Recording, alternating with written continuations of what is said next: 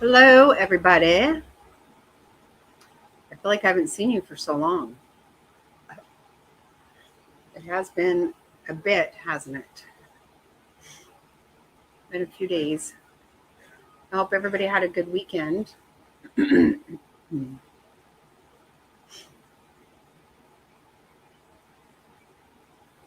Hello, Top Hats.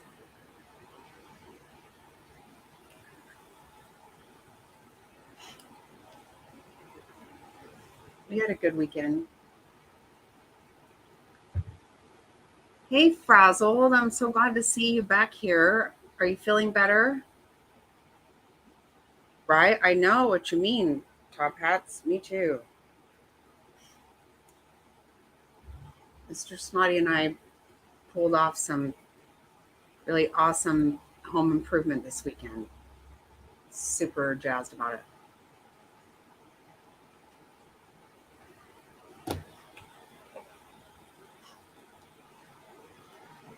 Hello, Maze. I hope you're feeling better. Are you home and settled and all that?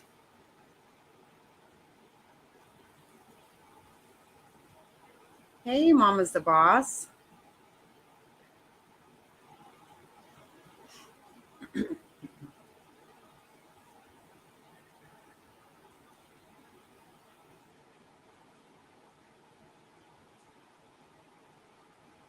Goodness, I can't get my glasses clean.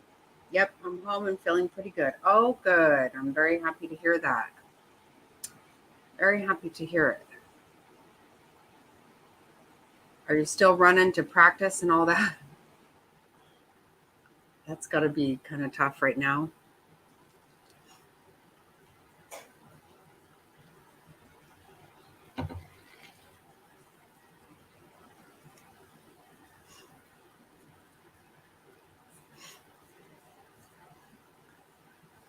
Today was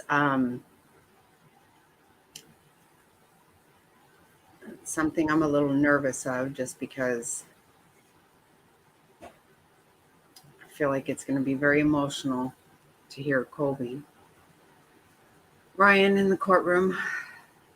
Hey, Legs. Hey, how was the baby shower? How did that go?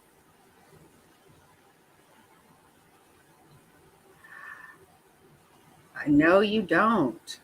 You are. Oh, yikesy, yikesy. Be careful, Maze. Oh, my goodness.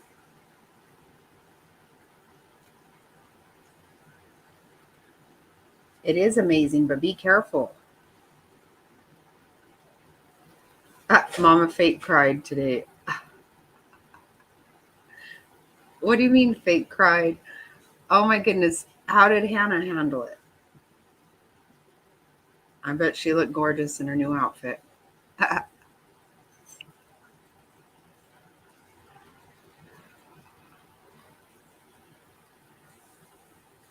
Nice. That's wonderful. Lots of diapers. That's right.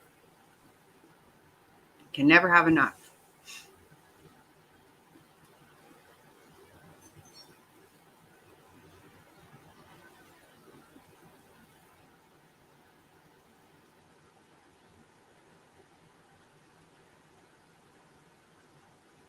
Yeah, that's what I heard. Yep. No, you cannot have too many diapers.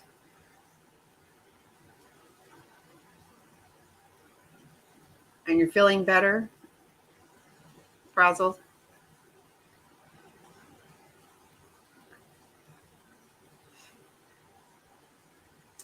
Because Friday we're having the karaoke party for the April birthdays. Hey, Chelsea Marie, how are you? Hey, everyone.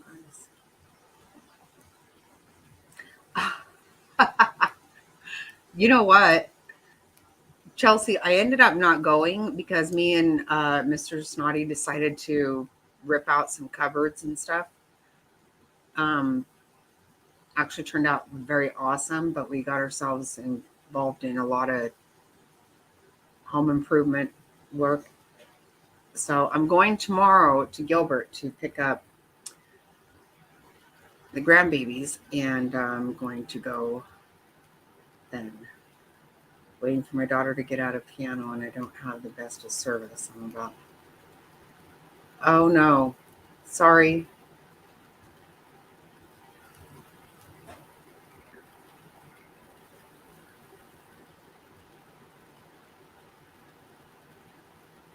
Oh my goodness.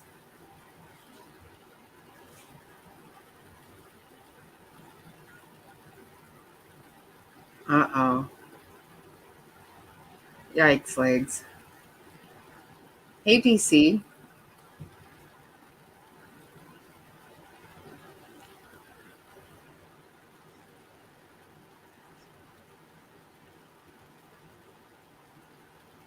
Yeah, that is, that does suck when that happens because you go through it, you work real hard for that stuff, and then, but I guess less people to get mono, huh? I don't know.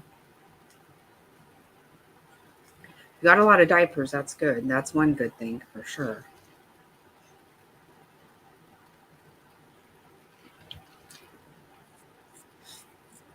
I don't see Kimmy. I was going to let her know that we got Mr. Snotty's shirt this afternoon,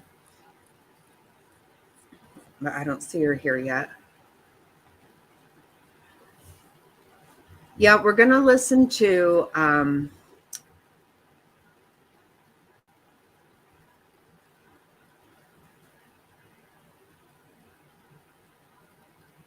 right. Yeah, that's true, Legs. You're right.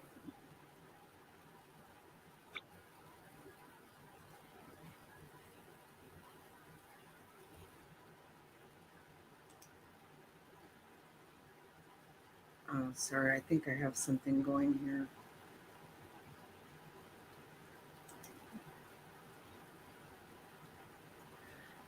Yeah, I was working on getting Kick all set up. I worked on it last night and then today, this early this morning before Jack got here. And so when he got here, I just walked away from it. And next thing you know, when he went down for a nap, I went to check and I had been live for 7 hours on Kick. Jeez. Thank God nobody saw it. Like, oh my God, it was just Mr. Snotty here walking around the talking to himself and on the phone and whatnot. So I know. I didn't realize I had it on. God. Jeez. Leave it to me, right? Hey, Kimmy. Mr. Snotty got his shirt this afternoon. So I'm not sure it's going to fit, but he's going to put it on anyway. Yeah, that's what you said. I don't know.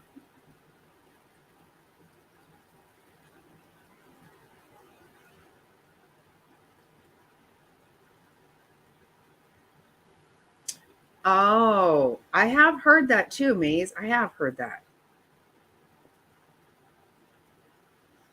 Uh, yeah, it said no views. No, you did get a large. I know. It might fit. It might. He's going to try it on. He's going to put it on for you. If it doesn't, I'll wear it. It is super cute, though. I get the big butts. I love that. Actually, I totally love that.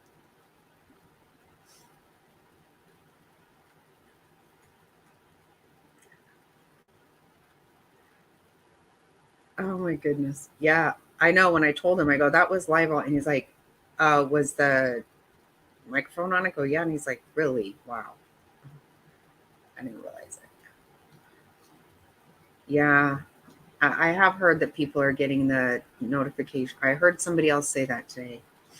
But I get them whenever, but not, I just get it like on email. So if I don't go and check my email, then I don't realize it.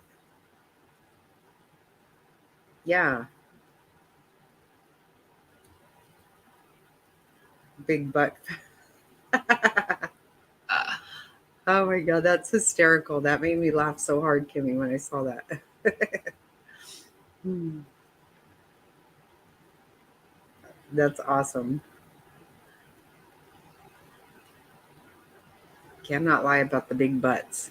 That's right. And that's funny because I have no butt. I have zero butt. And my same with my son, no butt whatsoever.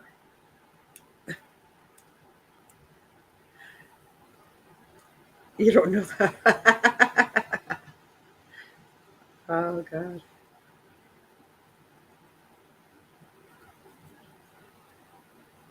Yeah, I don't know why that's happening. I don't know. There's a lot to figure out there, but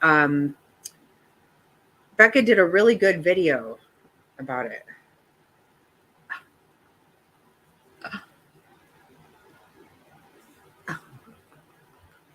I wish I had a butt. I wish I just had a butt, but I don't.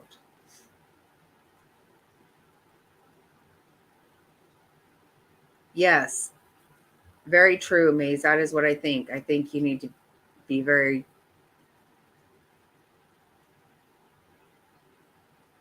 don't try to get going too quickly. I don't want you to be sorry about that.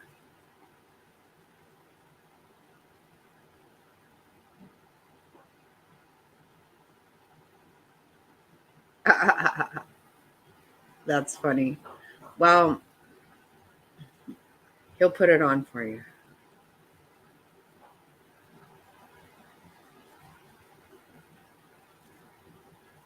Oh, yes, please do. Yeah.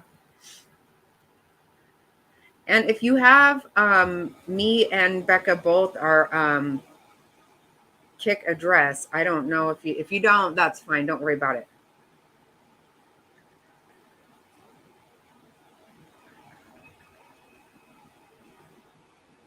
Oh, yeah. Oh, always an update, right?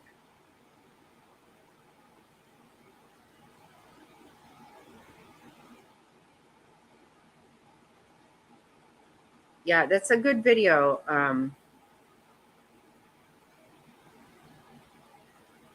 Right. That's me too. I end up just catching them somehow. Yep.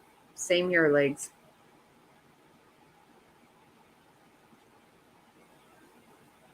Yeah, you don't have to worry.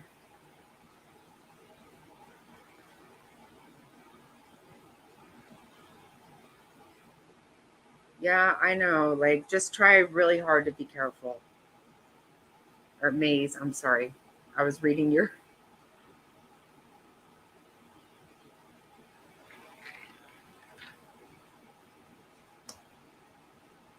Everybody remember about the Friday night birthday party? Oh, God. Of course you did, Kimmy. Oh, Lord. Oh, thank you, Top Hats.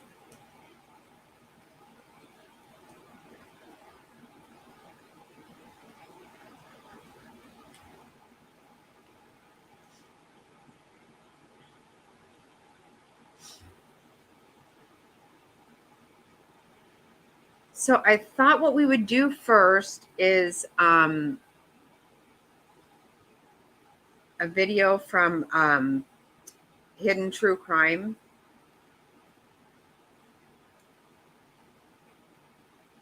And it's from, I think, lunch break.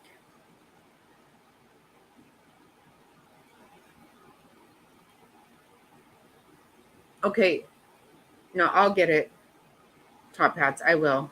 During the video, I'll pull it up. Thank you so much, though. Thank you.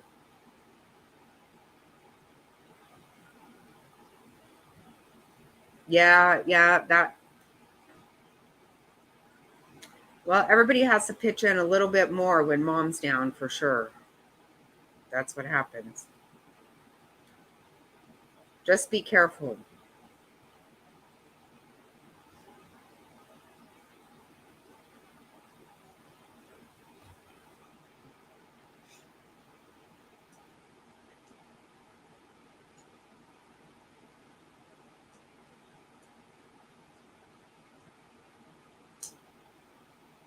Oh, they have. There's no. She's going to be guilty. There's no. I can't see it any other way. I don't. Have you guys? Has anybody been listening to that? Letitia. We'll talk about that later. My goodness, that woman. I really want to. Unbelievable, that pile of poop.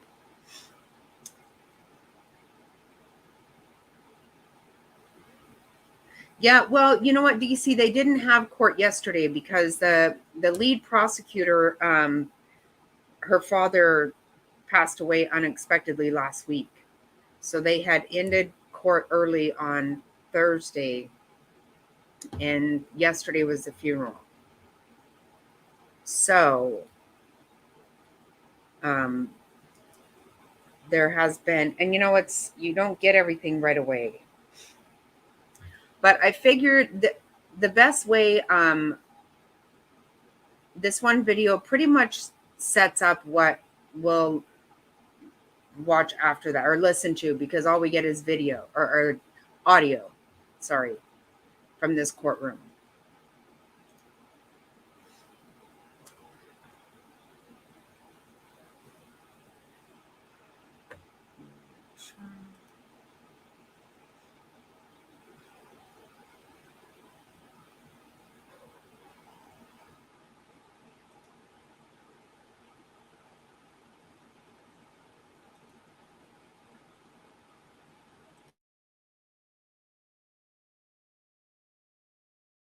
Hey everyone. First, I've got to show you this. I am hiding under a little corner of the courthouse because I cannot go live inside the courthouse anywhere. Typically you can. I've been a reporter here and you typically can go live inside the courthouse, just not the courtrooms, but with the high profile trial happening every day, they don't even want photos or videos in the courtroom. So I'm just going to turn this around really quickly and show you guys Boise, Idaho on it's April 18th. Hey Stephanie, how are you? April 18th, out here on Front Street. I think that my live didn't start going right away. That happened last week, so if you just missed the beginning, I'm hiding here under a little place to do this live. It is, look at that. It is, you can't see it as well, but it is snowing. But I had to come out here and just share what an intense day so far. Hey, waving to a photographer friend. Dilemma concluded. There was some really interesting cross-exam, and I actually do feel like, as far as being a witness goes, Dilemma did a great job. She was certain her story stayed the same. She answered right, yes or no's. She was very clear. There was just more emphasis, I would say, on Lori and Chad calling the shots. Chad's belief system, Lori telling her what to believe, how to believe, Alex believing them. I don't have much time, though, although I really found Dilemma's testimony interesting because of this short lunch live format we have going and the need to get back up there. I'm going to just... So I hope you guys have all checked out this channel. They've actually they have so much stuff on all this. A ton of stuff on this. Hidden true crime. Her husband is a therapist and he analyzes a lot of stuff. They just have a lot of information, a ton. It's a really good channel. Jump to Colby's testimony because lunch break ended with a lot of emotion in there, a lot of overwhelming emotion, overwhelming testimony. Thank you so much, Holly. Thank you.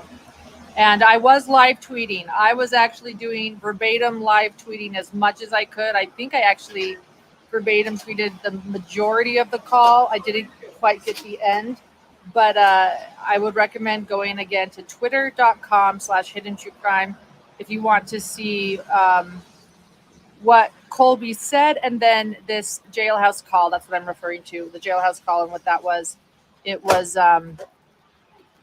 emotional. It was intense. We've all heard little bits and pieces of Colby's calls with his mother behind bars.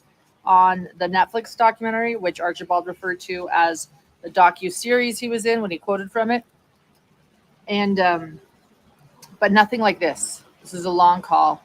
Colby was there, Lori was there, and he was yelling at her. He was very, very angry. Very angry. He yelled at her throughout the entire phone call that we heard.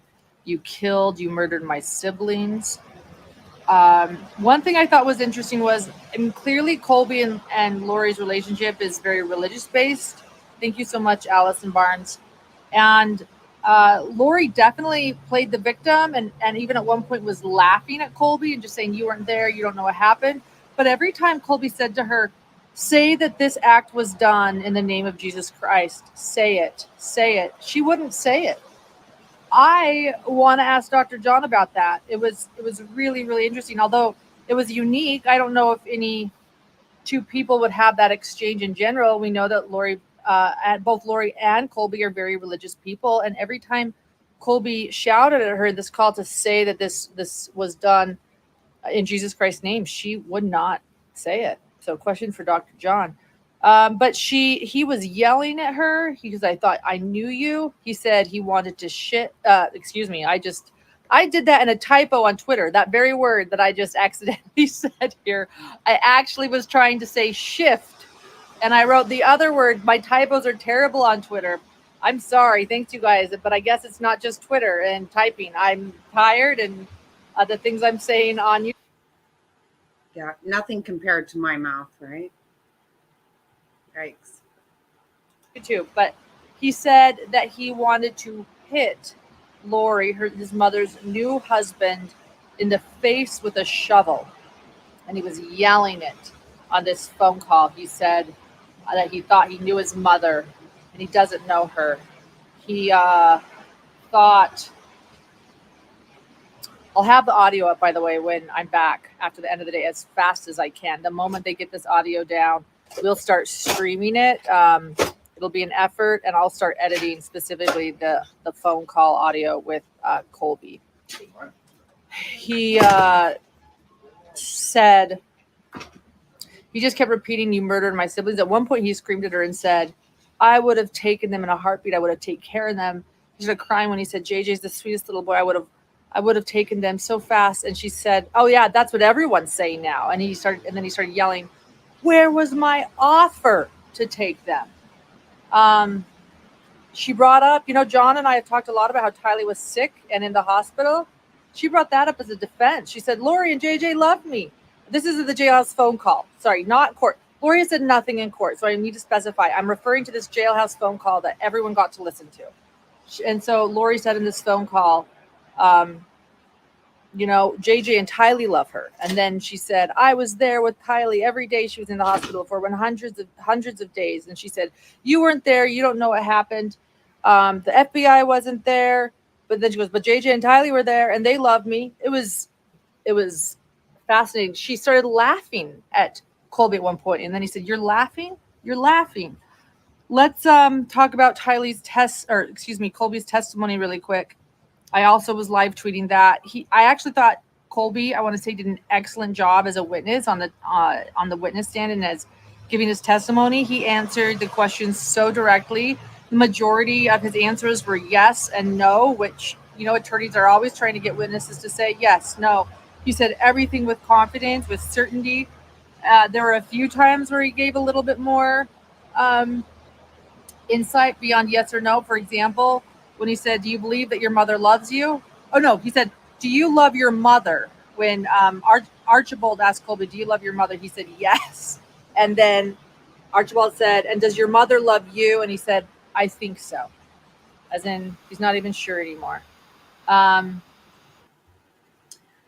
We're going to, I have the phone call, the Jailhouse phone call, and we're going to listen to that next. And I'm nervous. I mean, I feel like it's going to be very emotional for me anyway.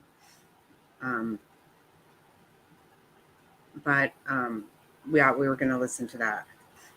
Hey, Beck.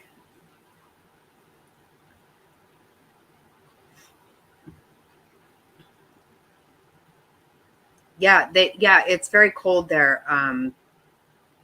They're in Boise. I told you guys last December, Mr. Snotty and I went to Boise, and it was freaking cold as shit. It was freezing. We were there less than 24 hours, and I'm telling you, I was never not cold as shit. Those were the times that he said more than yes or no. I want to state on Saturday night, Hidden True Crime did say that Colby was divorced, and today he said he is married. So I want to make that correction. Someone in comments did state, I think they're separated but not divorced. And I said, thank you. I'll check on that. I want everyone to know that. Mistake on my part. Colby stated in court, and I believe him. I believe everything he said today. He's still married, so I want to make that correction.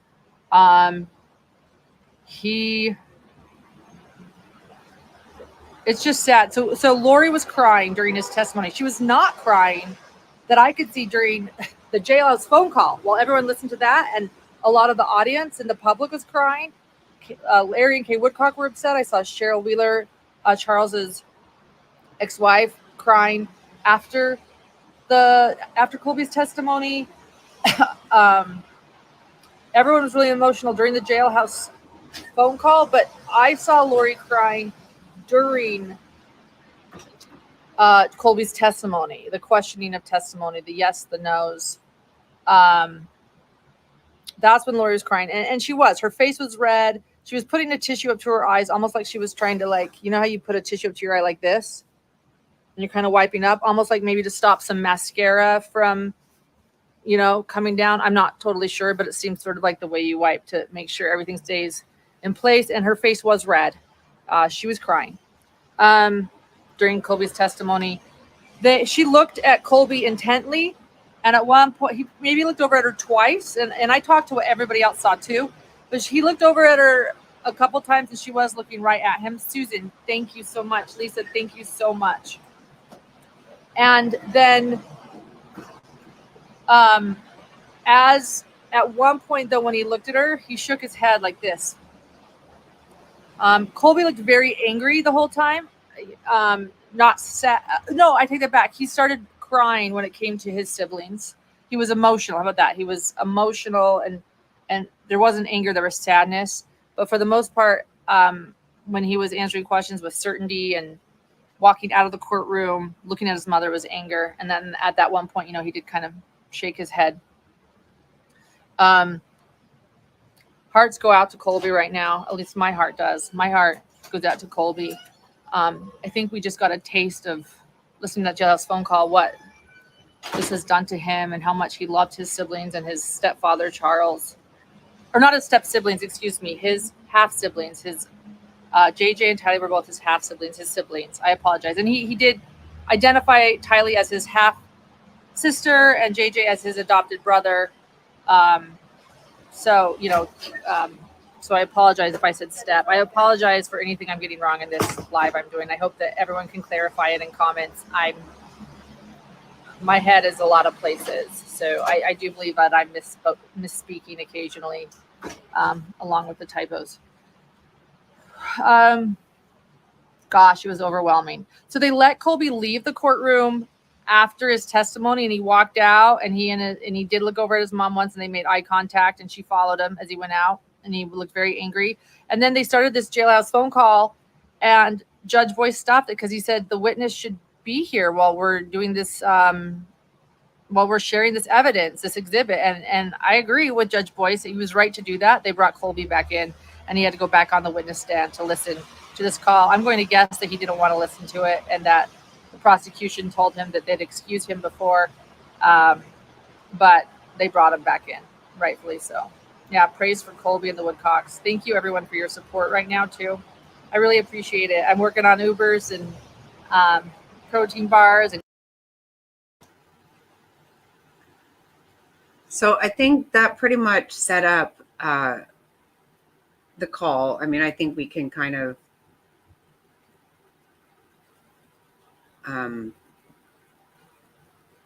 we got a lot out of that. And yeah, it is very shocking that Lori was crying because she's done nothing but, well, the one day they said, she did appear to be upset somewhat. And then, of course, she asked to leave the courtroom. But, you don't find her emotional too often at all, because she's just, thinking about herself as a rule. That's pretty much all you get out of that one.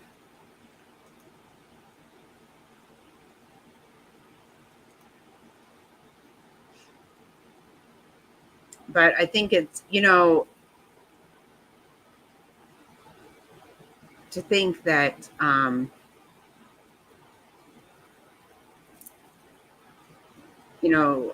she laughed at some point, like, really? But she has done this. She smiles. She seems to be happy.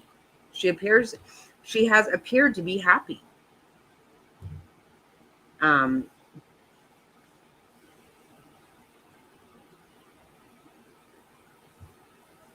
okay, Maze, we'll be here.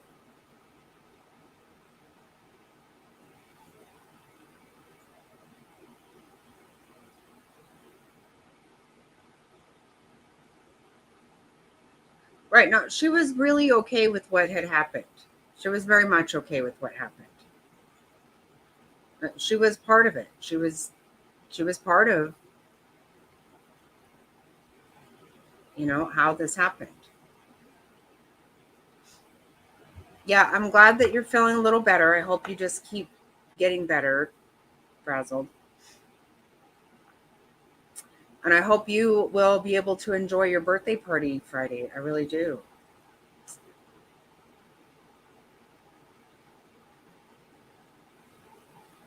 Because it's your birthday. So I'm going to play the Jailhouse call. Hey, Mirandy. How are you doing? Haven't seen you for a while. Well, I've seen you over in chats, but good to see you.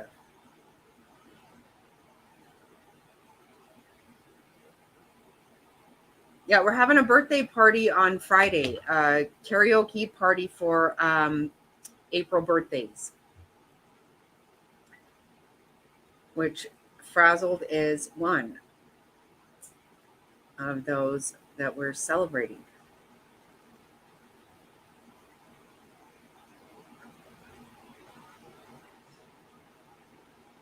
So I'm going to play the Jailhouse call from Colby and his mother. Oh, wow. Well,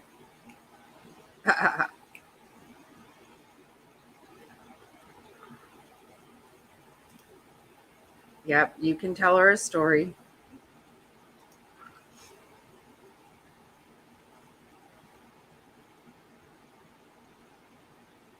Oh, hello, Wendy Lou. Oh, nice. Thanks for coming out of the bushes. That's awesome.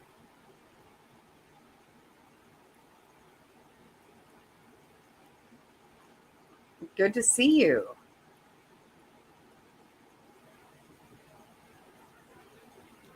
You should stay out of the bushes, because we're fun. Uh,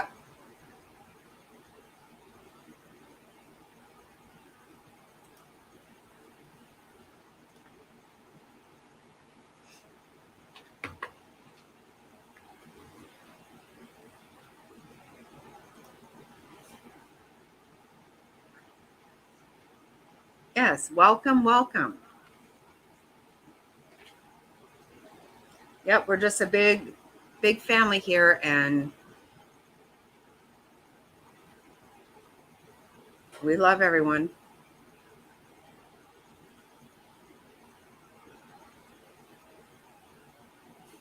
Yeah, I feel like this is going to be tough.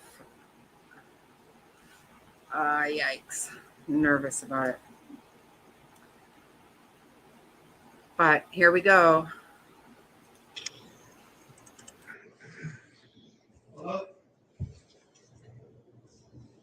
Hello? Can you hear me? Yeah.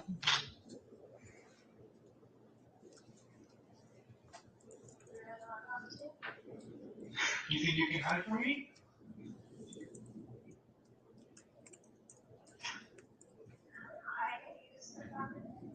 Probably because you murdered my siblings. It's probably why I'm talking to you. Maybe you should understand. I didn't. I'm sorry that you felt that way. You didn't do anything, right?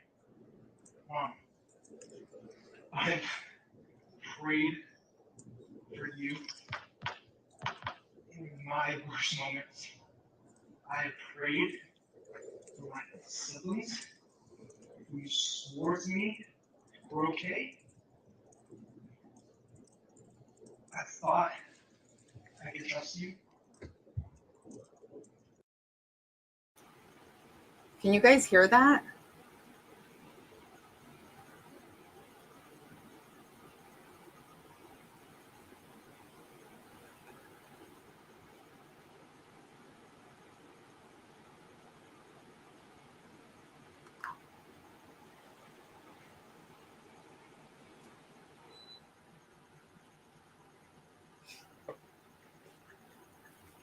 I've got everything turned up as loud as I can get it. I don't know what else to do.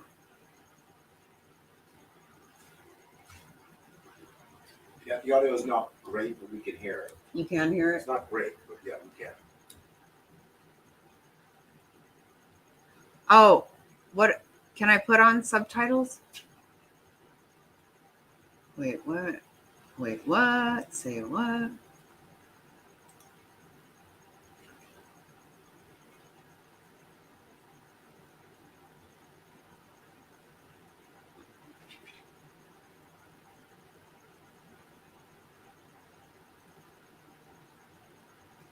Okay.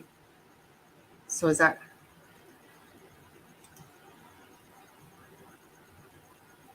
okay? Okay, I think I did it.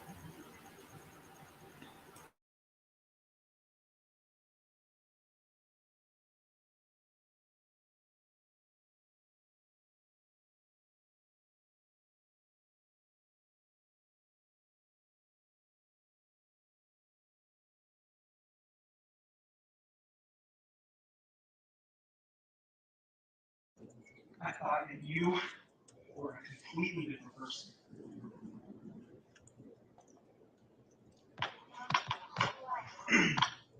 I don't know a murderous mother. You can make judgments when you weren't there and you don't know what happened. What happened? Everyone's making their own judgments. Mom, you've been shoving BS on my throat for a very long time.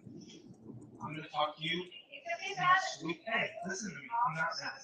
Listen to me. Fine, listen to me. I've sat there and prayed. I can't tell you the amount of pain that I have felt from your decisions in Jesus Christ's name. It kills me to watch you sit here and tell me this is a trial.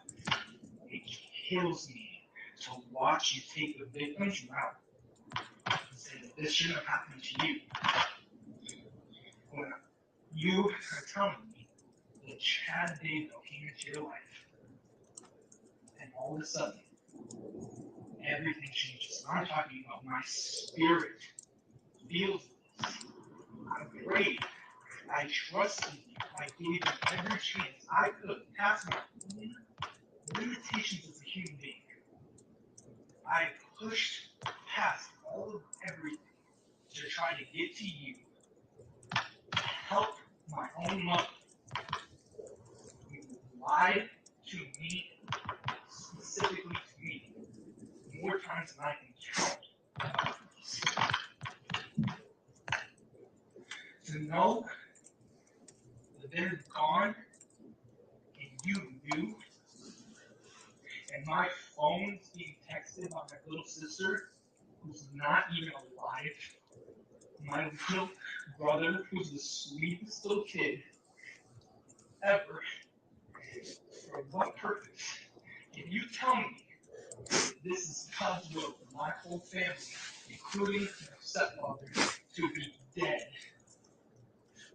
After everything that you tried to tell me, you can tell me right now that Jesus Christ, the Savior of the world, is on your side. You tell me that with all conviction in your heart that Jesus Christ is on your side. Please. I can't tell you that. Say it. Say his name. Say that he told you. And you followed him like exactness. Because I have prayed for you. I sat there and tried my best to forgive you and Chad and Alex. And I was deceived. And I was broken by my own mother. What are you doing? What are you doing? I prayed to Heavenly Father, and I said, you tell me, Father. The whole life, have all made these judgments. They think they know what happened. They think I don't care they about know other people. what happened. They think they know who's responsible. Do you know that you told me? Everything. Do you know what you told me? Because you weren't there. So You're right. I wasn't there. I was kept that's in right. the lab. And one day, Two kids you will were know. murdered. One day, Murdered. you will know what actually happened. You're right. You know what, Mom? And we all will stand there and Everything we into the light. You're absolutely right. He will convict the people who act in his name with pure blasphemy. This is funny. This is funny. This is funny. You're laughing like this is funny. How come your camera's on? Mom? You don't want to look at me in the eye? Why can't you look at me? It's just you and me. I'm in my house alone. I love you. I always will. One day you will see and one day you will understand. Go ahead and I hang do up. love See you. how that works for you. You gonna hang up? I don't have anything else to say. You obviously don't know. Let me tell you You weren't something. there. You weren't there. Summer wasn't there. My mom wasn't there. The police weren't there. The FBI weren't there. You're right. Nobody Mom was there. Kylie and JJ, Mom. Yeah, and guess what? They know. They know exactly what happened. Backyard. And they love me. And we're still together forever. They love me. And they are fine. And they do know the truth. And I know the truth. And we're the only people that do. So you can judge me, Colby, all day long. Go ahead and judge me. The whole world has. The whole world has judged me. Listen to me. They don't know, and you don't know. You know what I've been through, and you don't even give a crap what they've been through. Nobody does, except for me. I'm the one that knows. I am the one that was in the hospital with Kylie for hundreds of days watching her suffer. I am the one that was there doing everything with JJ every day. I was the one who did it all these years. You did it all to throw it in the garbage. They're not. You don't know what happened.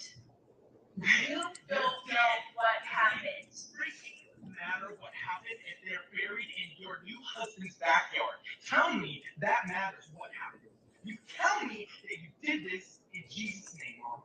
I have to hear that out of you. You believe it and you are not afraid. Every witness of Christ will scream his name when he comes back. So you are that person. I am that person. I am that person. Christ. And he will come.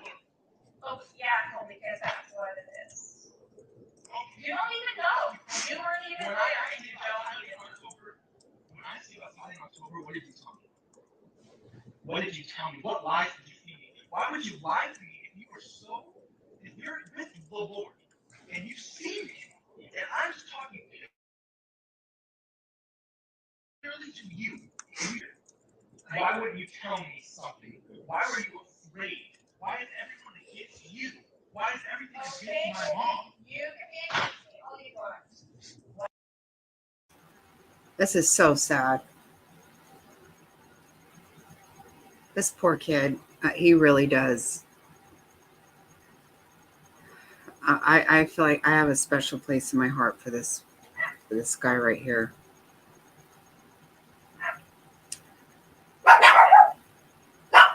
Not to mention, okay, stop. Okay.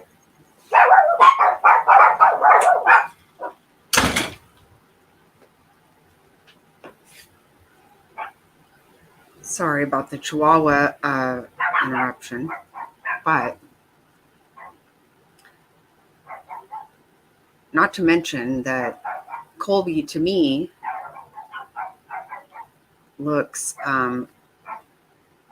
very similar to Fig's first husband. Just saying. I don't know. What do you think, Beck? I think he looks a lot like my angel's dad. I do. Anyway, regardless, it really hurts my heart for this kid. It really does. Yes, he is very handsome.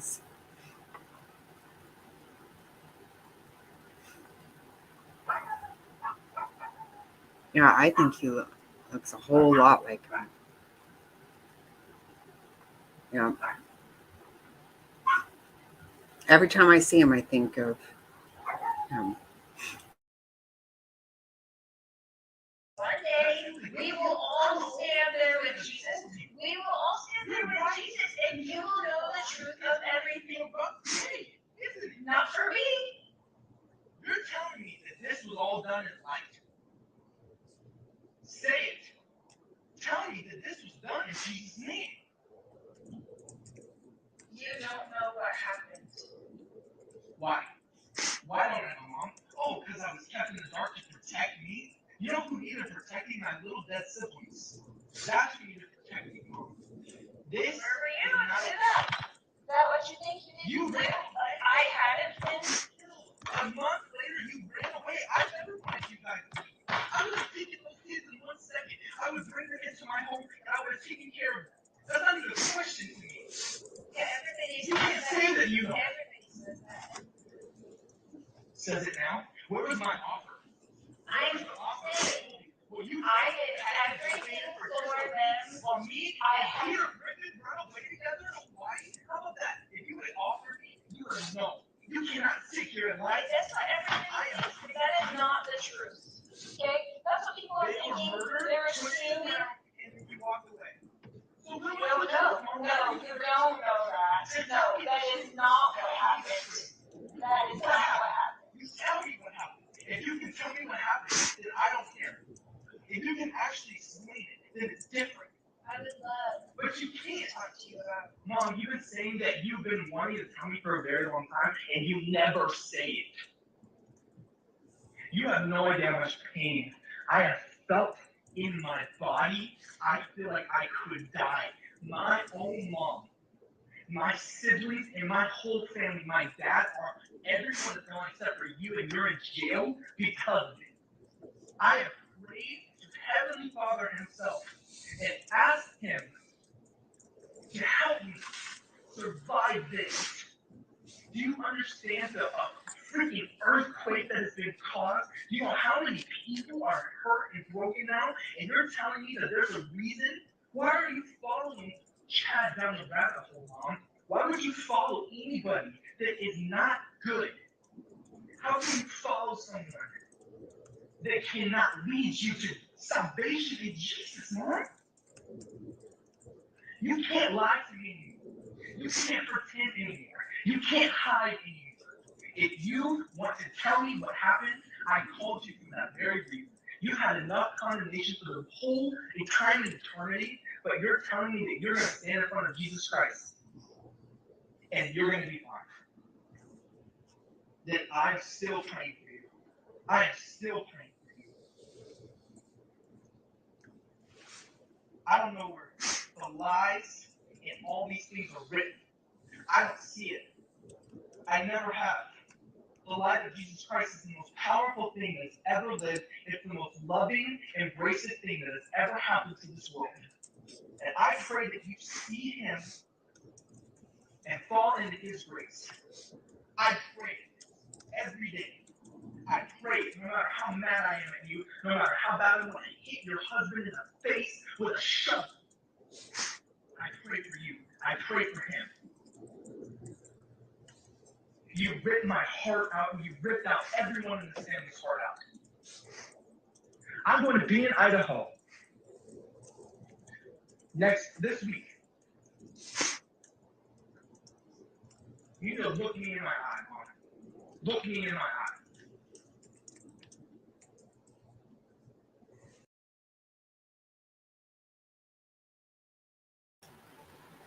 Wow. That poor kid.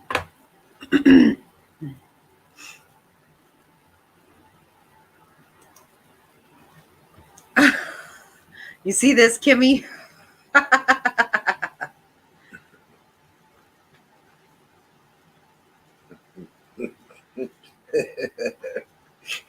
Turn around. Just modeling the shirt.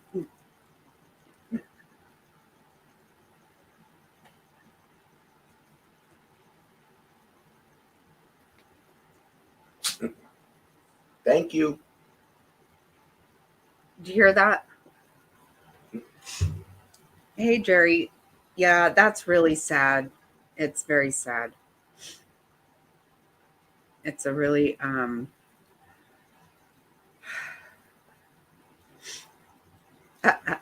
of course.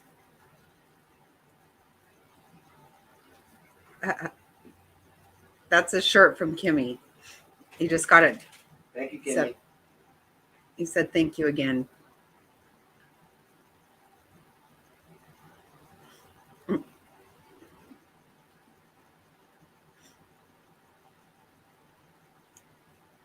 Uh-oh. Yeah, you can't do that, Jerry.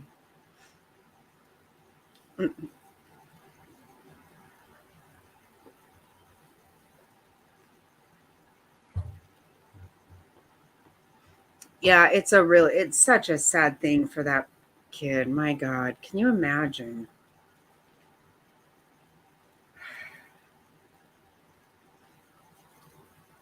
You know, what do you do with this? I mean, it's just really heartbreaking. The whole thing is, it's unbelievable, really. It's just,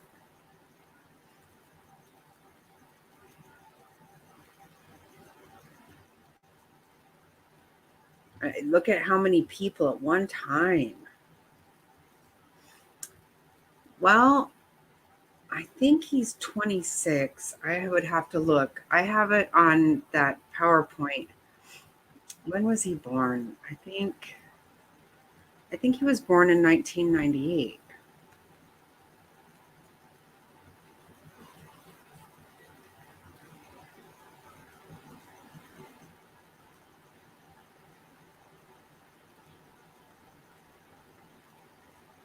Right.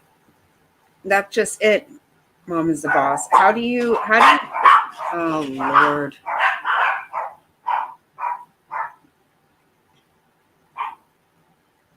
I mean, how do you get your head around it? You know,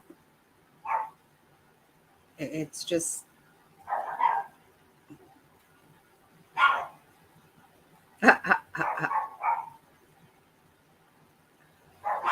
yeah, he likes to hang out with the neighbors a lot more than I do. So,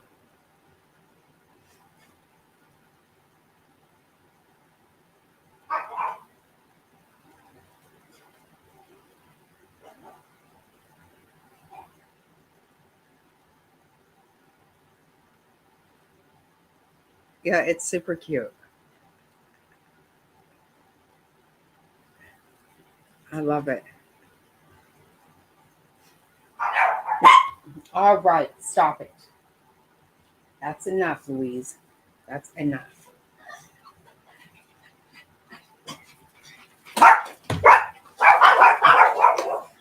Okay. Get in here. Get in here. Right now.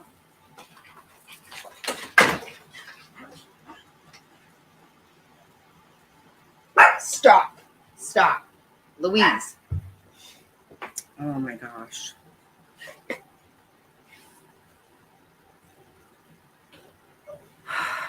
Wow. Stop it. Come here. You can get on my lap if you want to. Come here.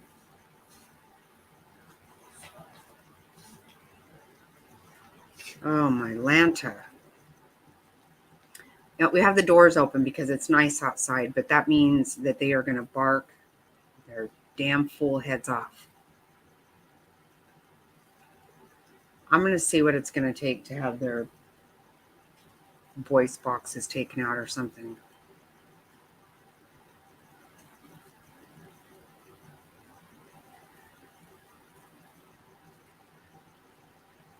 Yeah, I think it's super cute. I love it. Love, love, love.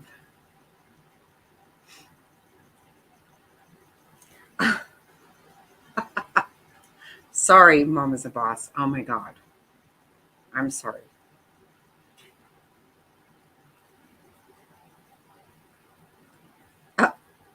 What, Brazel? Where's that coming from, right?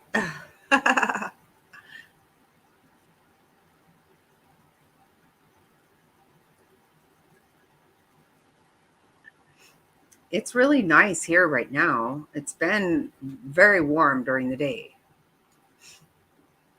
So early in the mornings and in the evening. Oh my goodness, I would not.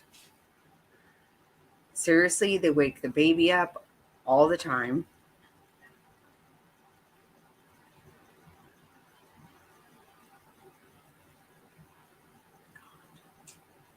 Should be in the car with them. Oh my God. About takes my eardrums out.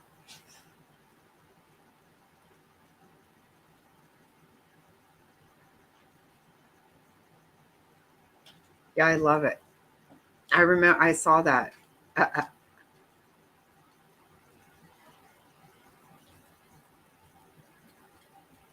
Your cactus. How is your Easter lily doing?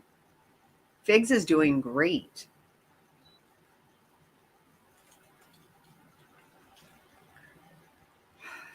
This yapping drives me absolutely crazy. It never stops. Ever, ever, ever. They bark at us.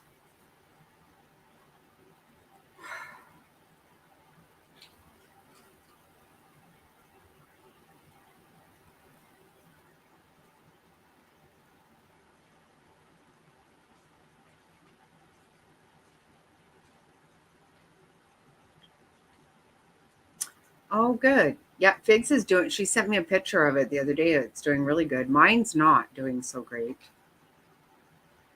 I got myself a little one, but it's not doing great.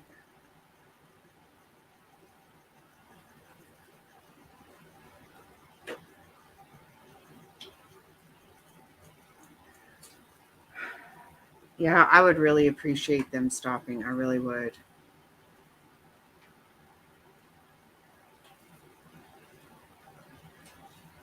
Um, I have a whistle, and I've tried lots of stuff. They just don't, and they don't stop.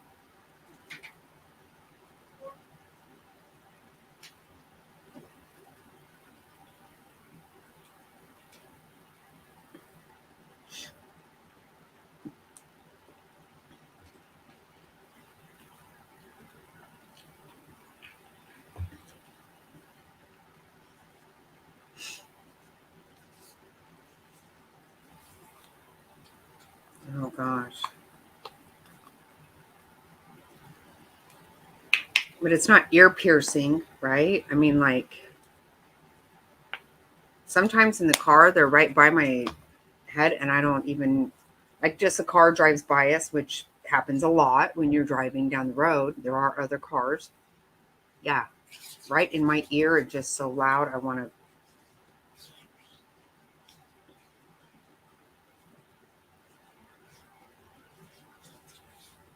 Oh, yeah. I haven't tried that for a while. I should get a squirt bottle out again. I just want their voice boxes removed. It's really something I can't stand.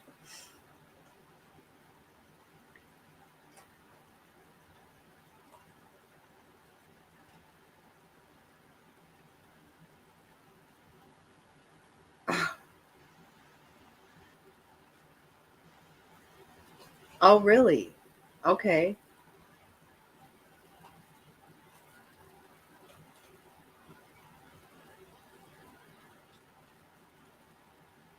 Wow.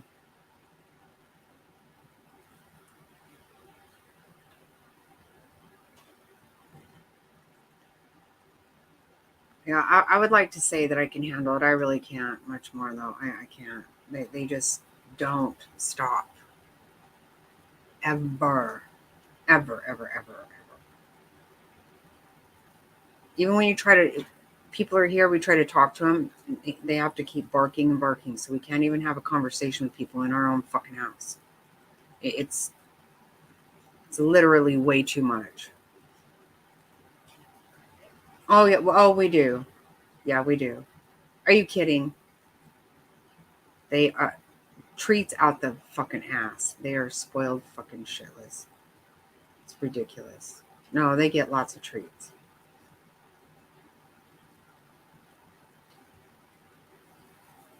It doesn't matter. They don't stop.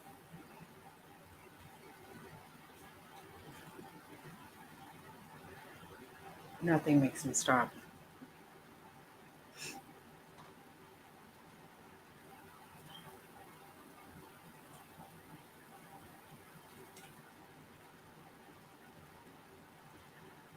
Yeah, I'm gonna use the I'm gonna use the pound as a discipline. Like, see you later.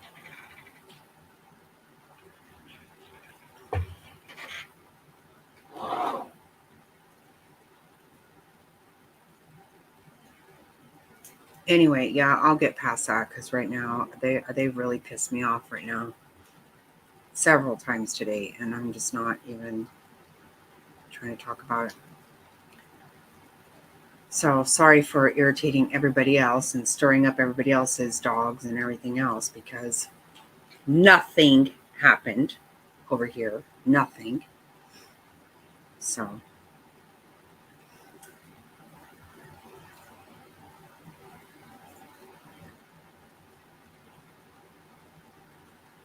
oh,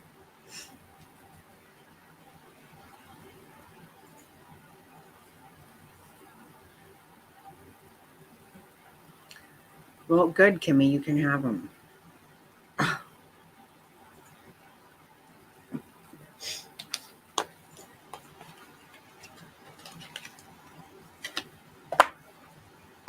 Yeah, I'm finding them not nearly as enjoyable as they should be.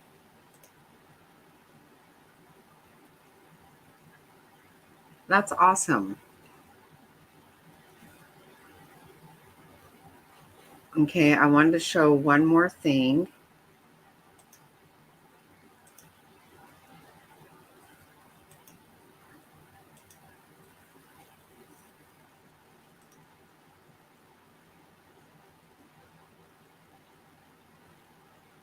Look at the babies.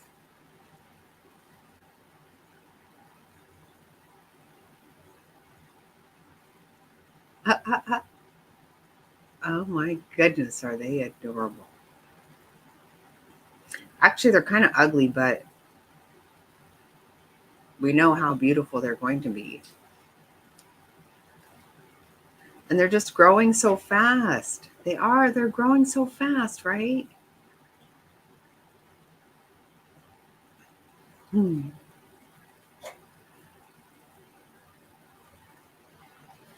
I don't know about you, Top Hats, but I get so much stuff pops up for me now that today I was watching squirrels and I'm watching all kinds of shit all the time now because it just keeps popping up for me now.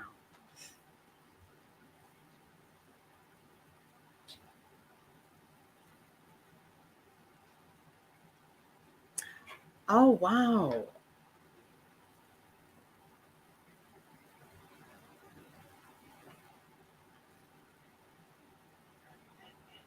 Okay, I'm gonna look that up, Kimmy.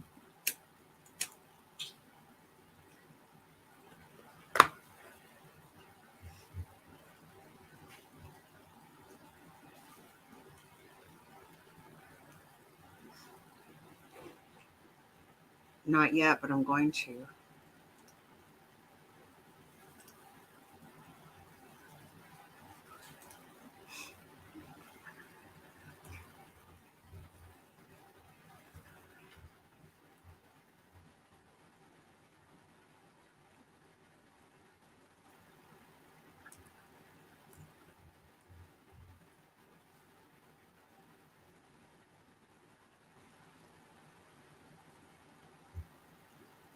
In Oklahoma, maybe? Ooh, wow.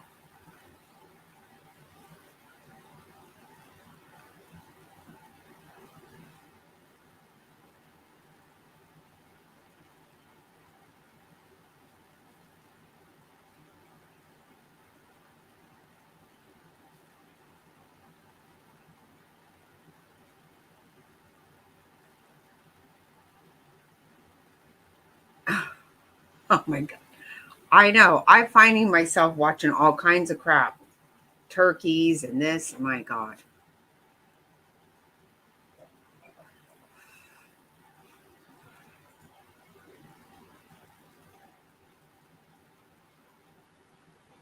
Okay, we're going to come back here, but I'm going to show you this one.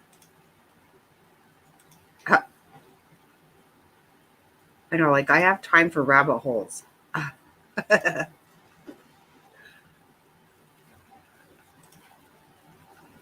Rare old white bald eagle spotted in Oklahoma by student home for Thanksgiving break. An extremely rare white bald eagle was spotted in Oklahoma by a college student returning home. Okay, well, don't wear it out like that. A rare sighting here in the state. This white bald eagle was spotted by Justin Briley. Now, the Oklahoma Department of Wildlife says there isn't any way to confirm that this is the same one that was spotted along the Illinois River last year. But they say that these types of eagles are very rare and certainly a treat to see.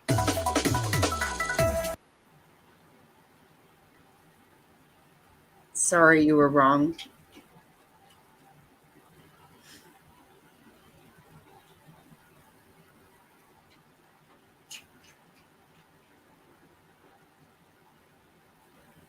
What do you mean?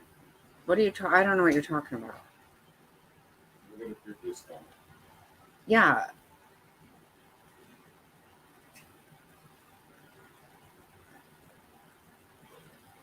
Okay.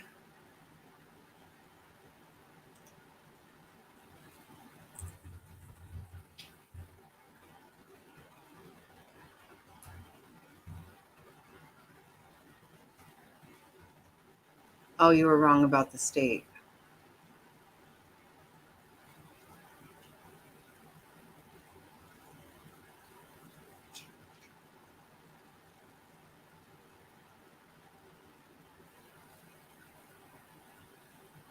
Oh, okay. I didn't see anything getting eaten though.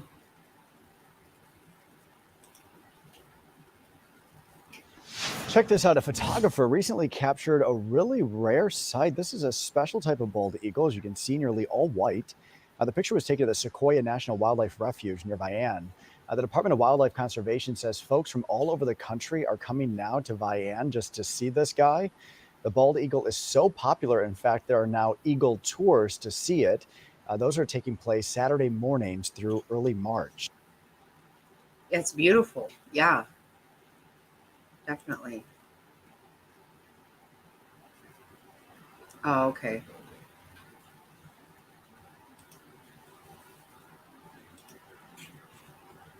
But you saw something getting eaten? Oh, I see what you're saying. Yes, it did work. Mom is a boss.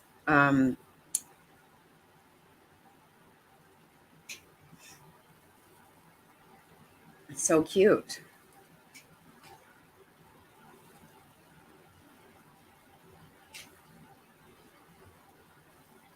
Yeah, it looks really cool.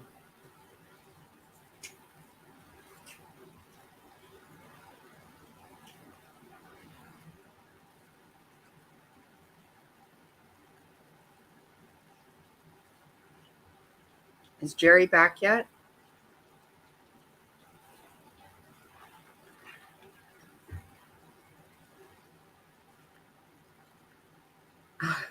Oh, stop that. Stop.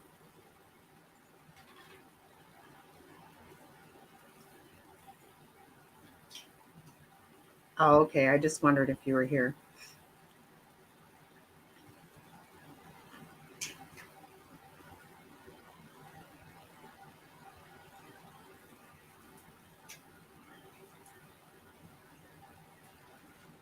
I bet.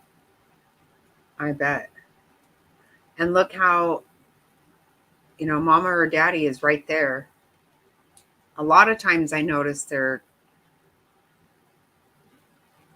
on on that limb right there.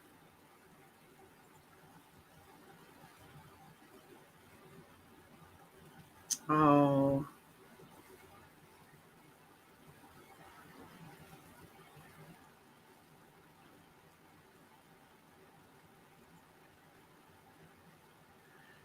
this is at the Little Miami uh, Conservancy.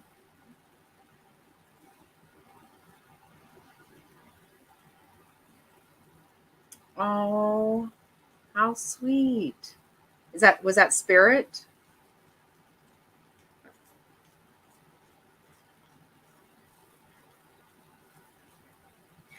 Yeah, apparently now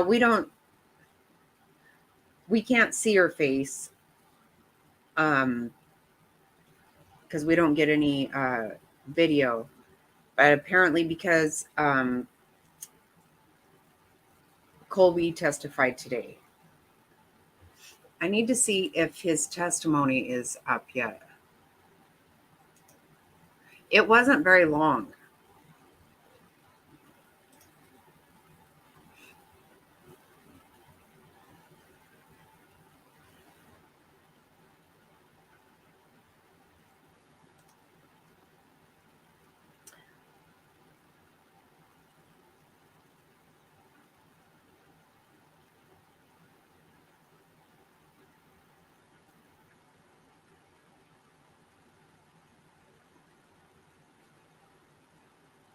Oh, good, Jerry. You needed to get some sleep. Yep, you did.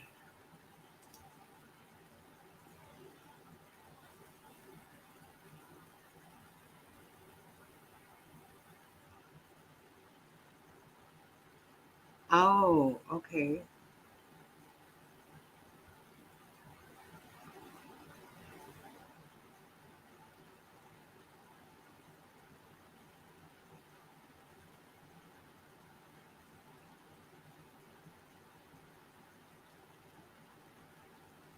Okay, we have an audio clip of his testimony.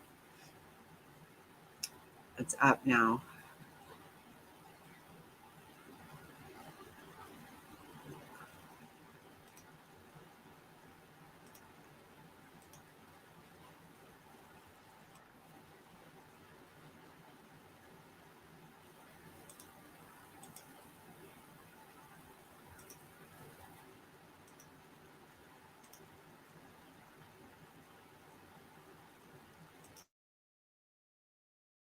The state can call its next witness.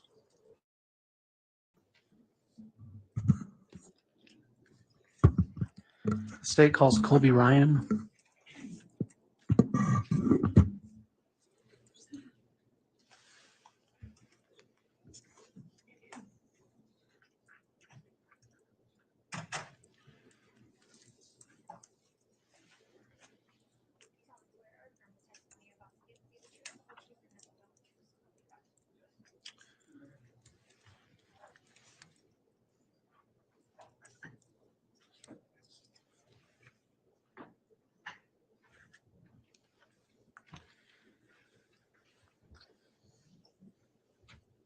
All right, Mr. Ryan, before we get started, just a few things. First, have you followed any of the testimony of this trial online, on the news, or watched it from any of the viewing locations? No.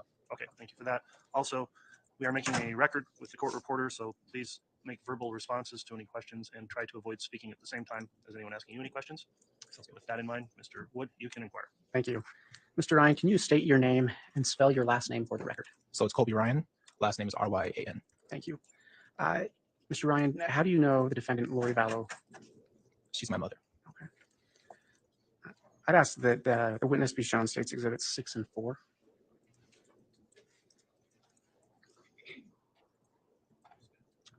Those are previously admitted, correct? Yes. All right. Exhibits 6 and 4 are both being shown to the witness.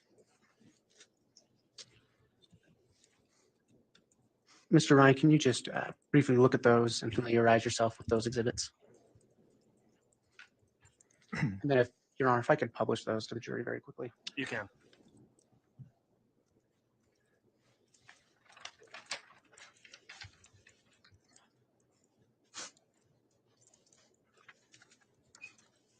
Mr. Ryan, I'm going to show you what's been previously marked and admitted. State's Exhibit 6. Do you recognize that person? Yes. Who is that?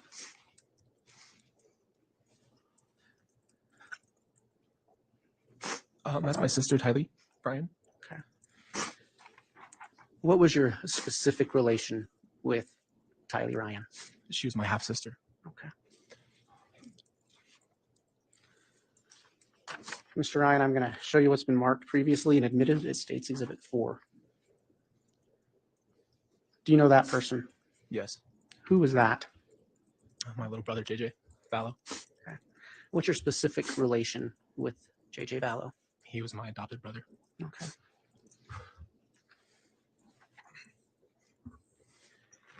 Mr. Ryan, do you know who Charles Vallow was? Yes. Who was he? He's my stepfather. Okay. Do you know approximately how long he was your stepfather? 13 years, I think. Okay.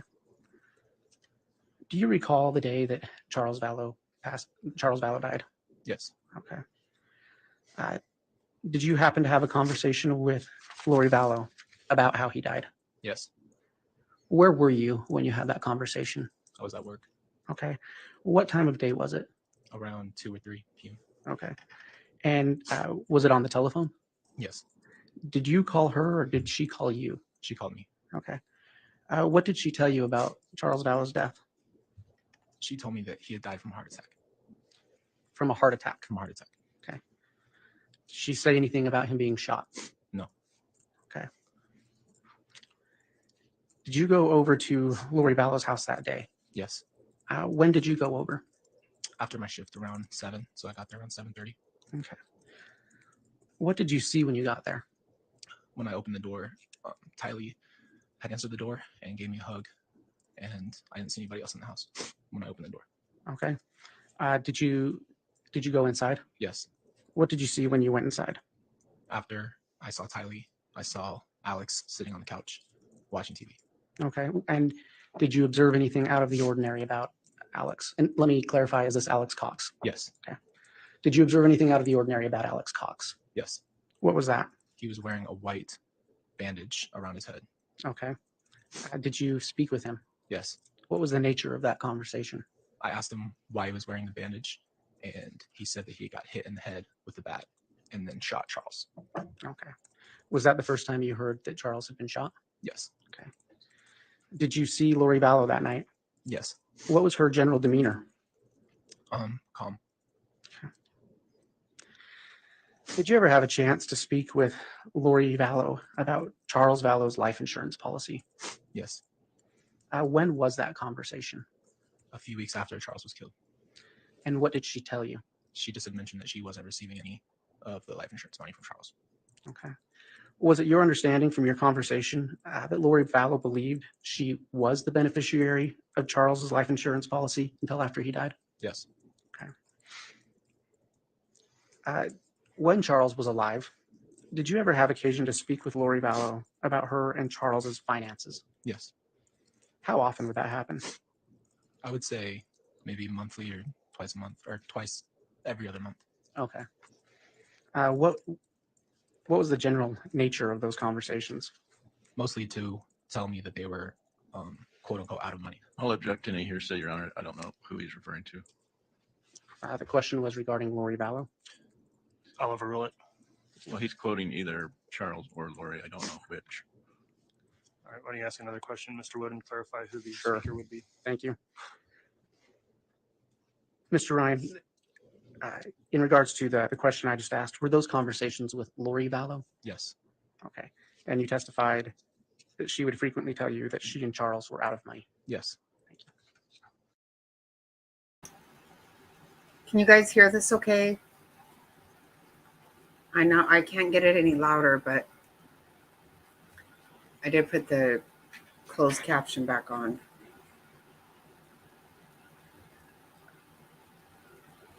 Yep, exactly, legs. Yep.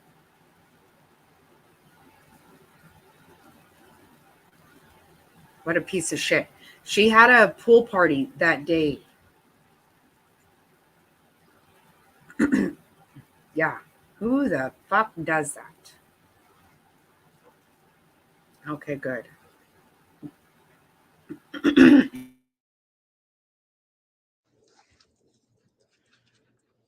Do you know who Tylee Ryan's father was? Yes. Okay. Who was he? Joe Ryan. Do you know if he is alive or deceased? He's deceased. Do you know when that happened? In 2018. Okay. Do you know when in 2018? I don't remember. Okay. Were you aware if Tylee Ryan received Social Security benefits when Joe Ryan passed away? Yes. I'll object. Foundation. There would need to be additional foundation there, Okay. Mr. Wood, to know how this witness would have that information. Colby, Mr. Ryan, did you ever speak with Tylee Ryan about money? Yes. Are you aware if she had a bank account? Yes. Did you ever receive money from Tylee Ryan? Yes. And how did you know where the money she gave you came from?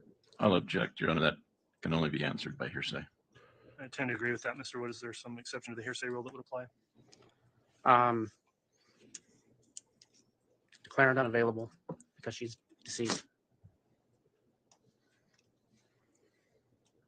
Well, there are different rules for declaring unavailable. I don't know that this falls within any of the exceptions for an unavailable. I'll rephrase the question, Your Honor. All right, thank you, Mr. Wood. Did you ever receive money from Tylee Ryan? Yes. Okay. How often would that usually happen?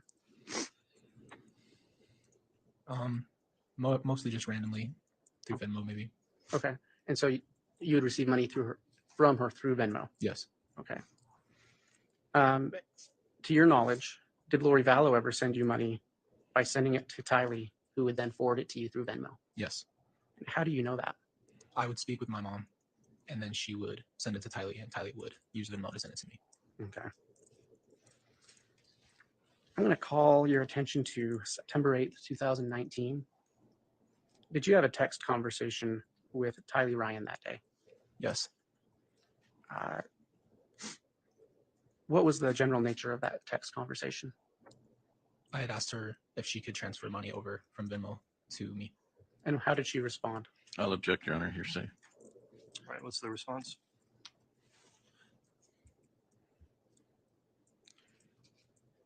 Your Honor, it's not. Good night, Top Hats. Thank you for everything. Have a good night. Get some sleep. Yes, sweet dreams. Love you. Thank you.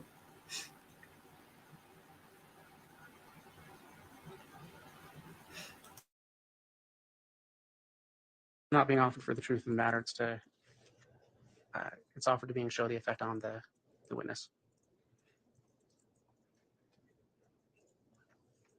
If it's not offered for the truth, Your Honor, then it's not relevant. Your Honor, there's many times evidence comes in not for the truth of the matter where it's relevant. I'm going to find, given the background here of what's already been laid in a foundation, I'll overrule the objection finding under Rule 804B6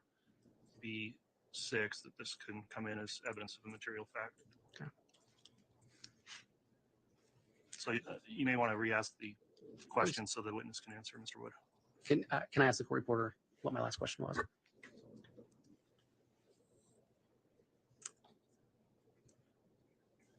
Corey Porter.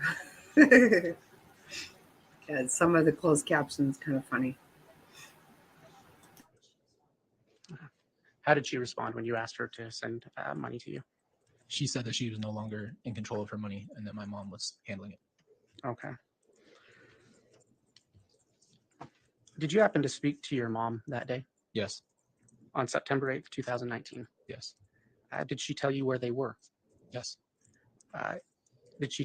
Were you able to hear Tylee on that phone call? Yes. Where were they? They said that they were in the Yellowstone gift shop.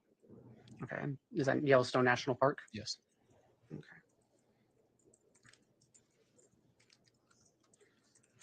Did you ever happen to have a conversation with Lori Vallow after Charles Vallow's death about your sister's money? Yes. What was the nature of that conversation?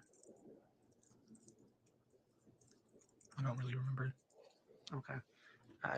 Do you recall your mother speaking specifically about Tylee Ryan's money?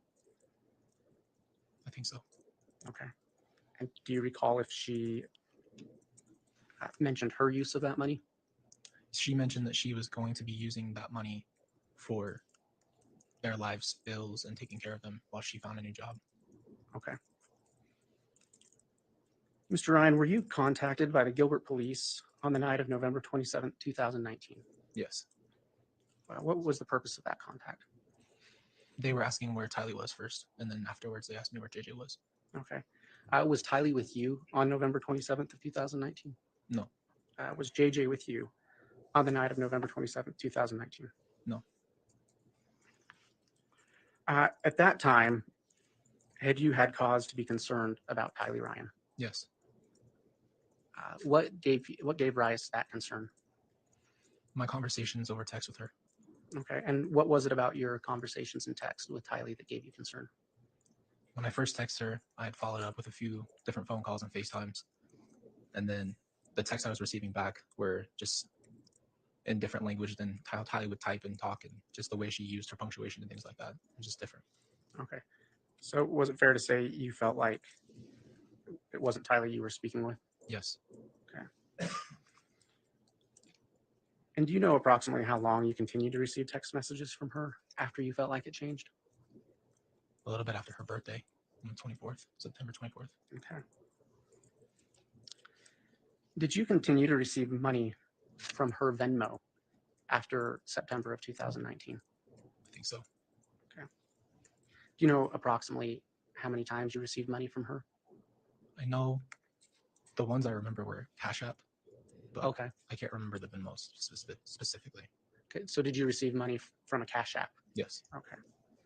And was that under Tylee's name? No. Whose name was that under?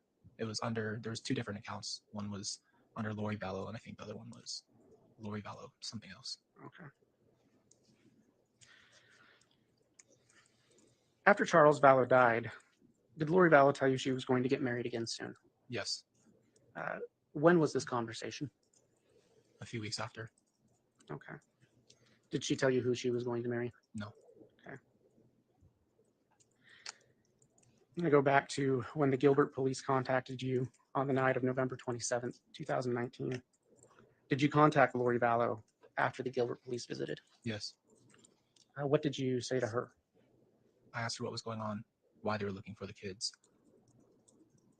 and just to try to tell me what was happening. Okay. Did you know where Lori Vallow was on November 27th? No. Were you aware if she had moved from the Phoenix area? Yes. Okay. Did she ever tell you where she moved to? No. Did you have a conversation with her about where she had moved to? No. Okay. Did you ever ask her where she was? Yes. How did she respond? When she initially moved, she just told me she was moving somewhere cold and that it was dangerous for her to tell anybody where she was going.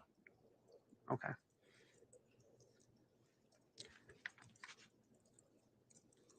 You said you spoke with her on the night of November 27th, 2019, the day before Thanksgiving. Did you try to contact her on Thanksgiving? Yes. What happened? Her phone was disconnected. Okay. Were you able to contact her after that? No. The state has no further questions at this time, Your Honor. All right, thank you, Mr. Wood.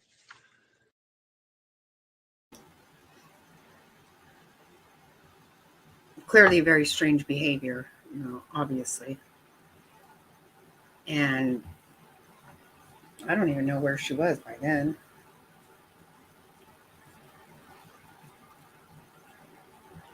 No, they couldn't get divorced because they would lose their portal to God or some shit like this. I can't remember the exact words, but yeah. But murder, it's all good, right? I hope she fries in hell. Mr. Archibald, do you want to start your cross at this point, or would you like to take our mid-morning break and start cross after the break? I'll leave it up to you. Okay, I think the timing works out well for that. So we'll go ahead and take our mid-morning break, and then Mr. Archibald can commence with his cross-examination after that. So right around 10:30. All right, please.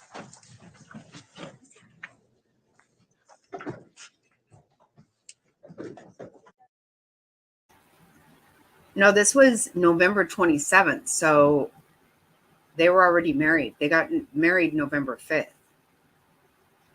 And Tammy was died October 18th.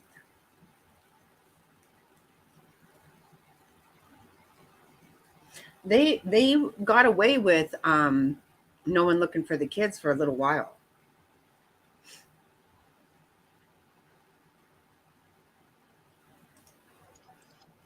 All right, thank you, Madam Clerk. We're back on the record on case CR 22-21-1624, State of Idaho versus Lori Vallow. We just concluded our mid-morning break.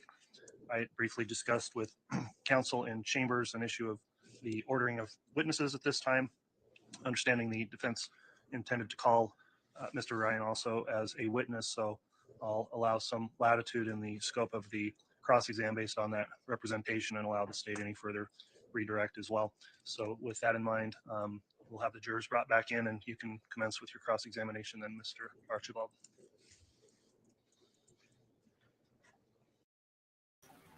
Well, it's pretty telling that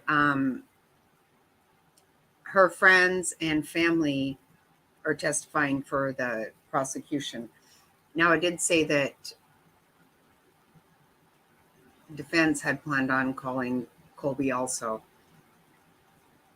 But also, nobody in her family is there, has been there to support her. No one has been there in support of her.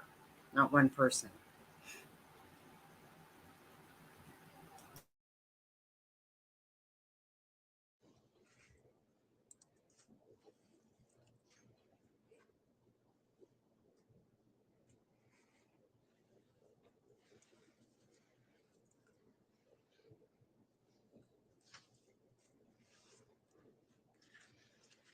Her attorney is slow and irritating, if you ask me. Fuck. Look at how long this is taking.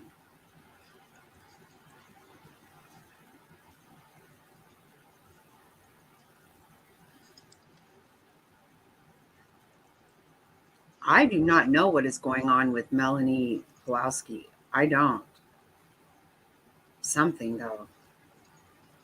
They're not even really talking about her much. She was right damn in the middle of everything, big time.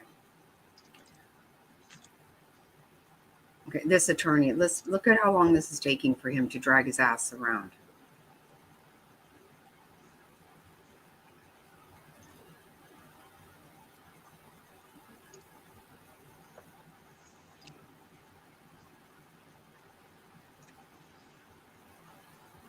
This is irritating as fuck. All right, please.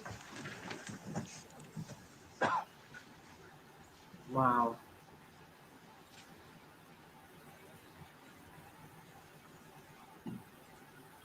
Oh, I think her and Chatter have gone against one another at this point.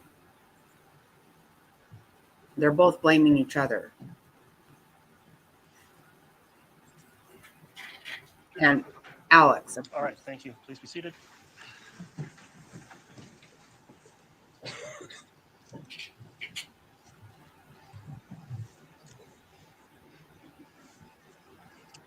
right, we'll next continue with any cross-examination. Mr. Archibald, you can cross-examine at this time. I'll remind the witness, Mr. Ryan, you're still under oath for purposes of your testimony today.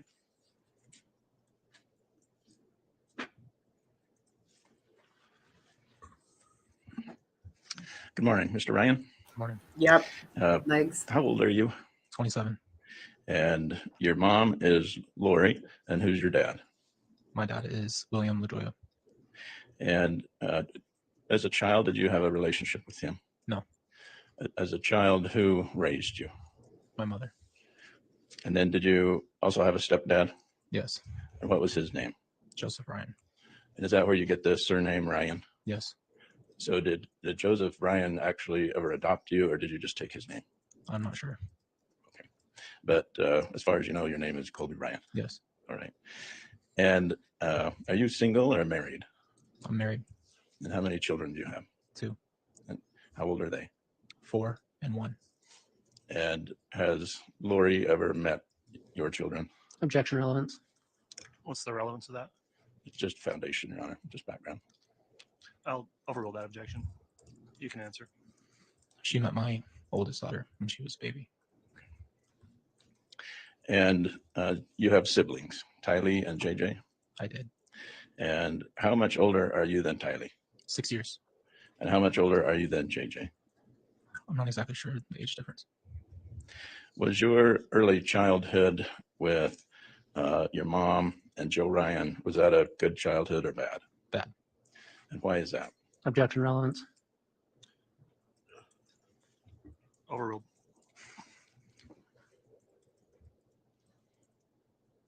Without going into the details, Mr. Ryan, did your stepfather abuse you? Objection relevance, and I think we need to approach.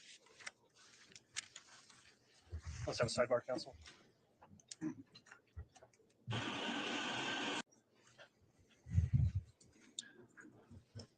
All right, after sidebar, the court is going to sustain the state's objection. I'll instruct the jury to disregard that last question that was asked. It won't be answered. And Mr. Archibald, you can continue your inquiry. Did your mother, Lori, protect you from Joe Ryan? Same objection. Overruled. Yes. Did she protect your sister, Tylee, from Joe Ryan? Yes. When your mother, Lori, protected you from Joe Ryan, was that by moving away from him? Yes. And was that also by divorcing him? Yes. And then your next stepdad was Charles Vallow? Yes. And did you have a good relationship with him? Yes. And did he treat you better than Joe Ryan? Absolutely. And you were able to form a relationship with Charles Vallow? Yes. And did you and your brother and sister, Tylee and JJ, have fun times growing up with Charles Vallow? Yes. Did you have a good relationship with Tylee and JJ? Yes. Now, did Tylee have some health issues? Yes. What did she have? When she was younger, she had pancreatitis and had to go to the hospital for that. And pancreatitis can be sometimes a painful, debilitating disease. Yes. Okay. And so you saw that in Tylee, that she'd have to go to the hospital for that. Yes. And did JJ have special needs? Yes. And do you know what those were? I think he was diagnosed with autism. And did your mother, Lori, care for your needs, Tylee's needs, and JJ's needs when you were growing up? Yes. Did you have some struggles as a teenager? Yes.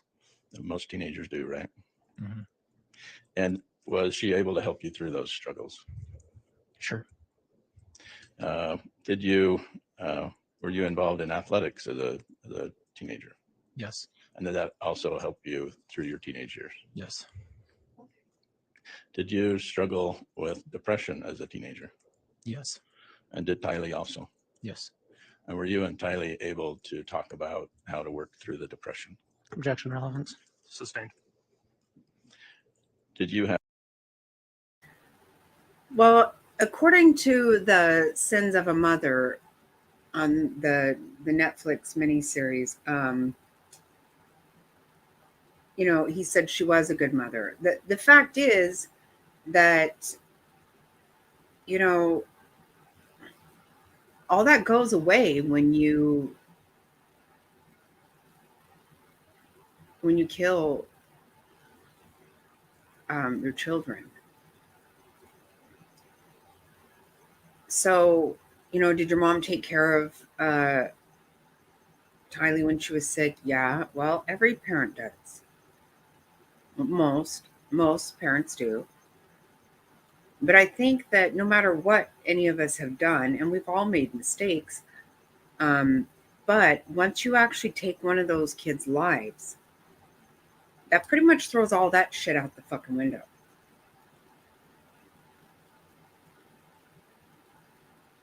We take care of our children because we are concerned about their care, because we don't want anything to happen to them. God forbid we cause it. We have anything to do with anything bad happening to them. So, this is always just such a I love when they do this shit, which don't bother. I mean, how many mothers are smoking crack with their kids in the same room and don't intentionally take their lives? There are some bad mothers out there who kids somehow survive it. I'm not calling that okay. But they're not buried, their children aren't buried in their new husband's yard, like he said. And I think, quite honestly, I think that she, this whole weird cult situation, I'm pretty sure was Chad. 100, well, I'm positive it was. But I believe she's always been manipulative. I mean, you're married 5 times. That's a lot, really.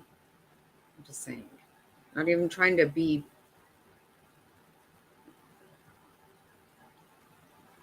I mean, we all make mistakes, and I never wanted to be divorced once, and I am divorced once. But if I get divorced 4 times, I can tell you I just can't. I'm going to assume that I'm just not any good at it. Right, that's just it. Right, Jerry, that's it. Whenever she wanted them to go, they went. Yep. Exactly right.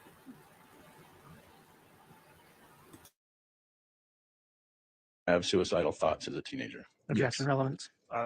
Before you answer, let me rule on the objection. I'll sustain the objection and I'll strike the answer and instruct the jury not to disregard that last answer.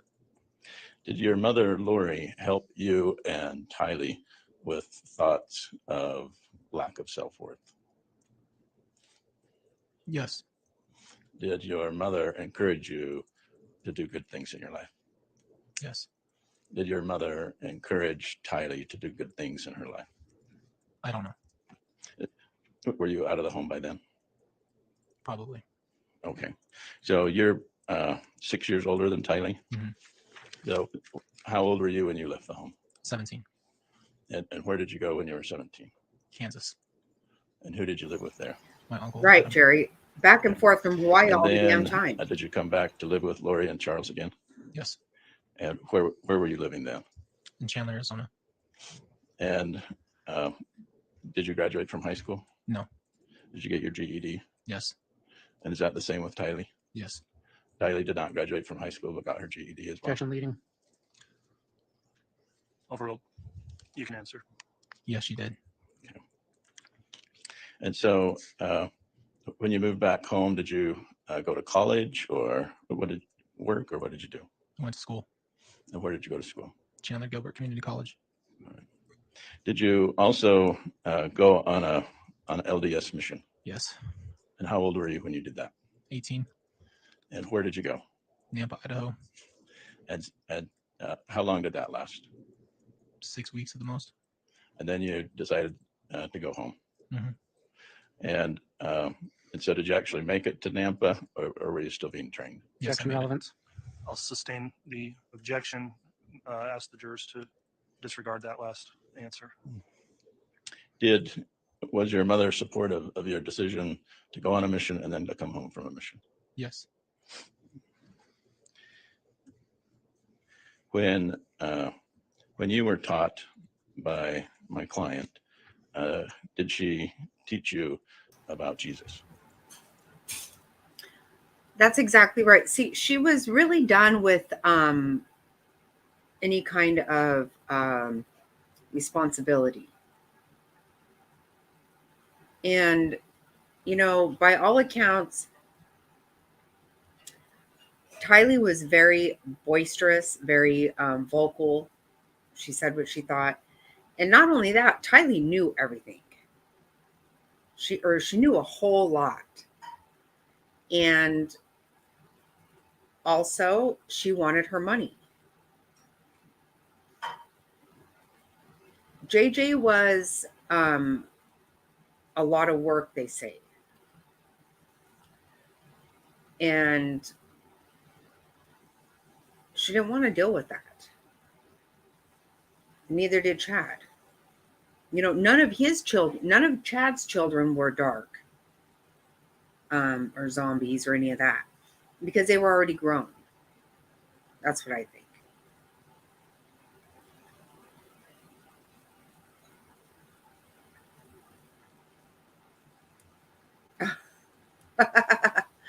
That's funny, Jerry. Right, right. Right. And Charles even said that she didn't want JJ anymore. She had made that kind of clear.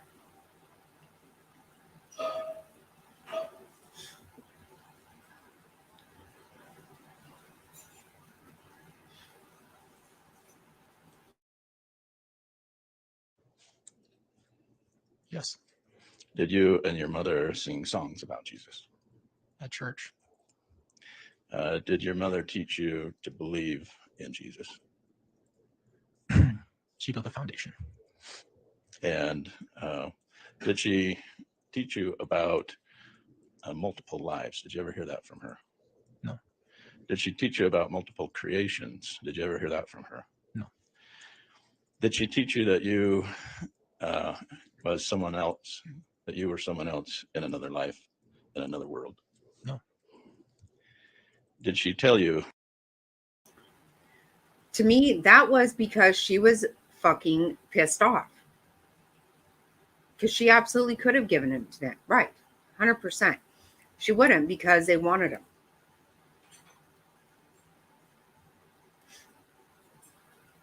And yeah, she was very pissed off that Kay got that life insurance. Very pissed off. Yeah, and that is where her friend, Melanie Gibb, lied straight the fuck up on the stand. She committed perjury. And I hope she gets charged.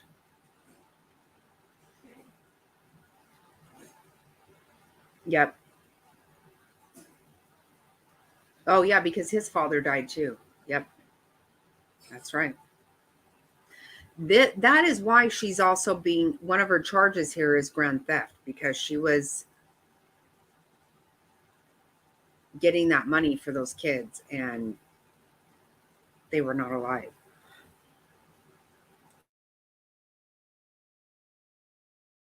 That you had been someone else in a previous life in another creation? Object asked and answered.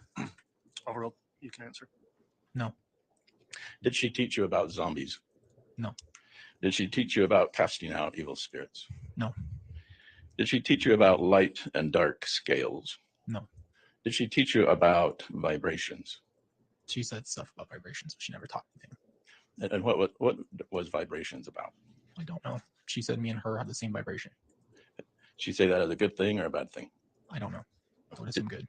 Did you take it as a good thing? I didn't take it as anything. Okay. As a child, did she teach you that she was a goddess? No. Did she teach you that she was a leader of the 144,000? No. Did she teach you that the LDS Latter-day Saint religion was wrong? No. Did she teach you that you should join a new church called the Church of the Firstborn? No.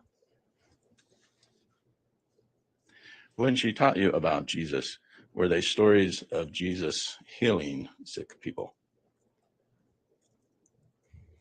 We read scriptures, if that's what you're talking about. When she taught you about Jesus as a child, did she teach you that Jesus cast out evil spirits? No. Did she ever tell you that Jesus killed someone? No. So were you still at home when Charles filed for divorce from Lori? No. Were you at home when they reconciled? No. How was your relationship to Alex Cox? Minimal. How would you describe him? Odd. Was he always odd? He was crude and kind of funny and odd. What did you think of the relationship between Alex Cox and your mother? I didn't really see Alex a lot until around my wedding. So he wasn't someone who came to visit you as a child? Not really. And then what year was it you got married? 2018. So in 2018, did you start to see Alex more? Yes. And then, but you were trying to spend less time because you had a new wife. You tried to spend less time around your mother and Alex. I wouldn't say less time. I moved out. Okay. And you wrote a book since this case started. Is that true? Yes. And the book is called The God Over Odds. Does that sound right? Yes. And what is the purpose of your book? It's my testimony. About how Jesus loves you? About how he got me through my life. And so Jesus is a good figure in your life? Yes. Not someone who would wreak damage to others? No. You also appeared on some media stations, is that right? Yes. Some on YouTube? Yes. Was that your God Over Odds media company? No. Okay. Is that still an ongoing concern, the media company? Not right now, no. Okay. And then you did a docuseries, is that right? Mm-hmm. Were you paid for that? No. Okay. And in this docuseries, let me read this quote and you tell me if that's what you said. My mom has spent her whole life protecting us kids. Yes. After she met Chad Daybell, she changed. I don't remember, but yes. Okay. And so those were this. You don't remember, but it in that docuseries, could have said that. Yes.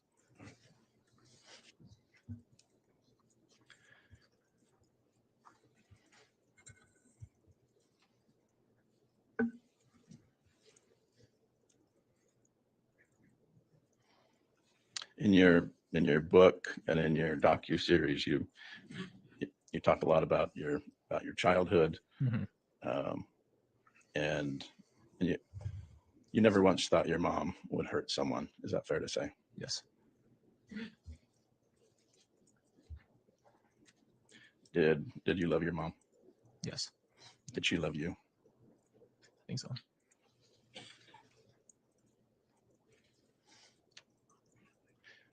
Your book, you have a quote. This book is dedicated to my Lord and Savior Jesus Christ for always being there with me throughout my entire life. Does that sound right? Yes. And who taught you that God was good? Church and my mom.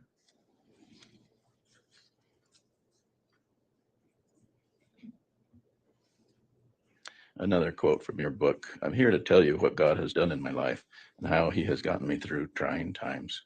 He is my strength. Does that sound right? Yes.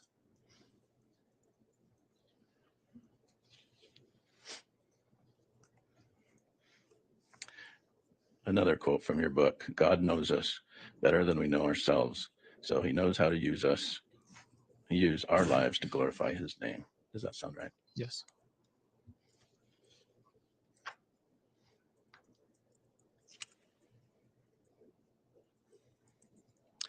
Also in your book, I struggled with depression in my teen years. I've been suicidal because I saw no hope. Your Honor, I'm going to object based on our previous objection. Sustained. I'll ask the jurors to disregard that last question. You don't have thoughts of suicide now, do you? No. Objection. All right, it's already been asked and answered. I'll sustain the objection again. Ask the jurors to please strike that last answer. God has navigated me through all of life's obstacles. Is that a true statement? Yes.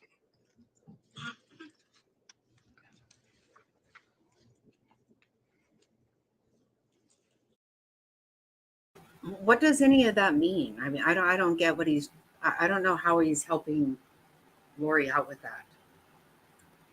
And again, I don't care if she taught him to walk on water. No. It all goes out the fucking window. It's all for nothing, okay? Sorry.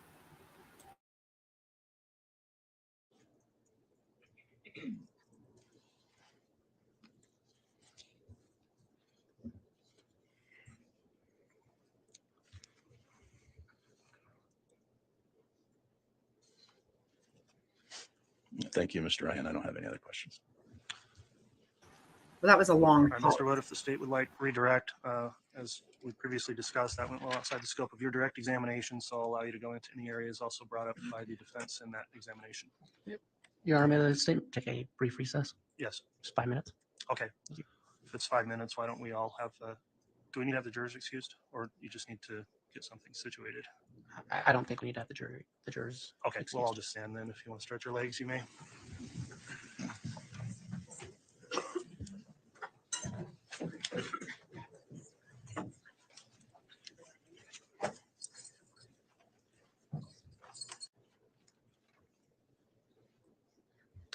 All right, Mr. Wood, if you'd like to commence with redirect, you may. Thank you. Mr. Ryan, defense asked you about when you moved out of the home. Yes. Okay. Since the time you moved out of your home, has your mom ever asked you for money? No. Did she give you money? Yes. Did she ever ask you to do? Did she ever ask you for anything since you moved out of the home? Nothing but to help them move. Okay, just to help them move. Okay. Your father's still alive? Yes. You don't receive Social Security benefits for a dead parent? No. Okay. Does your mom control your bank account? No. But you testified she's given you money, right? Yes. In fact, at some point, didn't she even give you Tylee's debit card to purchase yourself a birthday gift? Yes. Okay. In the last several years, did your mom ever ask you to attend any special religious meetings? No. Okay. So she didn't ask you to come to her house and listen to Chad Daybell? No. She didn't ask you to come to her house and participate in something called castings? No. Okay.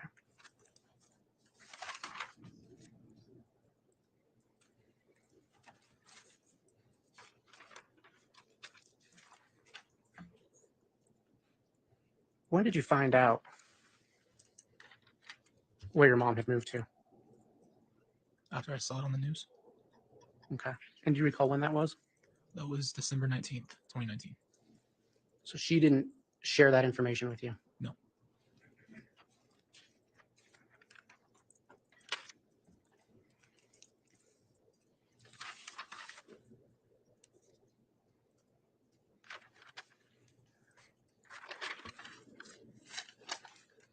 When did you find out that your brother and sister were missing? The day that they had come to ask where they were. Okay. And did you ever ask your mom about that? No. Okay. Did you ever have a conversation with your mom about her life insurance policy? Yes. What was the nature of that conversation? I think when I was younger, she had told me that she had a life insurance policy, that if anything ever happened, that there was something there. Did she ever tell you that she was listing you as the sole beneficiary of a life insurance policy? I think when I was a teenager. Okay. And Tylee and JJ were alive then, right? Yes. But she only listed you? Yes. Okay.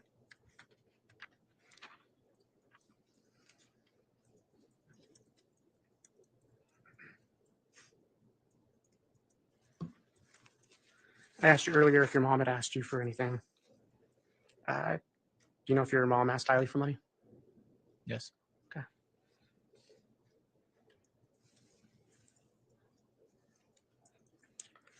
Your Honor, state has no further questions. All right. Thank you, Mr. Wood.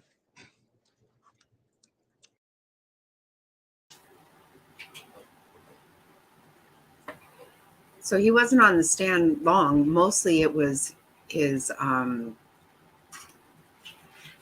jailhouse phone call.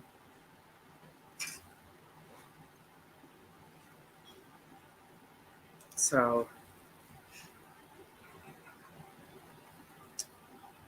but yeah, I think they were pretty clear about ones that had money for her and ones that she had to, that were, any kind of responsibility. Shut up. Stop it. Stop.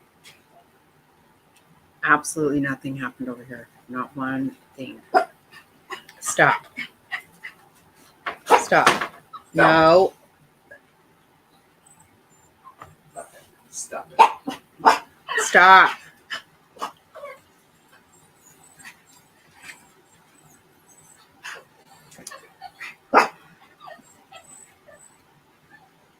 Wow.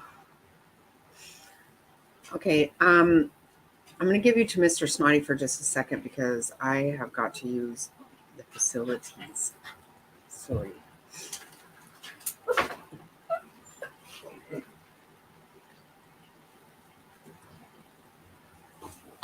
The facilities.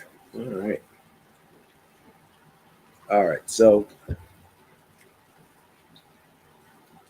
I think the previous, not this lawyer that was the last one on that was talking, but the previous one was trying to establish Lori as like some kind of upstanding mom or something like that. Trying to get her virtues out there for the whole court and stuff like that. Not sure I'm buying it, but whatever. If it makes people feel better, sure. Oh, hi, Kimmy. Hi. And then on a whole different note, not talking about the weather just yet, but got the Suns versus LA Clippers game on. This is game number 2.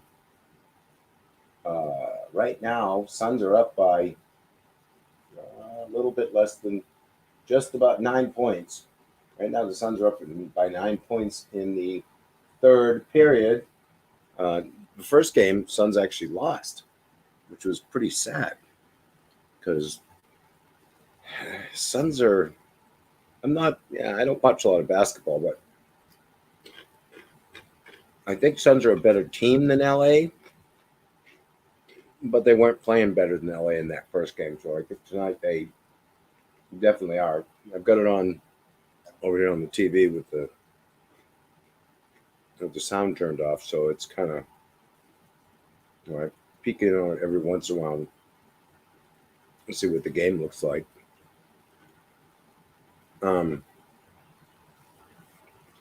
This Daybell Vallow case is going to be really interesting to see how this all plays out. What it seems to me, right? Me. I'm no lawyer, no brilliant. Nobody's ever accused me of being smart. Hi, Faith. Thank you for singing out. Nobody's ever accused me of being smart or anything like that. But what it seems to me is that they're going to hang this whole thing on Chad Daybell. Alex Daybell? No, Alex Cox. Okay, apparently it's Alex Cox. I didn't know. But on the latest, they're going to hang the whole thing on the latest husband that lived in Idaho. And how could you not? The kids' bodies were found on his property in Idaho. I mean, I'm not saying she didn't have anything to do with it, but the kids are buried in your backyard. I mean, that seems pretty damning to me. It's just my way of looking at it. I don't know. It could be all wet, but I think that's what they're going for here. I mean, they're being tried separately. right? Not the same, not one trial, separate trials. And so her evil Black Widow spider skin can slither back out of it and do whatever the hell she's going to do. I don't know. It's crazy shit, man. All right. Looks like the snot rocket's ready to come back in. I'm going to give you back over. Take care.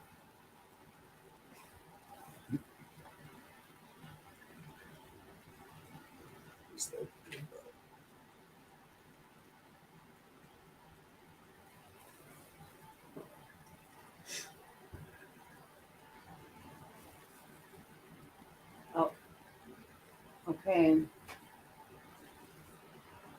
Phoenix is up by 4. LA's catching up. With 4 minutes left in the third quarter. Ay. These Suns, I swear to God, they are gonna. I cannot with them. I cannot. Hey, Faith. Hello. Miss you too. Wow. I feel like I haven't seen you forever. My goodness.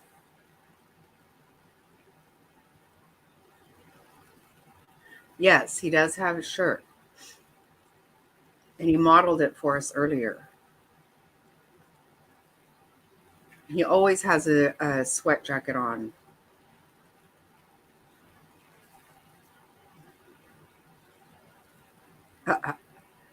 Yeah, me too.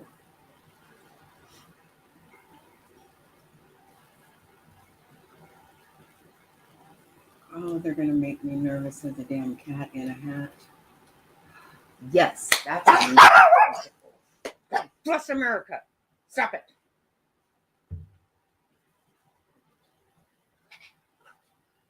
Hey, that was a nice shot. Right. A beautiful shot. And I react, and guess what happens? Bark, bark, bark, bark, bark. I live here. It's my TV. Stop it.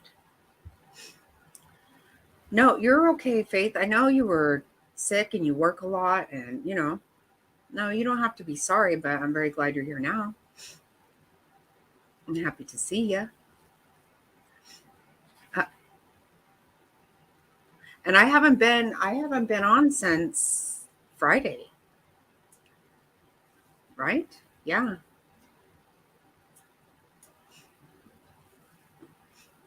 Yeah. I got so tired. Last night I was in bed by 9:30. I could not keep my eyes open. Oh my God, I was so tired.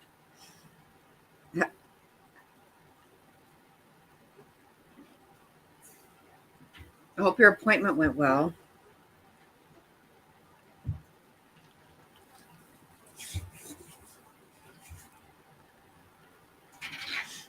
You guys will have to,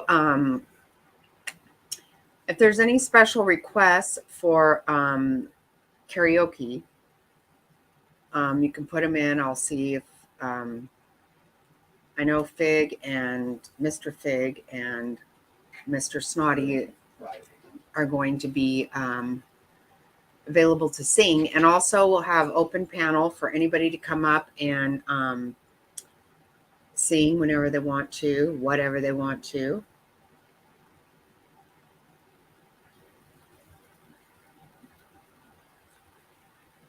We might even get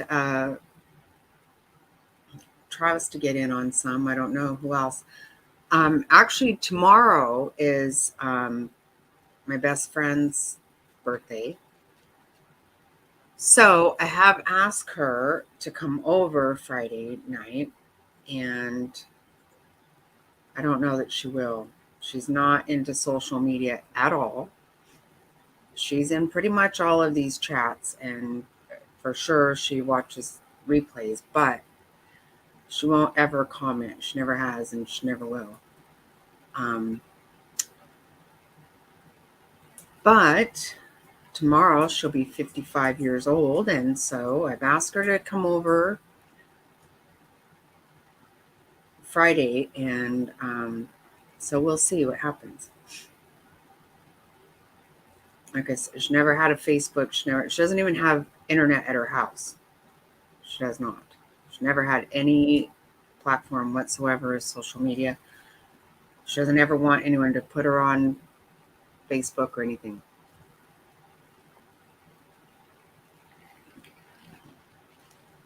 I know, right? 55. She's never been married, doesn't have any children, and she does not look 55 at all. She's gorgeous. She's beautiful. And we've been friends since third grade.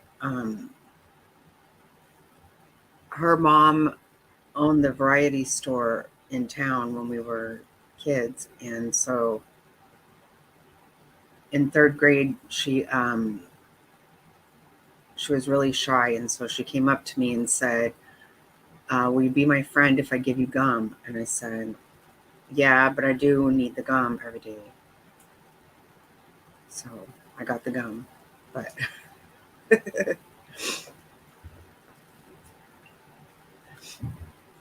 and she's been like my sister ever since.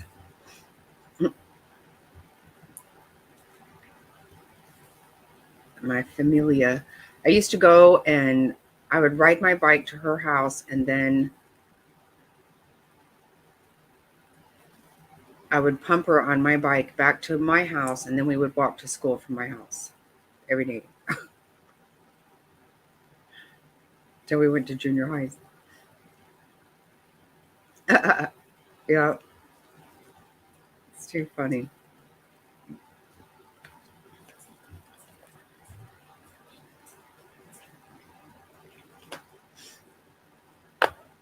So anyway, I'm excited for Friday night. I'm very excited. Does anybody know if I'm missing a birthday on the thumbnail that I made? Did you guys notice it? I know for sure Frazzled and Lead Alive and Rizzo's wife, I'm pretty sure. Don't think I completely jacked it up.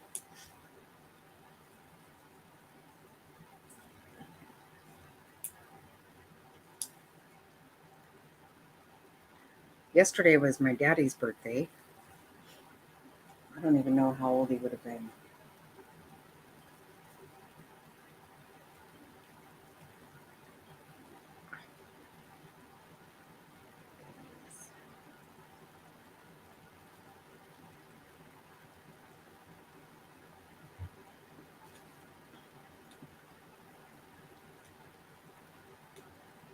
Oh, did you? You know what? You know what, Faith? I don't keep my phone by my computer anymore because last week I was having all this static, and somebody who stays in the bushes, we were all trying to figure it out. Mr. Snotty, everybody was trying to work it out. And somebody who stays in the bushes came over or came on and made a comment and said, is your phone near the computer? And I said, yes. And they said, yeah, that's probably causing the static. So I moved the phone and yep, no more static. So now I've been keeping it way away from me whenever I'm on here.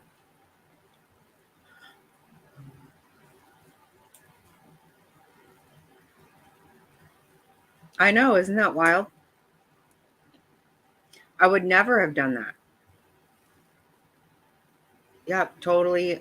All kinds of stuff. Mr. Snotty's been rearranging chords and doing all this stuff, trying to make it stop, and nothing worked. But that worked.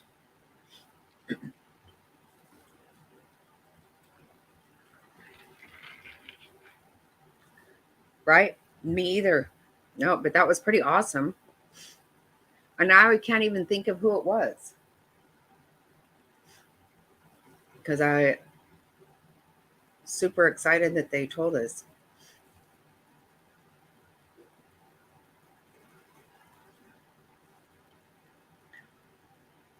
So yeah, we'll have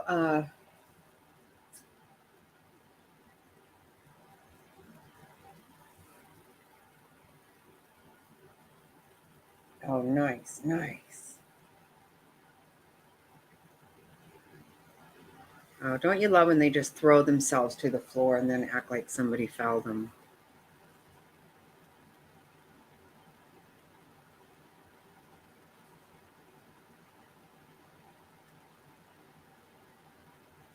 It wasn't fouled. That was not a foul. Oh.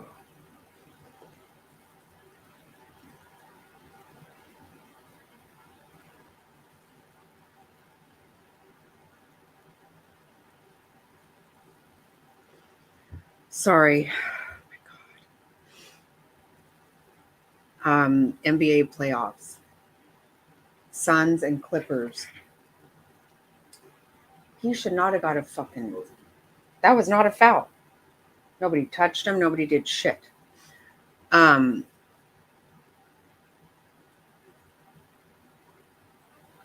was a foul. Sorry.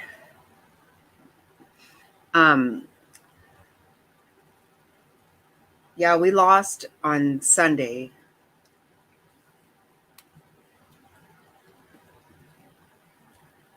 I've said it for years, and I stand firm that the Suns owe me a championship. They just do. I get really fed up with their shit. Oh, yeah. Here we go. Anyway, I've considered suing them before, actually. But pretty sure I won't get anywhere with that. So, just kidding. I don't even have the wherewithal. But I do think they owe me. Oh, yeah. My entire life, Faith. My entire life. Oh, wait. Oh, don't do stupid shit. God.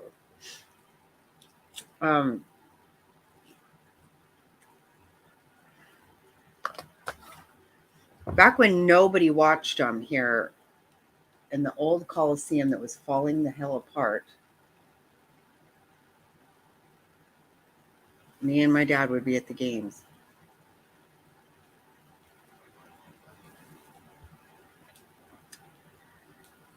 Always. I don't remember not loving them. And always playing basketball. We always, on halftime and stuff, we went outside and played basketball, always, for sure. We were enemies. Why? You like the Lakers? Because I hated the Lakers. Hated them, hated them.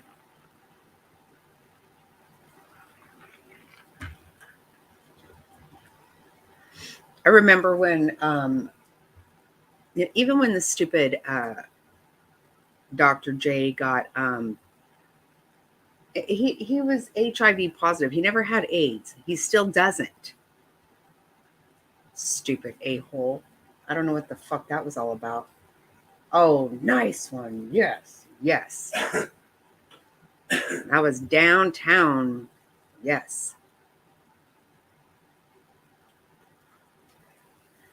Cream, all of them. I don't like them. Nope. Never, never, never. That used to be our enemy. Or our rival. A big, I guess.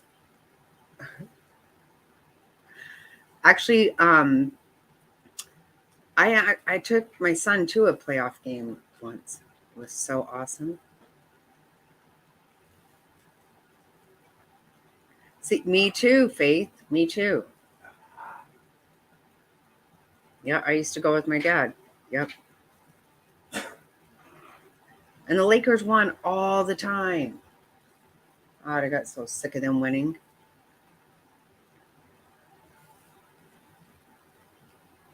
It must have been nice to be a Lakers fan because we have never had a championship. Ever, ever. Gotten so close. Ugh, I could taste it. 93, I knew it was ours. Oh my God.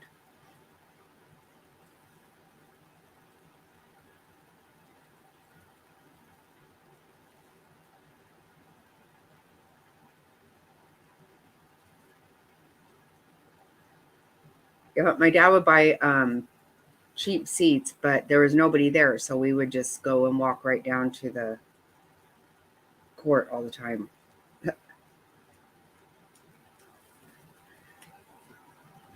I love it.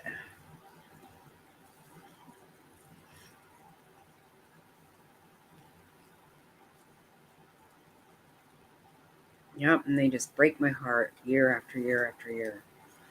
I told my son one time, I said, if they ever win a championship, you and I are going to get a Phoenix Suns tattoo. And he's like, no, I'm not. I go, no, you are. You damn well will. I will make him. I will not get one until they win a freaking championship, though.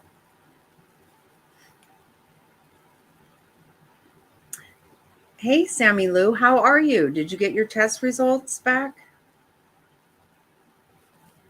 You had to have by now, I hope. How are you feeling?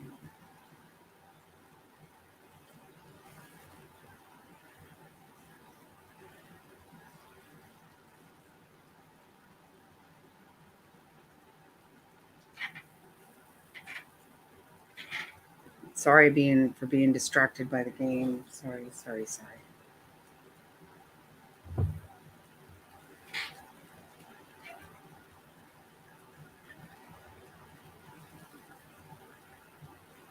Oh, okay, so you'll know tomorrow. Right, Jerry? Isn't she gorgeous?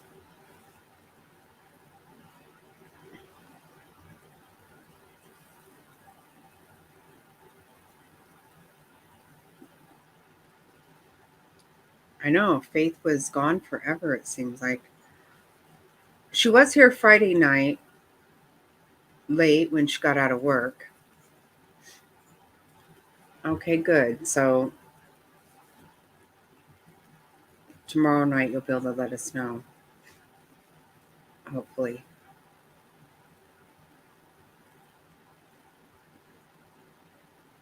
Has anybody seen Barbie lately? I never got an email from her after she won the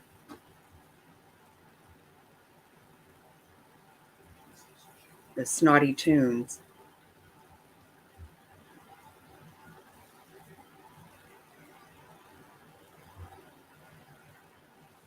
Yes, Jerry is a very beautiful woman. Hey, Cindy, how are you doing?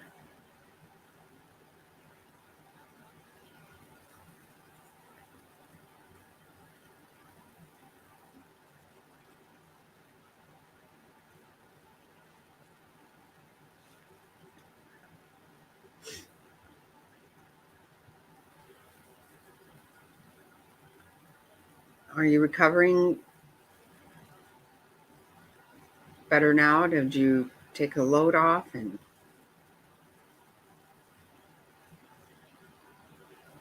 oh, good.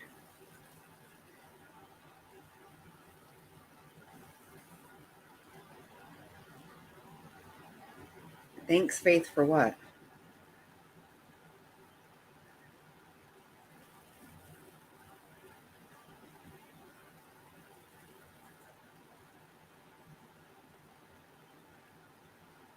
What are you thanking Faith for?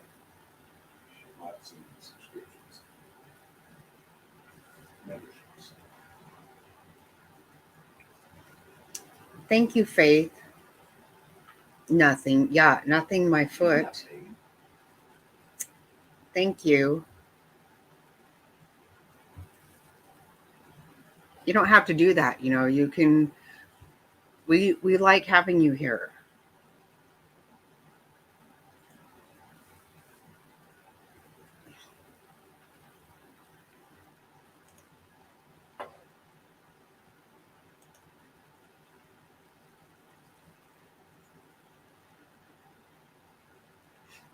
But I do appreciate you very much.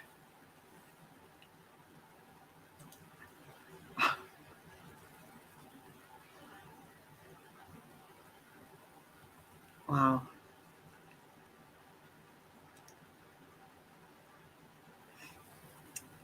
Thank you, thank you, thank you.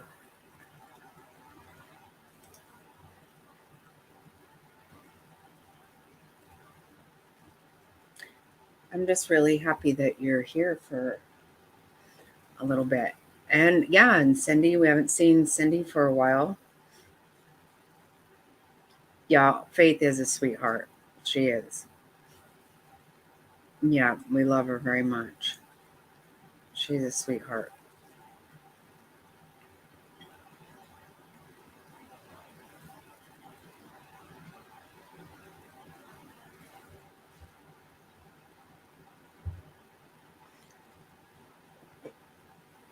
Sammy, you got to think of Sammy. When is your birthday?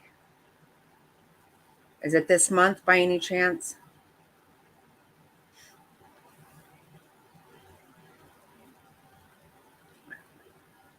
We're having our April birthdays party on Friday, karaoke party.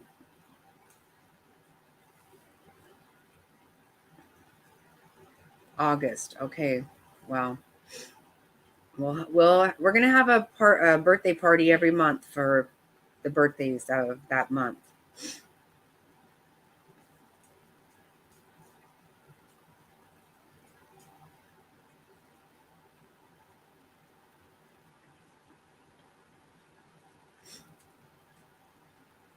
So we're gonna have karaoke and we're gonna have open panel. We'll have 10 people up here if we want to. Faith, you know about that, right? On Friday.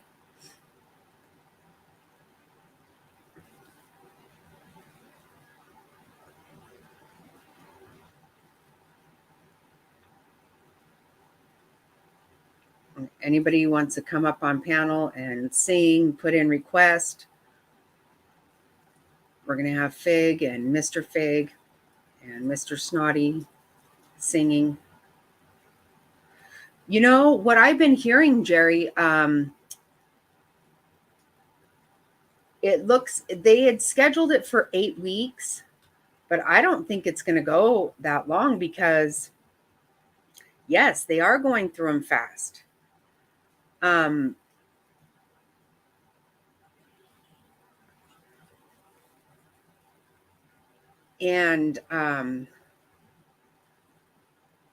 I'm hearing that they are going to, it's probably not going to last as long as they had thought.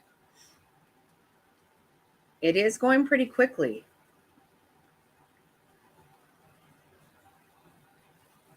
God, I'm nervous. I mean, I really can't see how.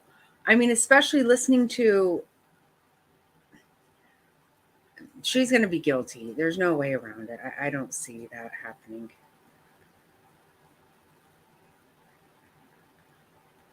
I know. We do feel it when she's not here. And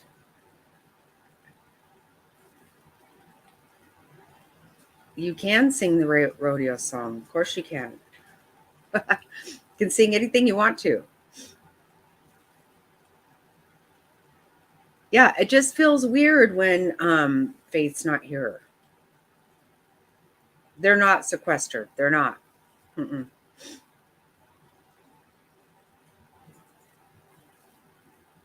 Just like last Friday when Frazzled wasn't here. Yeah, they're, you guys can't be gone. It makes me feel nervous and weird. Oh, have you guys seen what she's been doing? Yeah, we will not stop, Faith. We're not going to stop. Nope. Can't stop, won't stop. Nope. That woman has been flipping people off in the courtroom, the witnesses, the family. And so people were sending in screenshots of it. And so the judge told her to stop. And he also, he told her to act like an adult, to be respectful. And what she did, yeah, I know. And, so he finally, I was really happy because yesterday morning he said to her, I realize that having, a contempt of court charge is not all that big because, when you're looking at life. But, oh, hi, Angela. Nice to see you. Oh, did you get gifted? Nice. Very nice. He said, I'm sure that is not, doesn't look like much, but he said, doesn't mean that you're not going to go without repercussion here. And he said, I will, if we have to, we will put a bolt under the table and handcuff your hands to the table because you're not going to do that. And he changed where she was sitting and how she was positioned. She doesn't get to have a comfortable chair anymore or anything. And right after that, her daughter got on the stand and was very emotional. And she was flipping her daughter off. Can you believe it? I would like to slap that woman right in the face. Oh my God. Her poor daughter. Oh my God.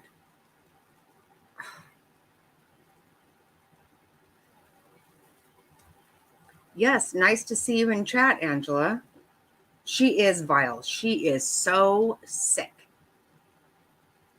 I mean, obviously, after everything she's done. But her poor daughter, and then the way that her attorneys were talking to her, like, she was left out there with nothing. Her and her mom had nowhere to live, had nowhere to go, and then her mom went to jail. And here she was. She is so disgusting.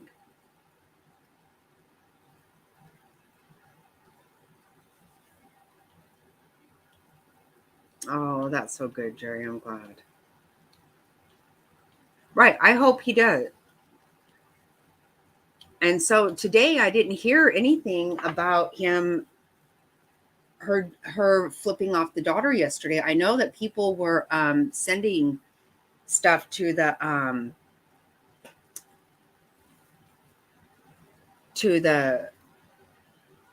court. I was waiting to see her handcuffed to the table, stupid bitch.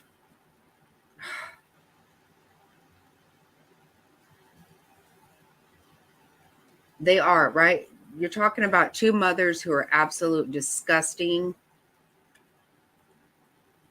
horrible people. Oh, you have a channel?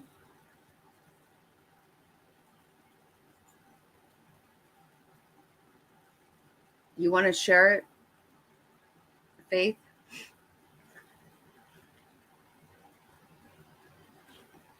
Oh my God, that woman cannot behave.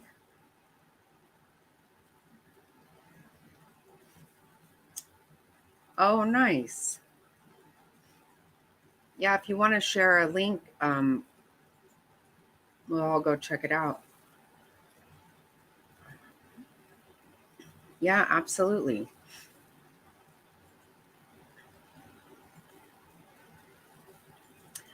Well, the daughter is 20 now. She was 17 when her mother got arrested. And, her mother was abusive. And you could tell the mom was, that daughter did not question her mother. She did not. She never did. Because, like she finally said yesterday, that if she didn't do exactly what her mother said, then she'd get popped in the face. Right? Which one? I don't, you know what? See, that's the whole thing. What you have with Lori Vallow is she didn't get her hands dirty. She didn't get involved in anything. But she's still a complete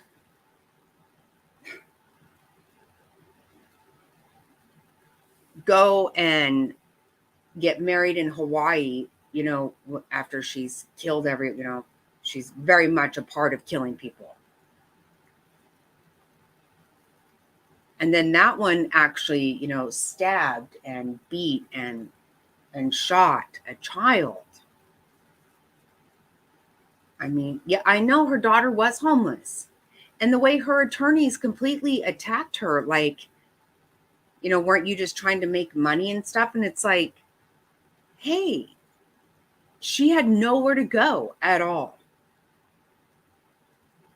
And all of her family cut her off whenever she went and spoke to prosecutors. But she could have been charged too because she was right there with her. Well, I mean, she didn't know. I don't think she knew anything. I don't think so. Yes, of course.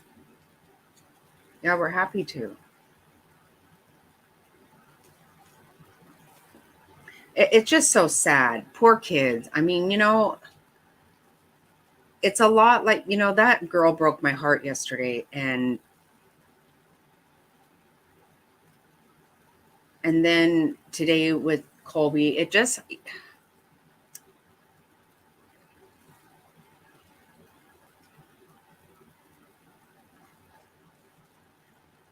Oh my God, I know, Faith. Oh, shit. Oh, that was hard.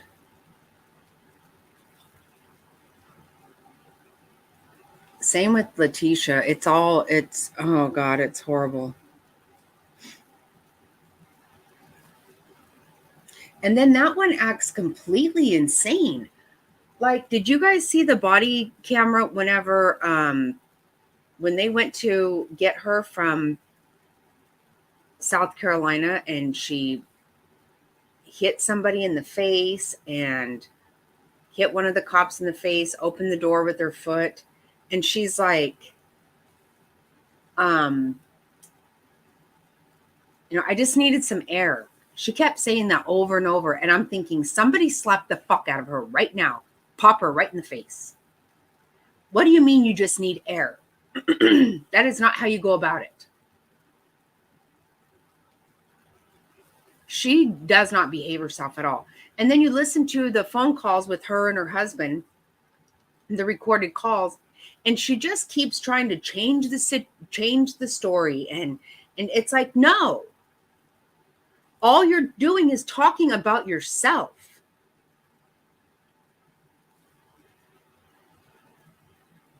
I remember 3 years ago, whenever I saw a interview with her. Yeah, she did try to escape, right? And no, I just needed some air. If you would have listened to me. Guess what? You're fucking under arrest. What do you mean? We don't have to listen to you, and hell effing no. Oh yeah, so many stories. It got fucking stupid as shit. Good God. But remember when she gave that interview and she was like, they said, is there anything that you would like to say to Gannon? And she's like, well, I can't wait for you to come home. And then I want to see everybody apologize to me for the things that they've been saying. Listen, there's a child missing, supposedly, you fucking bitch. It's not about you. She wanted to make it about herself all the time. She did so much weird shit. All the renting cars. Oh, good God. It was just unfucking believable. Unbelievable.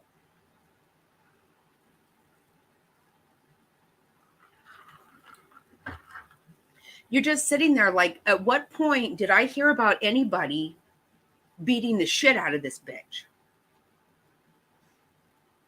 She was mad that his mother came. I mean, seriously, everything had to be about her. They couldn't even look for the child because everybody was causing her problems. These people are so fucking sick. So disgusting. And you know what? The one thing that is very, very, that those two have in common for sure is both very manipulative. Now, I'm not the type of person that shit works with. It just doesn't. Those kind of people don't get anywhere with me because I just can't. But they've been able to manipulate themselves into all kinds of things. She was having people call her a doctor. She had people refer to her as doctor. Yeah, no. That she had them use that title at the school where she worked. I never heard that she had a PhD, but regardless, she wasn't a doctor. And she was quitting that to become a flight attendant, supposedly.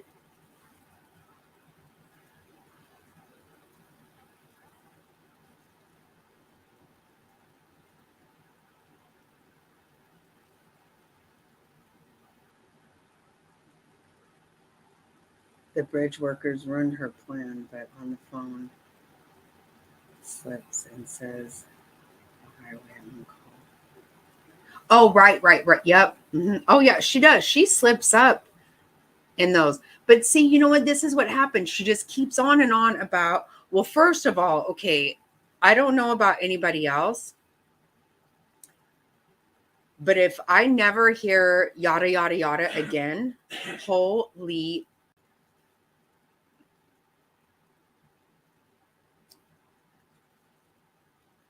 Yada, yada, yada, yada, yada, yada, yada.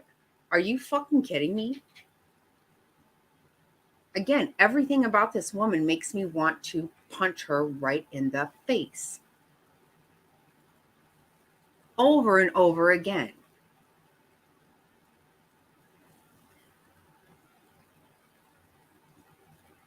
That's exactly right. That's exactly right. Yep. That's what I used to say to my ex-husband. If you could just stop, why you got to wear yourself out trying to fucking keep up with all your fucking stories, for Pete's sake. I just don't have it in me. I got too much shit to worry about rather than what fucking lie I told last to try to manage it. I can't manage. I can barely manage the fucking truth. I cannot manage lies. I can't go there. Yeah, he was drugged. He was. I do. I love her too. I do. I love her.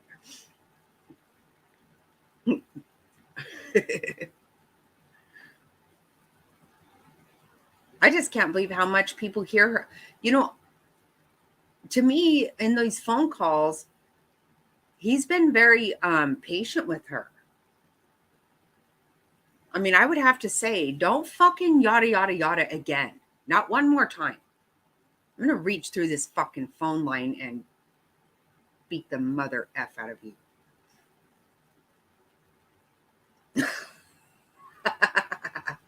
Right. She's not a pleasant person. She's not. That's absolutely true.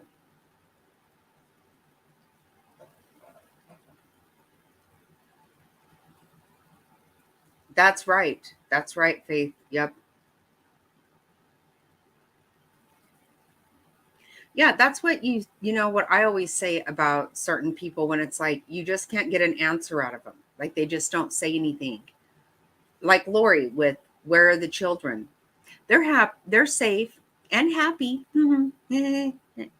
Really? No, I didn't ask you that. I asked where are they?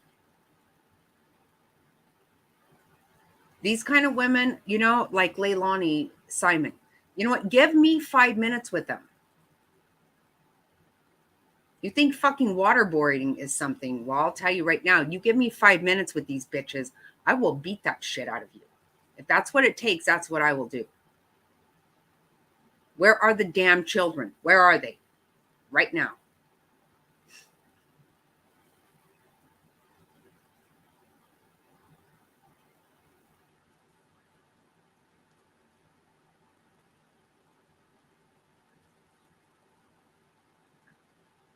Yep, that's right.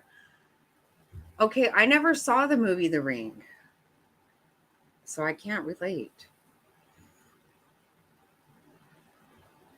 Yeah, they are. They are, Angela. They're.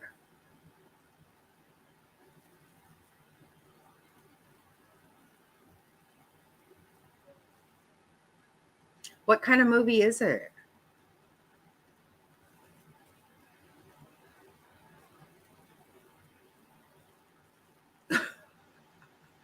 I don't know it. I don't know it. I'm going to have to look it up.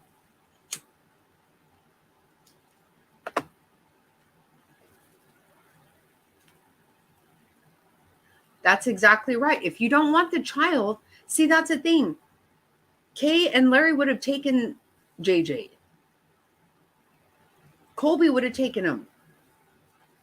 No, see, they can't. They can't do that. They can't do that. Mm-mm.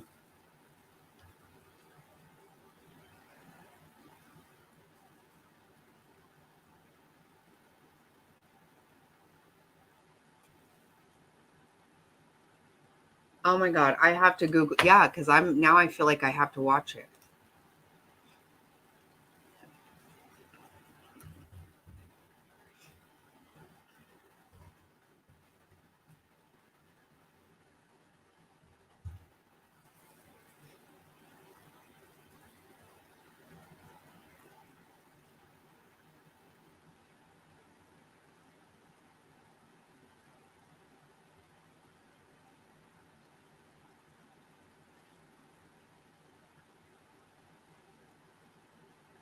Oh, it's 2002. Wow.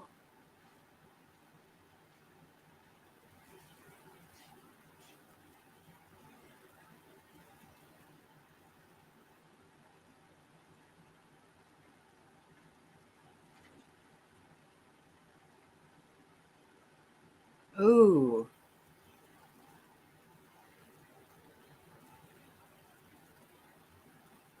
Looks like you and you're pissed off.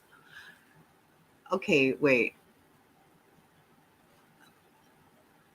Not rings.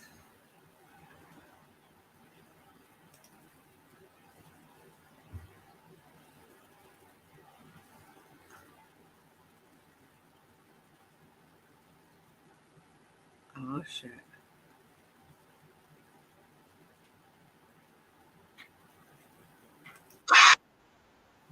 Wait.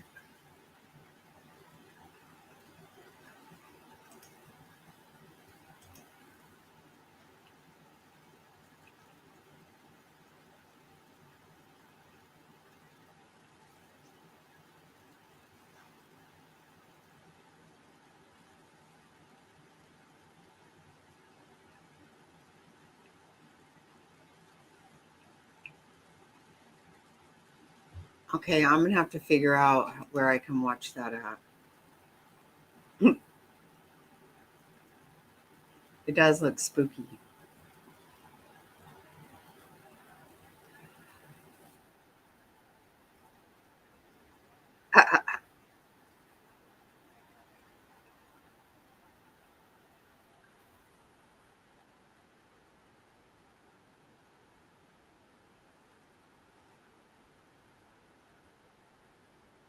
See, I don't like too many scary movies because I can't handle. Oh,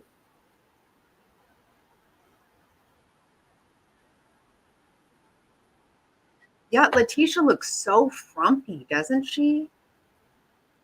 You send it to my Gmail. I'm going to go pull it up.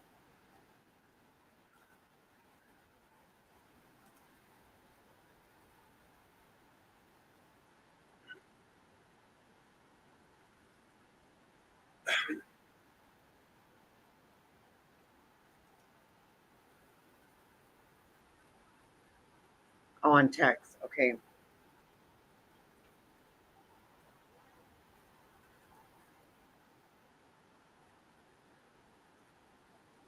Well, yeah, but I don't need you to scare me right now. Uh, yeah, I'm gonna go send it to my computer.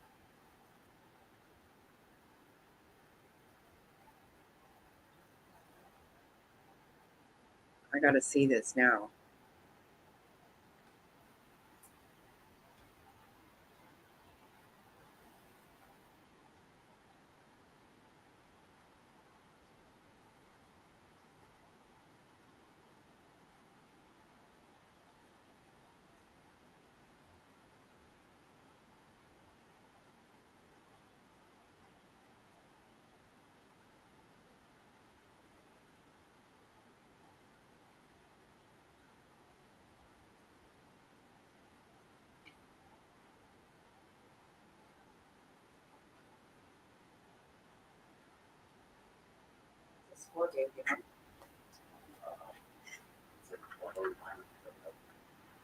Oh, there it is in the email. Oh,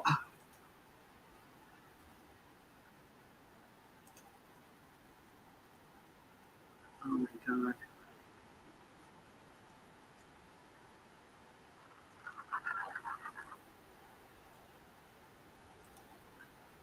That is creepy.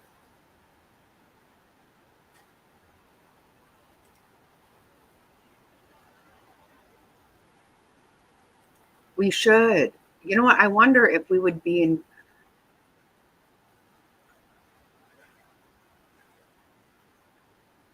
Look at that creepy thing. Oh my God, you guys, that's got me nervous.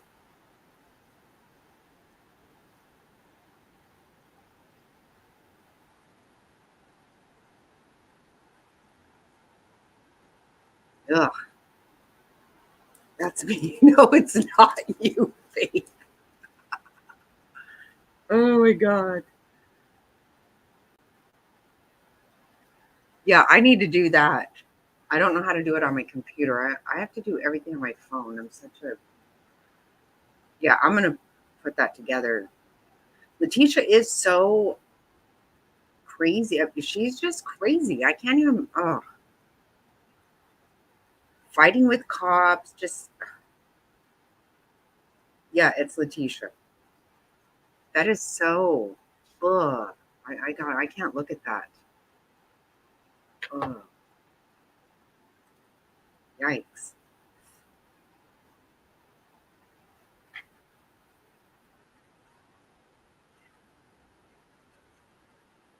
Yeah, we need a movie night.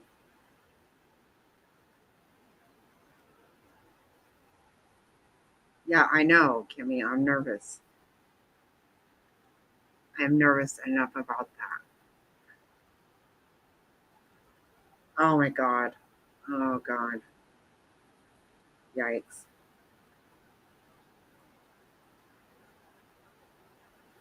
I know that Molly's been playing music at on Kick.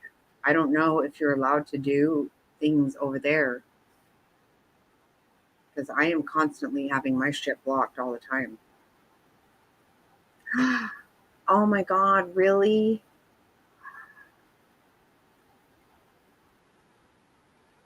Oh God.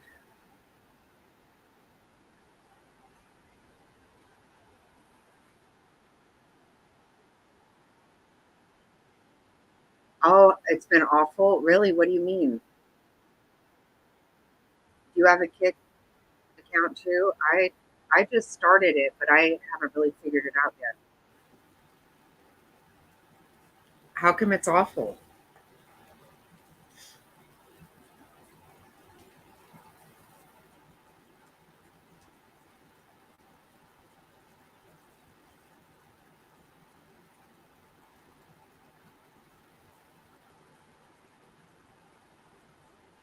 Right? I feel like I'm gonna like it so far.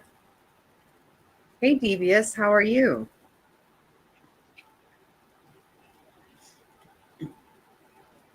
We have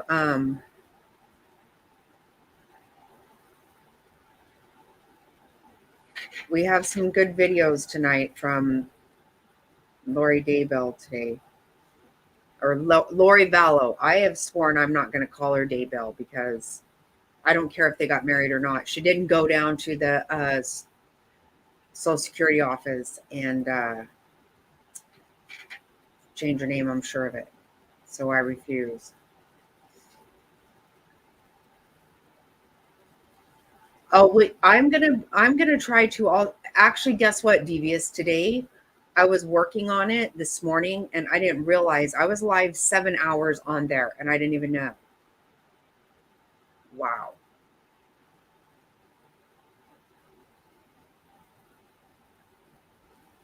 My hooker is here.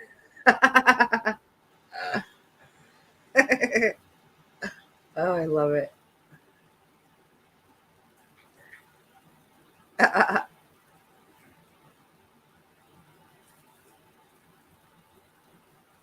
Did you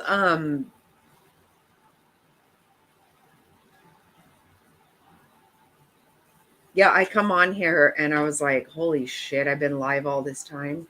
I didn't even know. Thank God no one watched it.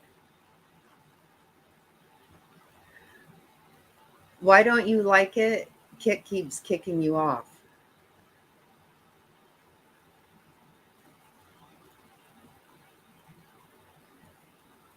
Oh, I didn't know. Yeah, did you watch Becca did a video. I heard 75. I'm following your channel over there.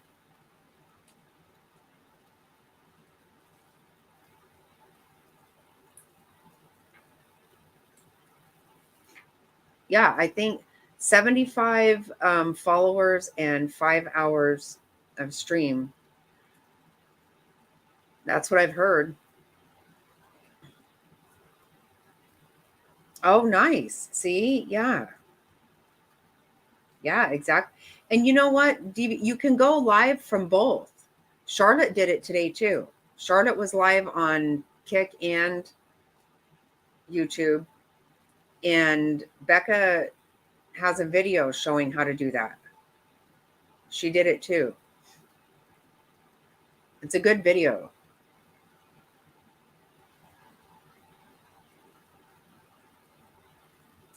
Yeah, I've been subbed to her for, yeah. Yeah, you can do it at the same time. And Molly plays music while she's there.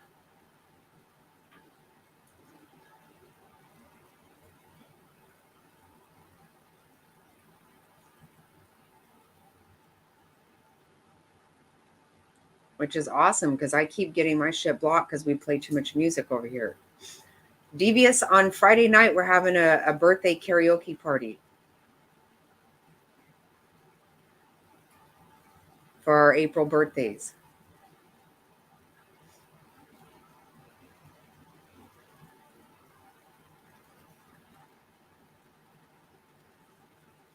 Yeah, you guys go check out Devious over there. Oh, are you? Oh, I'm so glad you're going.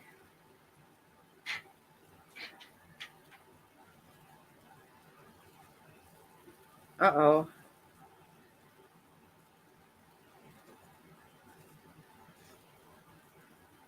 I'm sorry your phone died too.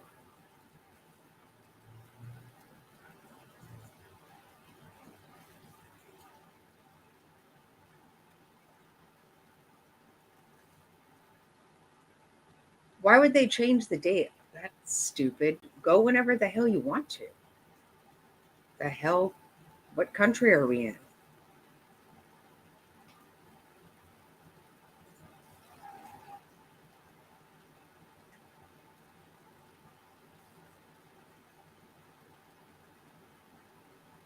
There you go. Thank you. Thanks, Faith.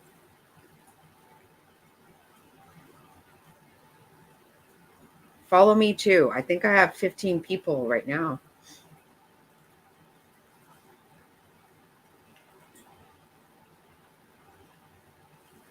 Oh, yeah, I'm sorry. I'm not trying to get all in your biz.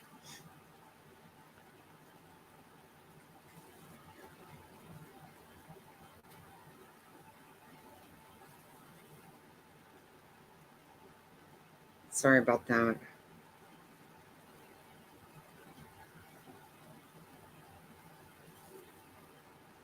Well, we're all praying for you and keeping you, been thinking a lot about you.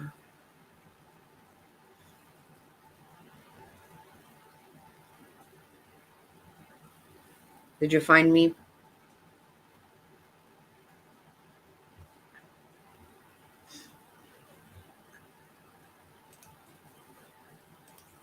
It took me a while to get signed up, but once I did, and then after that, I had to have Top Hats tell me what to do. So I could even find my own channel. Yeah, I know. See, I want Fig to help me get all that stuff, but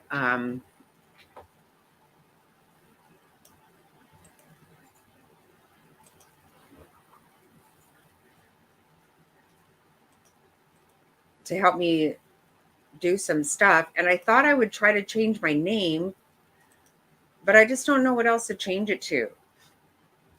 Yeah, that one's.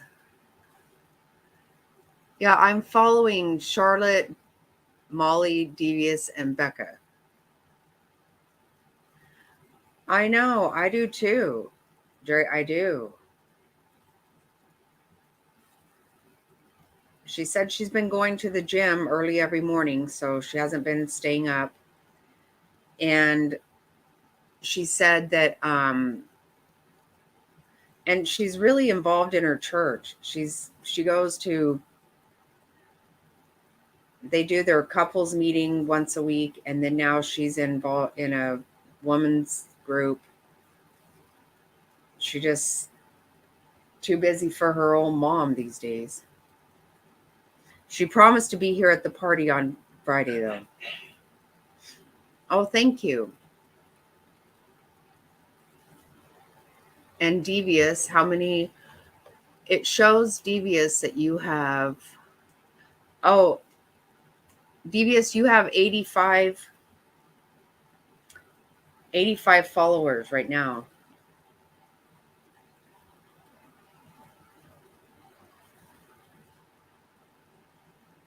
Yeah, it is really good.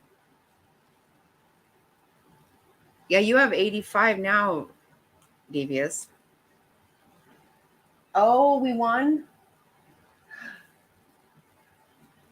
Oh, we won. Well, good thing, son of a bitches.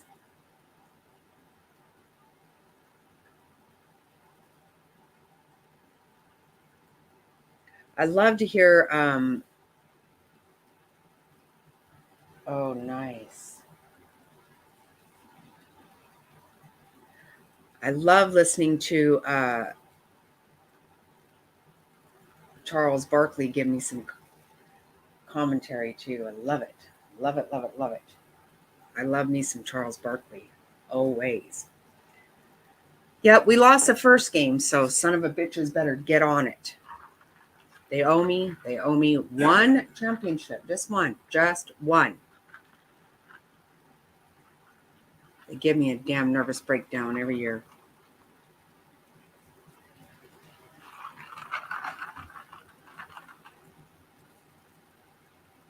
Oh, yeah, I do. You know what? I need to do so much of that kind of stuff. And this is how I ended up being live on there for 7 hours today, because I try to work on stuff and then I get away from it, and they just won one game. There's a lot more to go, but thank you. Yeah. These Phoenix Suns stress me out my entire life. Did you see, Devious, we were talking about that movie, The Ring. Is that what it's called, you guys? The Ring? that woman looking like Letitia, that stupid bitch that killed her stepson. Not kidding, Faith. I said I'm going to fucking sue them if they don't give me a championship.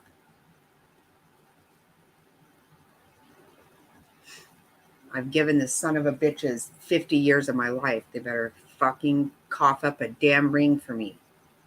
Had enough of their shit. Yeah, I got to watch that movie now. Can we watch movies over there? I think we might be able to. That would be really cool, huh?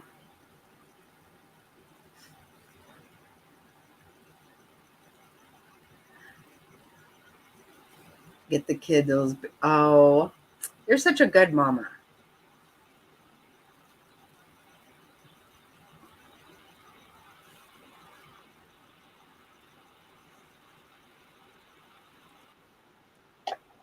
What do I have happening here? Oh, I know.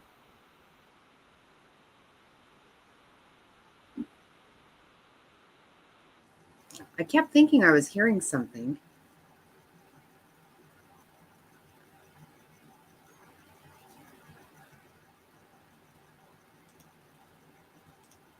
Yeah, see, this is what I was hearing.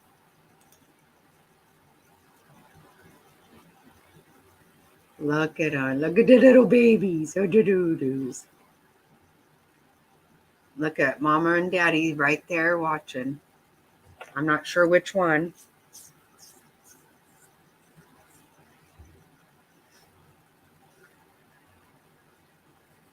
We play so much music over here that I end up getting my shit blocked every single time. All my videos, because we start just misbehaving. On Friday nights, Angela, we misbehave over here.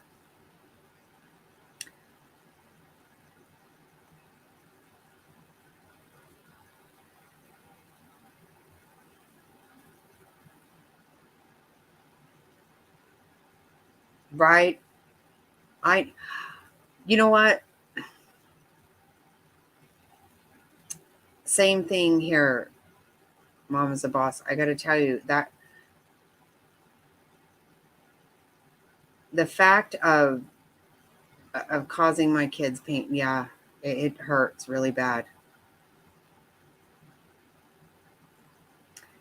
You know, you guys, yesterday, Jack rolled off the couch. I was right there with him.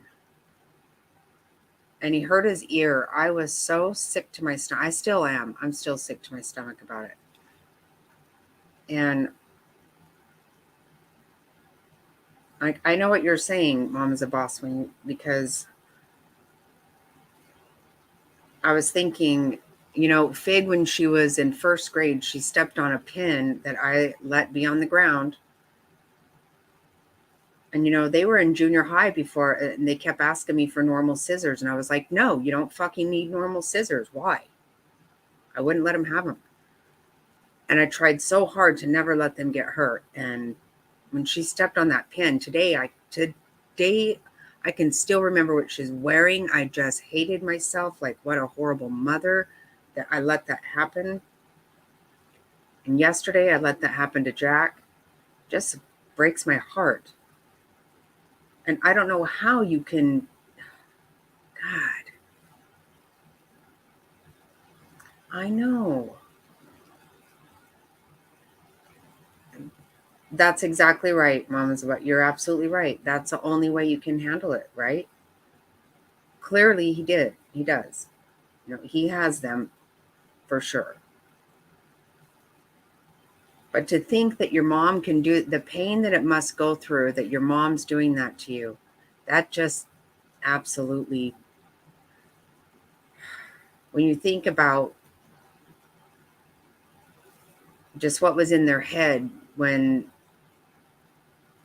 Alex or Chad, knowing that their mom knew and was,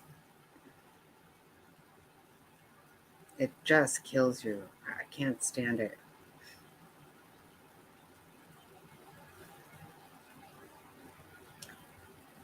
Yeah, kids should not ever feel anything. And then, you know what? Remember when they said that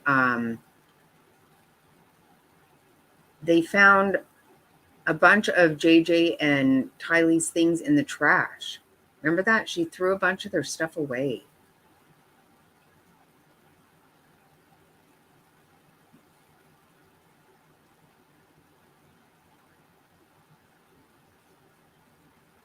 I don't get that.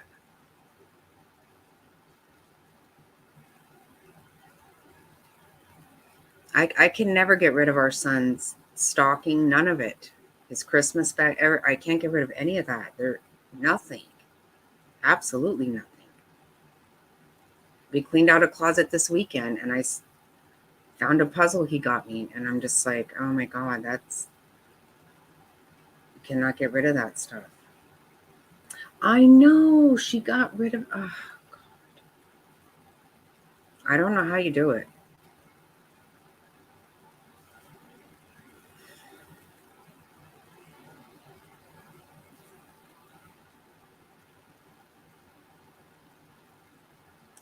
See, there's something different about these people. They're not the same. You know, so she got taken in by some kind of cult, whatever. And her son says, you know, she was a good mom and this and that. But there's something inside of you. If you can go there, then there's something that's never been, because I'm pretty sure that she's always been about her fucking self is who she's been about. Right.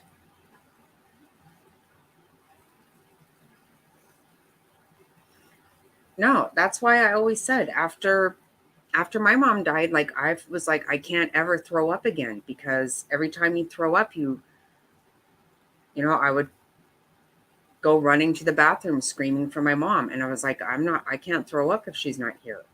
Much less could I imagine her taking my life. It's so disgusting.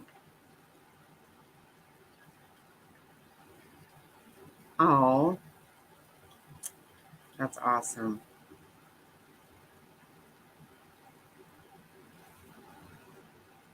Right.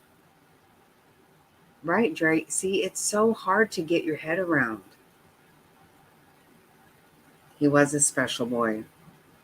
He was. Everybody said just how, you know, he was a lot of work. So is Jack. Jack doesn't stop. And he shits, I don't know how many times a day. You know, I'm glad he doesn't have a stomach ache. It's a lot of work, but my God, and it goes so fast. You have to, whatever it is, you know what? You cherish it.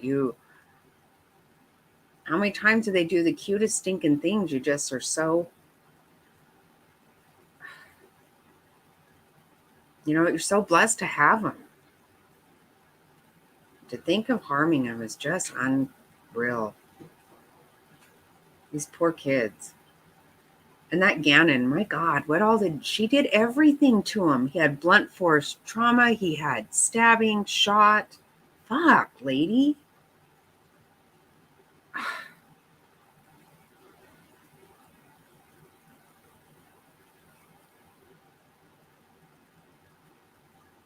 Right? It's so fast. It is so fast. You cannot, my God. So it's a little bit of work for a minute, if you're lucky.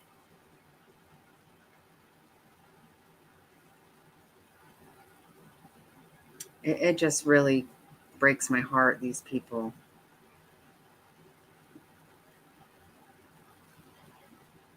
You know, like Casey Anthony or Leilani. It's like, oh, I want to go and have fun. I want to do this and do that. You know, my children gave me life that I didn't. They were just the absolute best thing that ever happened to me. I never thought, oh God, I wish I could go party. Right. Of course you get frustrated. Everybody gets frustrated about everything. Right.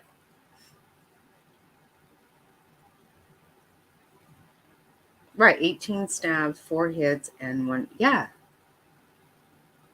How do you,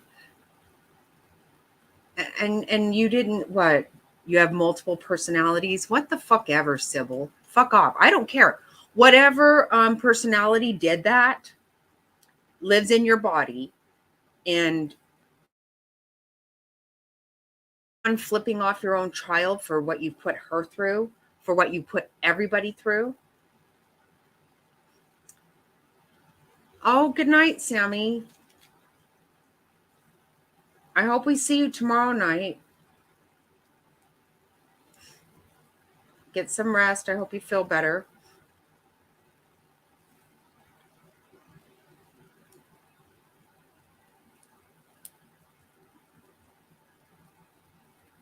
Yeah, she did. She was all over the fucking place with it. You know, the one thing about Lori, she didn't say anything. She just said nothing. That Letitia just fucking just on and on with a bunch of crap. Mm-hmm. Yep. She didn't like him. He had stomach issues and this and that, you know.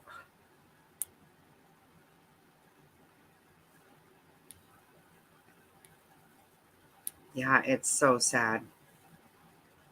This stuff is hard to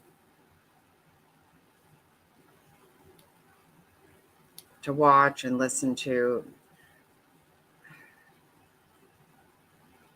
That daughter really broke my heart yesterday. And then her attorney trying to come at her with all this stuff. When she said her parents were gone, and he said, well, your dad died, you know, a long time ago. But she had a home with her stepdad and her mom. She had a home, and then all of a sudden she didn't. She had nothing.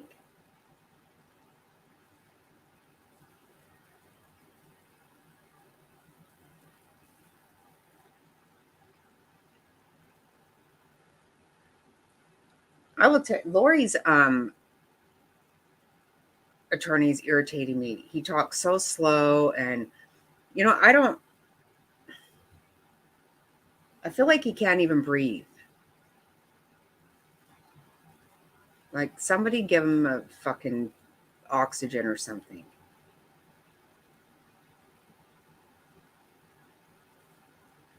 He's going to be like Merton Ernie, and all of a sudden he's going to be really popular. And look at how much weight he lost after, and how popular he got after representing Jody Psycho Arias.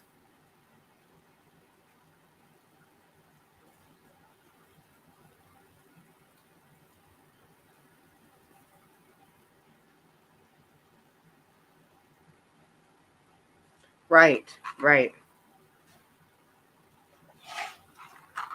But see, you want to know what blows Lori's whole theory of actually believing that shit?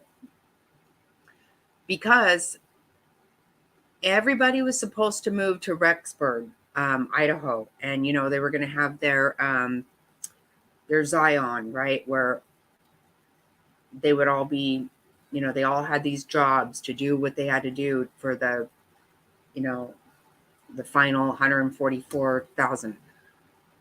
Well, they fucking blew that by trying to move to Hawaii. They didn't believe shit.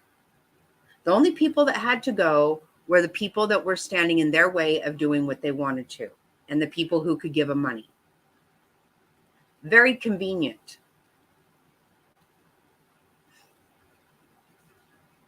And look how she, you know, she said she had her brother do all that shit. And he knew at the end that they had used him. He knew. But everybody said, you know, he was a slow adult or whatever. You know, I don't know what you call it. He wasn't. It's a little bit weird. And they also said that the relationship between Alex and Lori was inappropriate.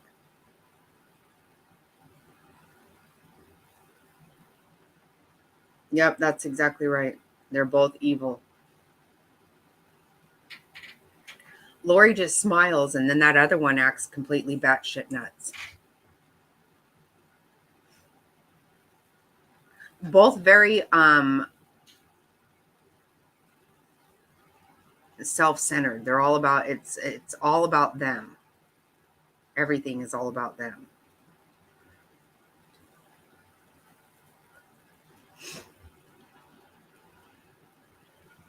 Yeah.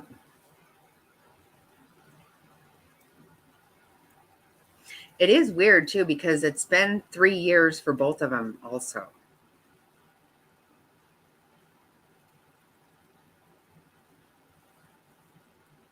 And then, to even get me started on fucking Chad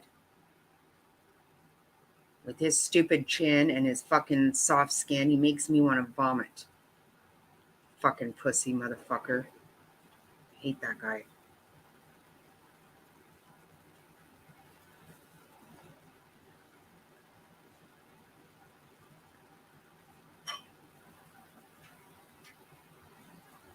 I think death penalty will stay on the table for him. I think it will. I don't know I don't. I have no idea what his defense is. I don't know. I think they both are just going to try to blame everything on Alex. I don't see how Chad, Lori kept her hands clean, period. Only her hands. That's it. Chad didn't even manage that. They tried really hard to have Alex do all of it. I have no idea what he's going to claim, though. I can't even imagine. All of your near-death experiences that you fucking pulled out of your asshole. You're going to get a real death experience, I'm pretty sure. And I hope it's fucking torture. Yep. No. And Alex knew that, too. Alex knew that. They were... The night before he died, he said, I'm pretty sure that I'm going to take the fall. Stop.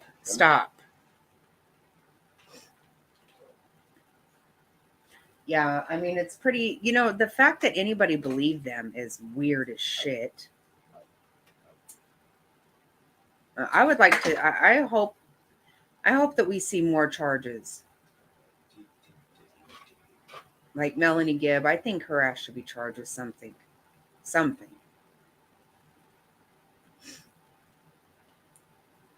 And the only one that has immunity is Zulema. And she has partial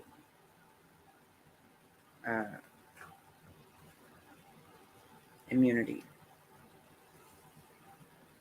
Right. Go to Hawaii and get married. Look at, you see that picture of him with a ukulele on the, you just fucking can't believe it. Honest to God. There they are on the beach getting married. He's playing a ukulele. Are you serious? So fucking gross. Who does that? Sick idiot. And who wants to marry someone acting like that? God. He's just sick. Absolutely sick. No, they care about themselves. That's all they care about is themselves.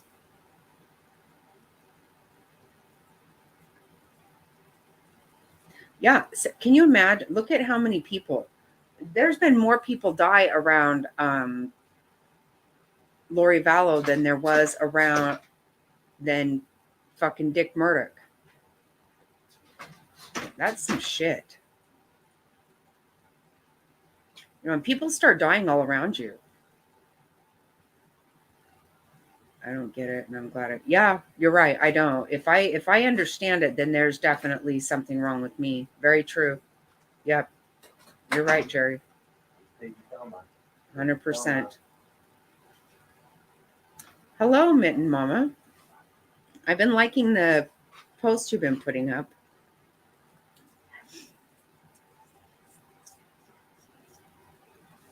How are you?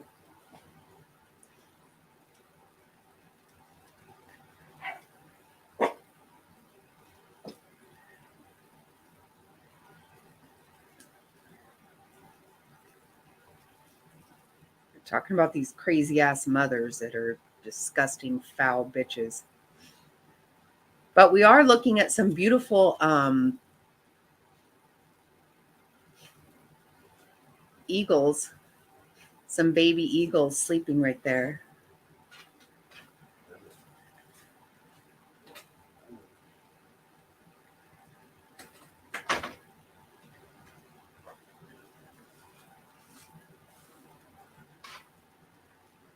Yeah, I mean, I can see that happening. I can, I guess, but and it just depends.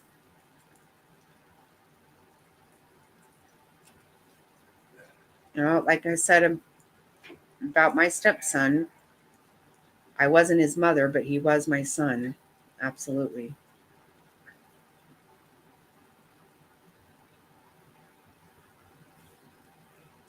Ooh, what is that? What RSD? I don't know what that is. I'm sorry about that.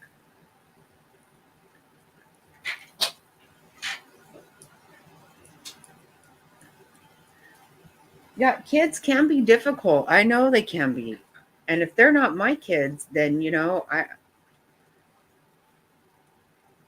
I used to say if I don't love them, I don't even like them. But in all reality, I want nothing bad to happen to anybody. No matter how much I dislike somebody, I don't ever want bad things to happen to them.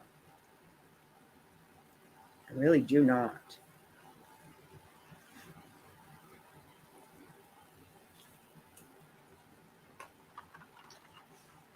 And Jerry, when you say ex-husband, that a lot of times it has more to do probably with the husband than it even did the child.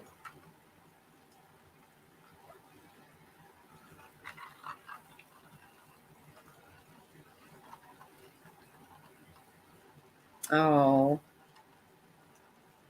oh, that's so sweet.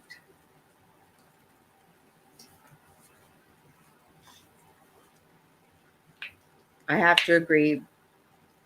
Same here. I have an amazing husband too. I'm very, very blessed. I'm very happy that you are also. Very happy about that. Sorry about your hands.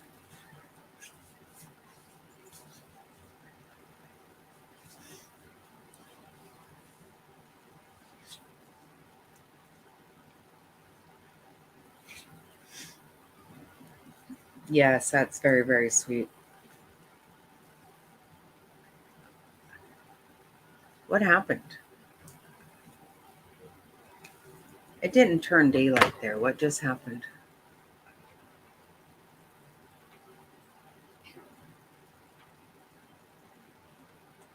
That's weird.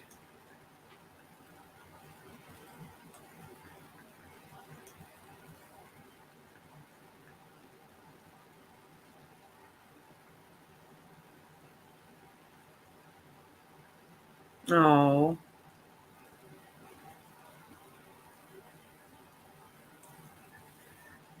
let's go way back and see earlier today what they were doing. What these little fellas were doing. Oh,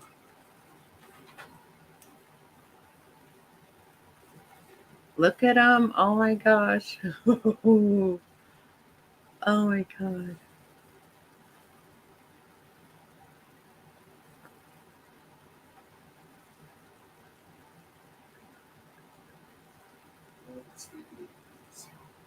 What?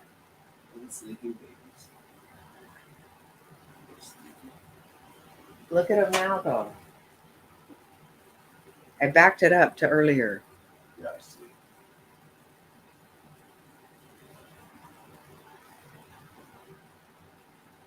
I know, aren't they?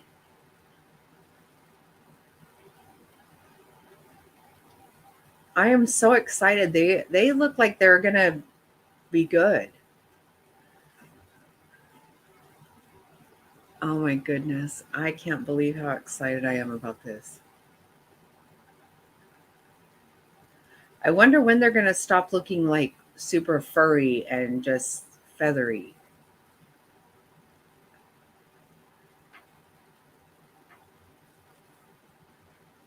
It's so weird. Like they've never left there, huh? Pretty soon, you think? It's starting to get. Oh, you think so? Aren't they so adorable? I can't believe this. This is so awesome to watch them. Look at when they were just itty bitty bitty babies.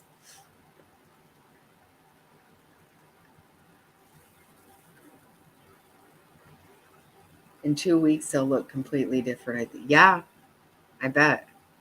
What did I read? So they're like 3 weeks old, little over 3 weeks old right now.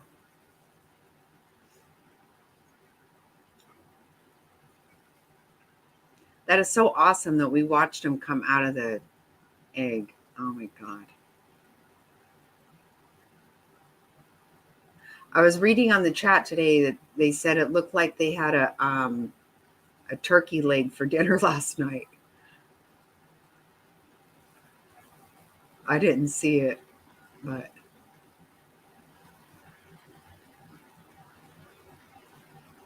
I know, I know. Yeah, that wingspan is already looking.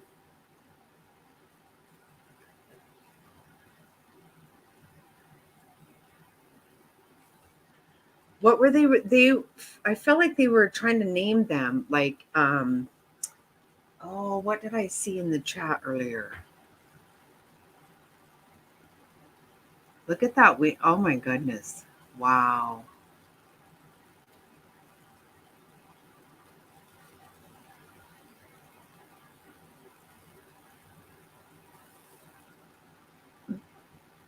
No, they actually look really big.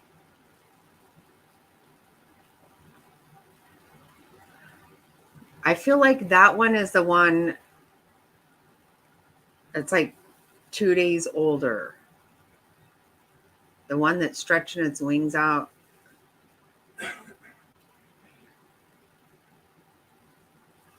Right? I know. Me too, Jerry. I know. I love that.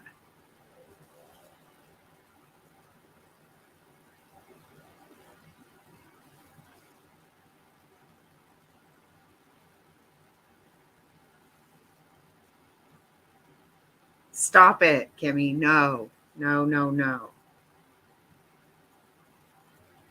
Makes me never want to eat wings again. Look at what it's doing to its sibling. It's so weird. Like they have to be super close in here, but then I know, right, Faith?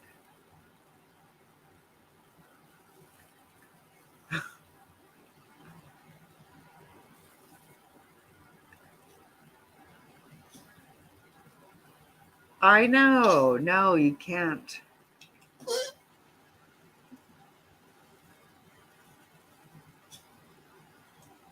I saw the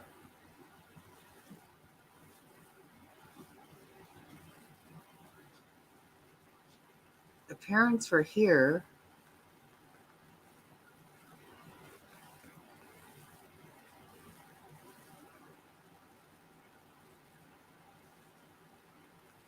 I'll look at.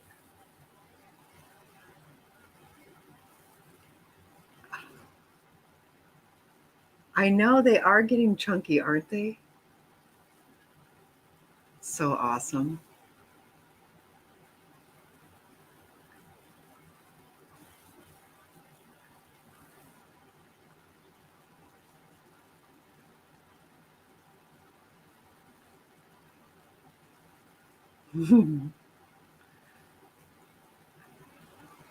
I'll look at.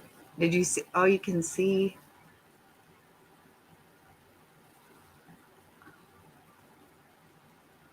I thought I saw something flying around in the back.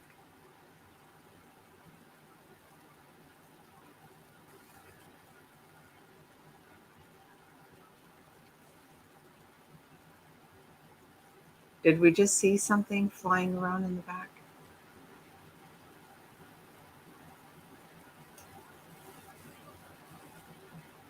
Wow, I backed up too much.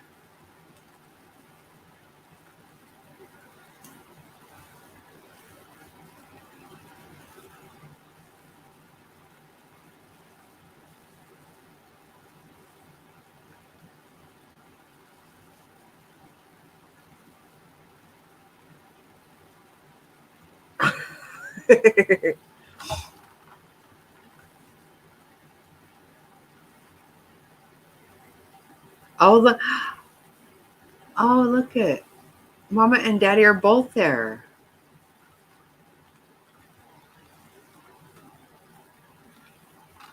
No, I know, Kimmy. I'm just kidding you. Look at Mom and Daddy both there.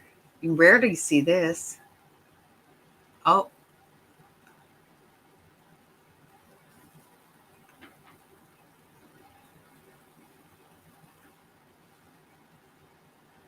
they're always close by for sure.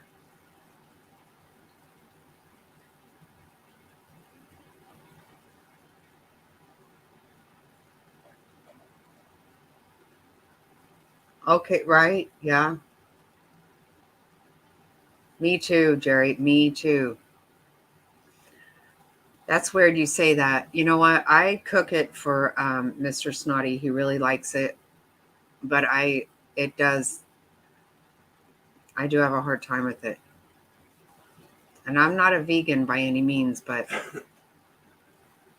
Bill makes me sad. They are good parents. I know, right? Not like these stupid bitches. Look at like the food's there and they've been able to eat it. But don't you love the way that Mama will come and feed them? Remember like when she would feed them when they were itty bitty bitty? Oh, I love that. I love when, oh, yeah, see? Staying close by always.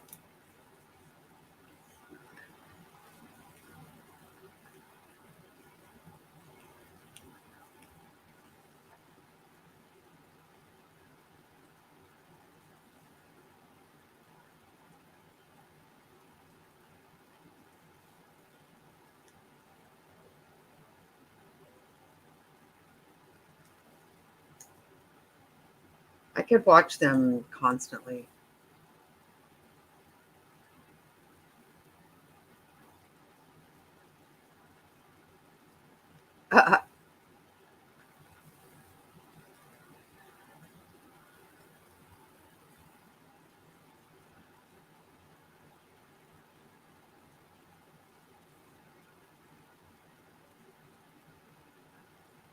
It's so funny the little tiny bit they ate when they were first born. Oh my goodness.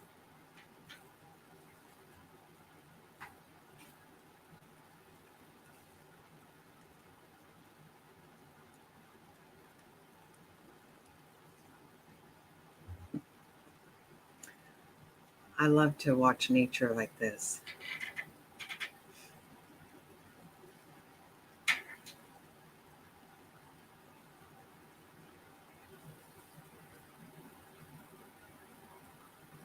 Are you going to bed?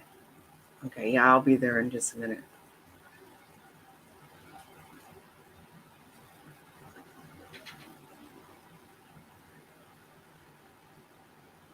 I know I get all lost in this. I was watching this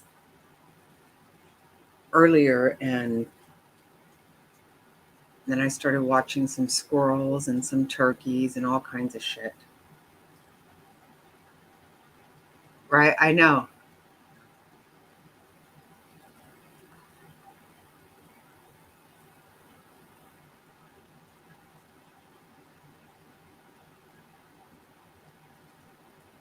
Mhm.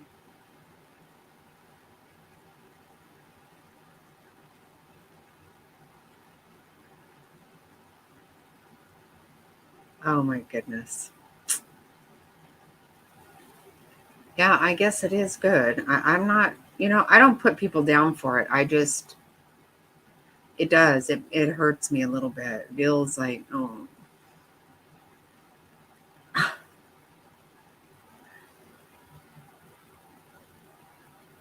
you have way too many animals. Oh my gosh. I have too many chihuahuas, but that's all I have. What all do you have? You cannot believe all the new stuff I've ordered for birds out. You know, I'm trying so hard to have the hummingbirds just love my yard. I've ordered a shit ton of new stuff. Of course. I'm anxious for your next live. I am. I've been looking at the stuff you've been putting on your community page. I appreciate you coming in here and hanging out with us some. You know, on Friday night we're having a karaoke birthday party for April birthdays.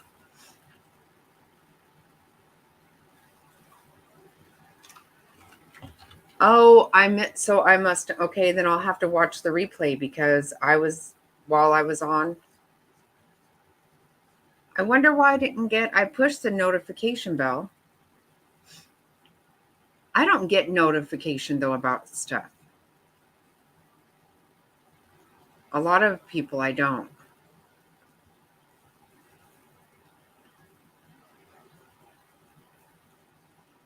Yeah, we have a good time on Friday nights over here. We party and but this one, yeah, we're definitely having karaoke.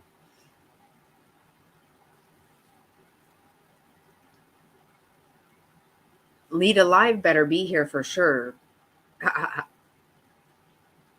It's her and Frazzle and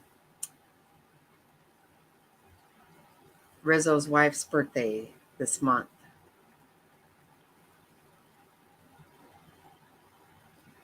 Oh, awesome. That'll be fun, of course. And I'm going to go and watch the replay of your live. And I'll undo the bell and bring it again, see if maybe it'll give it to me. Thanks for hanging out.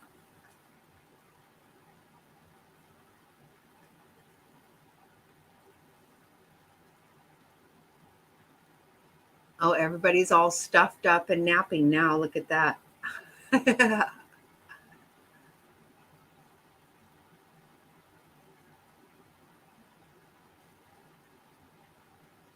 Oh, that one's still eating. I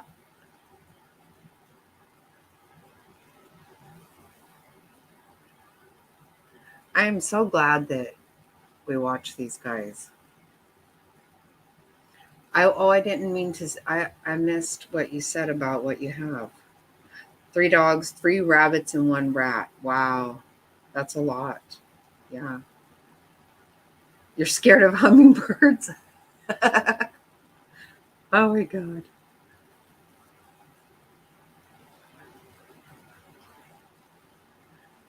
How can you be afraid of hummingbirds?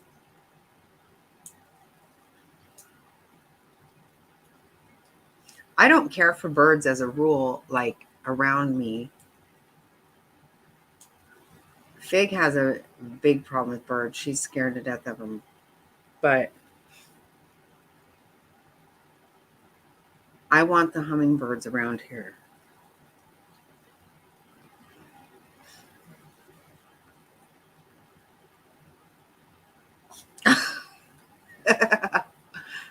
Oh my God, that's funny. Yeah, I will say when me and my granddaughter were out putting out some new stuff for them one day, they were flying all around. They were freaking me out a little bit. I was like, oh crap. Yeah, they are little and kind of bug-like, like you're afraid you're going to bat at them.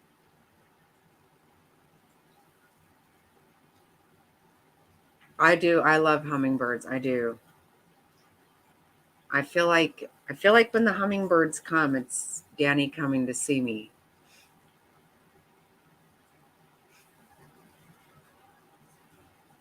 So I just ordered a whole bunch of new shit for him.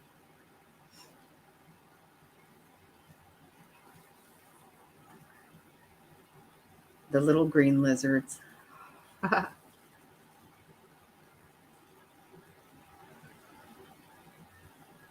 I don't like I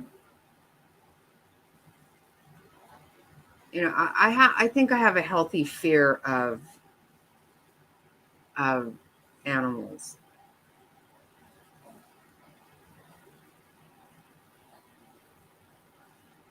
And I'm not a big fan of reptiles and rodents.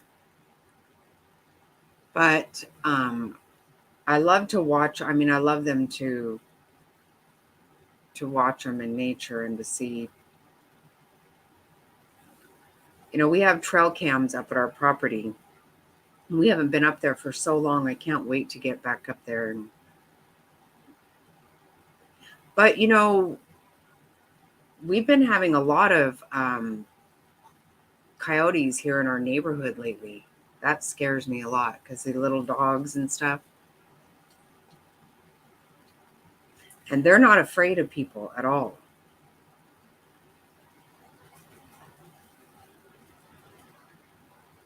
Wow.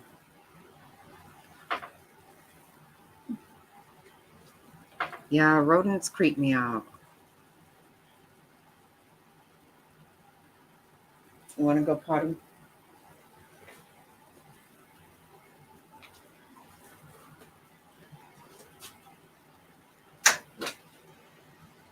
Come on, Louise. Come on, Louise.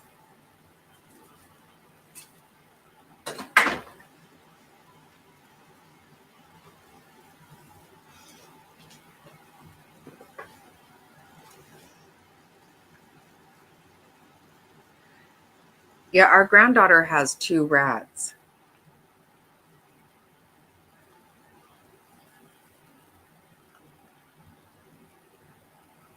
I don't want that stuff. You know, my little brother tortured me with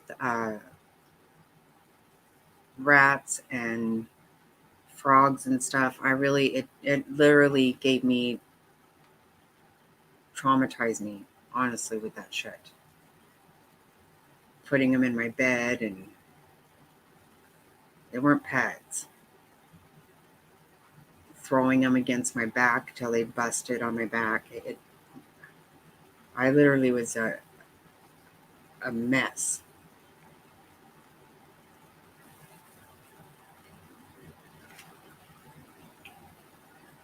Oh my goodness.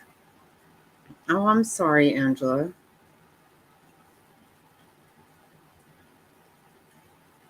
She was blind. That's wild.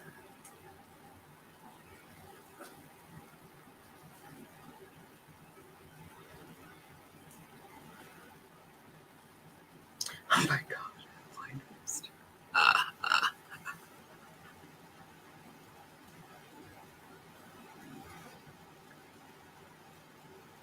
Yeah, I think it did traumatize me. It did. Like when a frog like this big, he just threw it really hard at my back and it literally bust. I really thought I needed a damn straitjacket. Like it made me crazy.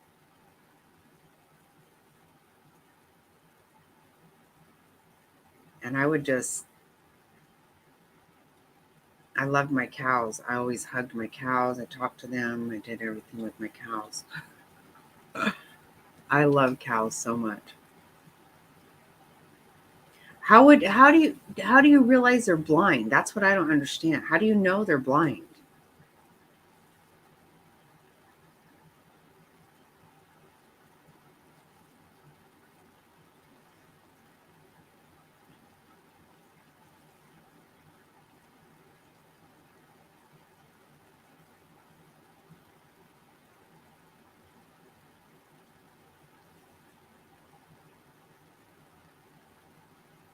Right. That's so wild to think that I don't know how you would, I guess, figure it out. Oh, really? Wow.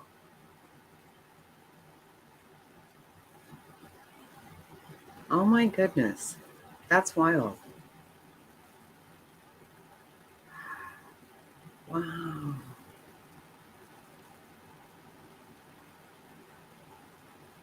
So you just took better care of them?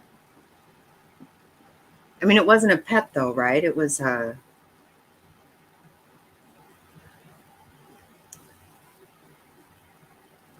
I had such a hard time not making all of the cows my pets. I fell in love with all of them.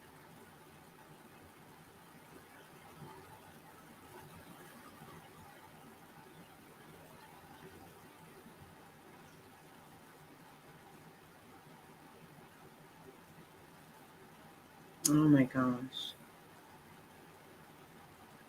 How sweet.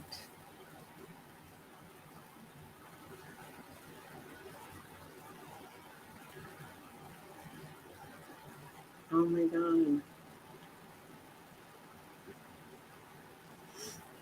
My friend has chickens in town. She lives in town. She has chickens.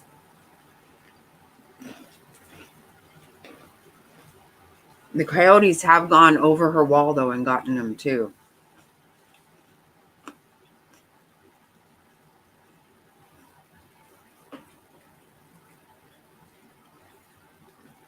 She found one all hiding in the backyard and hiding and all bloody and shit.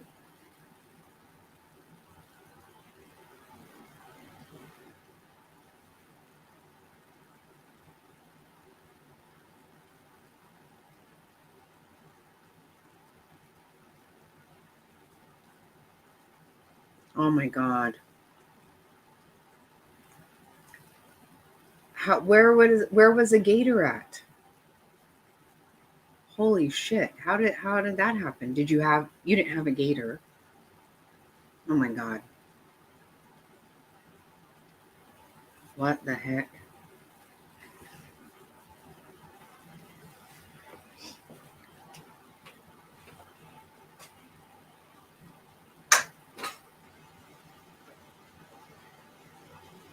Come on, Louise.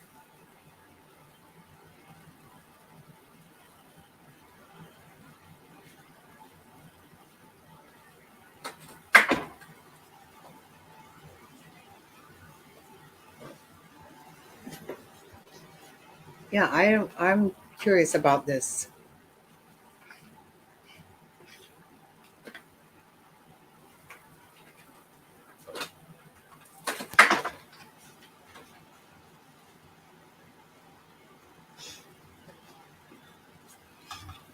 Hold on, I'll be right back.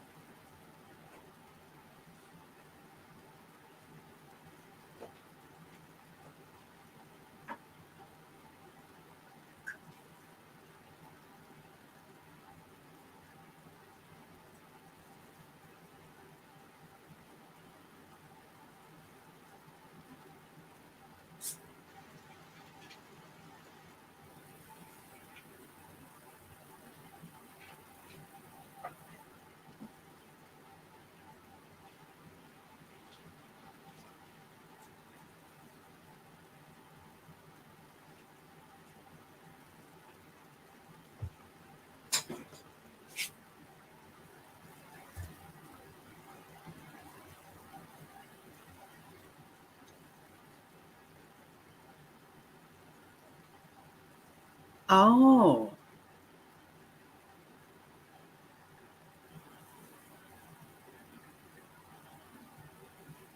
Oh my God.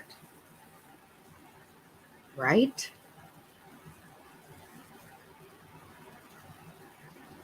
Oh my goodness. Angela, that's wild.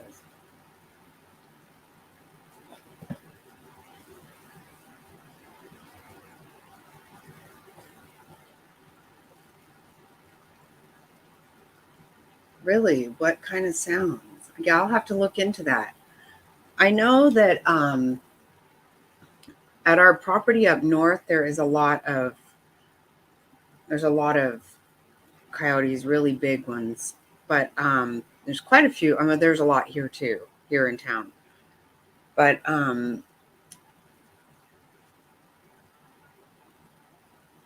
if we ever actually end up living up north, I always wanted to put they have it's called a coyote bar. Have you heard of that?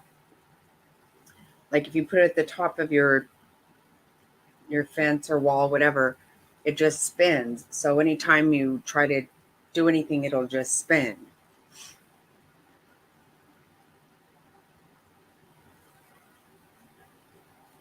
Oh, okay, okay. Yeah, I get what you're saying. Yeah, I guess you're not scared of much if you are handling a alligator at all. My God.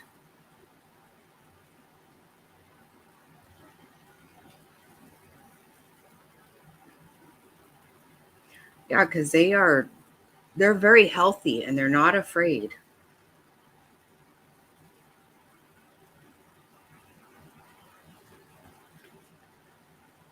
They used to look kind of mangy and stuff around here, but they're well fed these days. Especially up at our property up north. They're huge. They look like people always say they are seeing wolves and they're coyotes.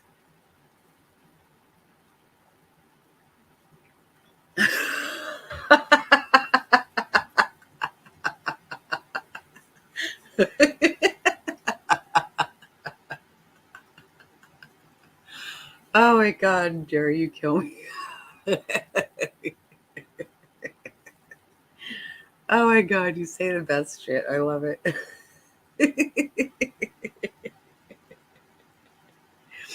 Oh my God. Oh, you kill me, Jerry. I can't handle it. Oh shit. Oh my God, that's killing me. I was all taking it serious thing to remember. I was like, yeah.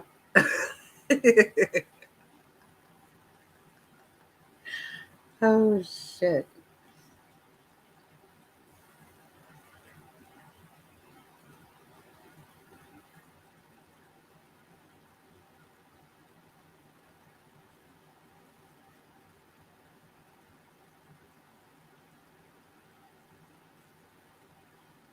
Oh my God.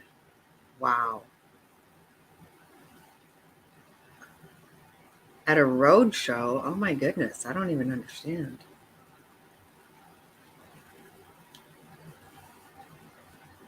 He hasn't ate yet. Oh, if he hasn't. Oh, okay. I see what you're saying. Okay. I was going to say, what do you mean? Okay. Yeah, I get it now. Oh, shit. Oh, God. Jerry, you missed it Friday night. Jovi had me laughing so hard. Oh, my God. I could not.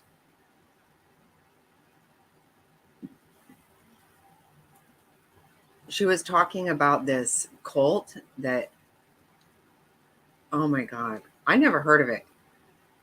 And she was like, yeah, they have bowl haircuts and they all wear Nike tennis shoes and black jogging suits. I'm like, stop.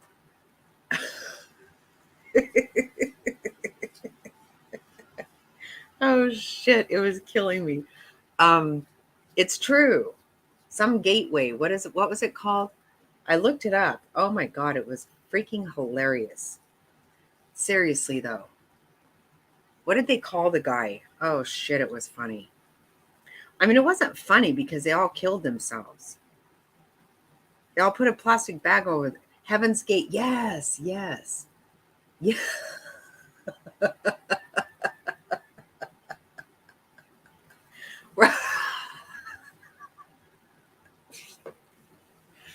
I never heard of it. I'm surprised I never heard of it.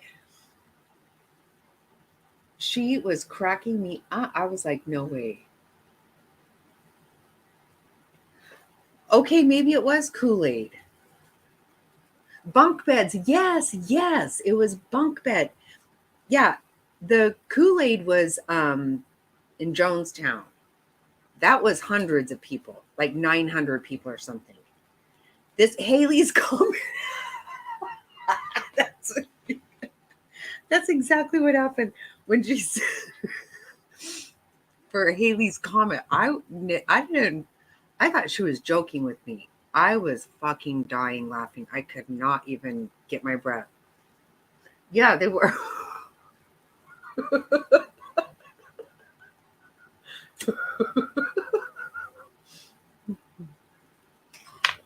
I thought she said they put some shit on their head. I knew.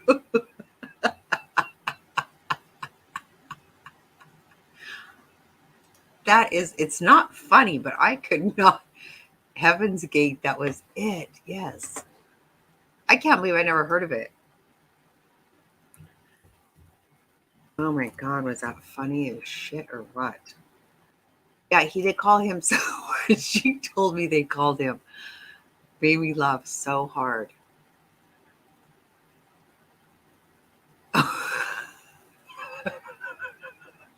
The bowl haircut. Marshall.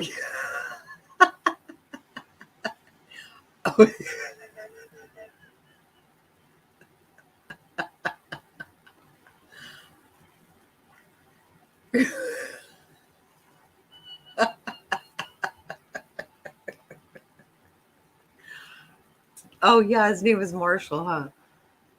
Oh my God. Oh, that was freaking hilarious. Okay, not the movie. Apparently it's a movie.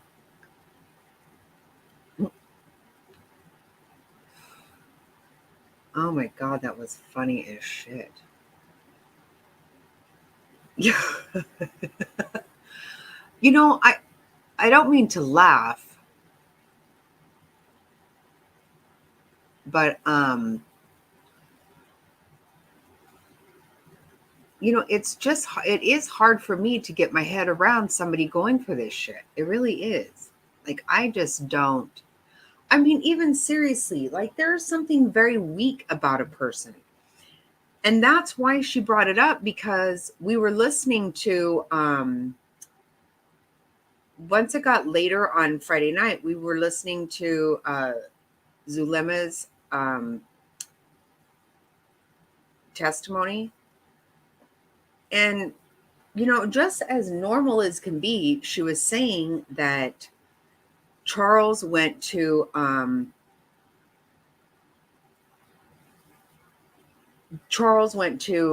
Houston because they have doctors there that can help get a demon out of your body. And I'm like, who believes shit like that? Like, okay, what do you call those? Like, it's not a cardiologist, not an oncologist. I mean, what the fuck what do you mean? Who believes that weird shit?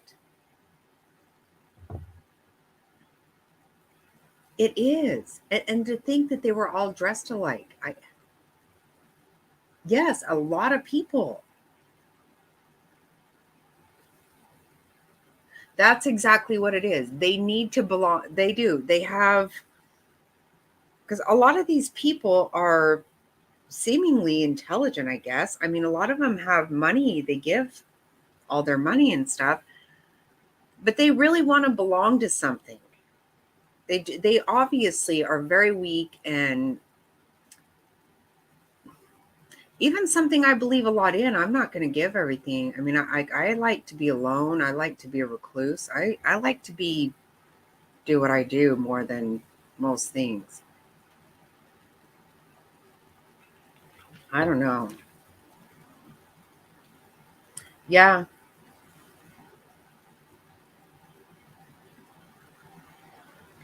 Well, that's just it, you know. That's exactly what we were talking about. Like, I think about, you know, I have a huge family, but not everybody does. Not everybody has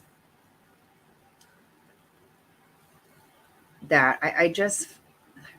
It's just really sad to think that you would fall for something absolutely You know, I mean, any religion that tells you what kind of shoes to wear, even. I mean, to me, that's just.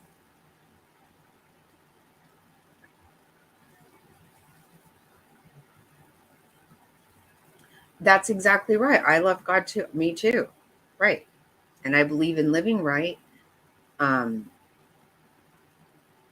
right. But you have to know that once somebody starts asking you to do certain things, this has gone beyond God.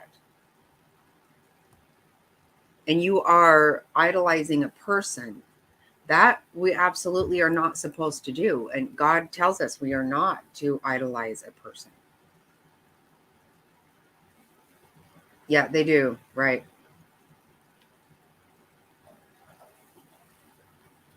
Yeah.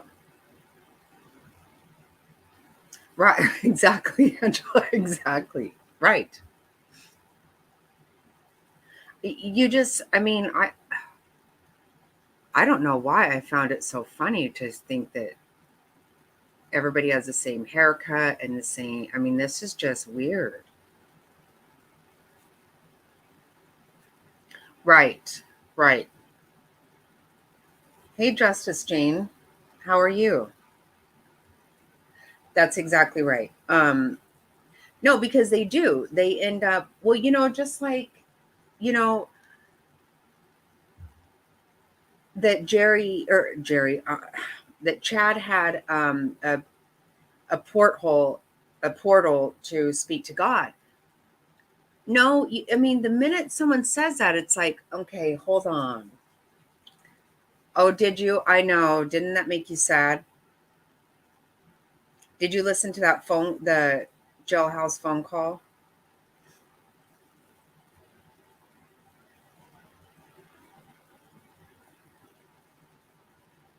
Yeah, I feel sorry for him.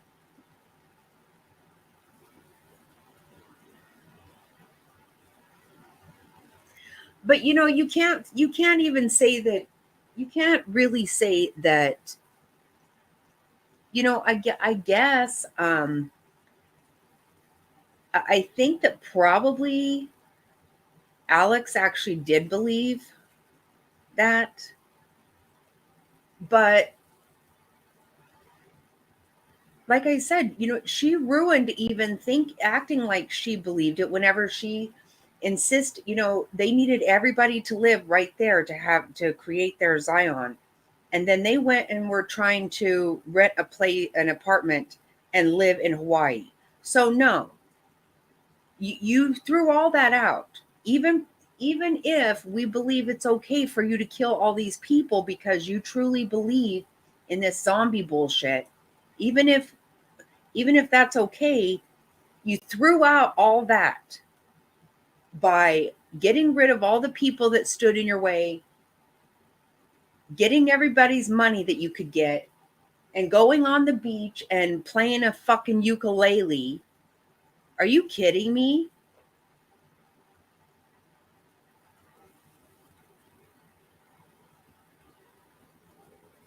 Right.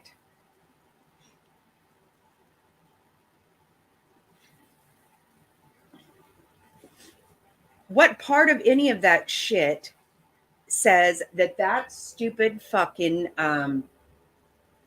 soft-skinned pussy ass piece of shit? How is that attractive to anybody? There with the little ukulele. It makes me so damn sick to my stomach I can't see straight. No, I don't get it. No. And how you're all happy to marry him. Your children are gone. Your husband's gone. His wife is gone. And you're looking, and they let Charles buy their outfits for their wedding. The fuck is wrong with these people? Oh, they make me so damn sick. I honest to God, I can't stand it. I really cannot. Yeah, it is. It's absolute evil. I don't know. I think it's just greed. I think it's 100% greed. I do.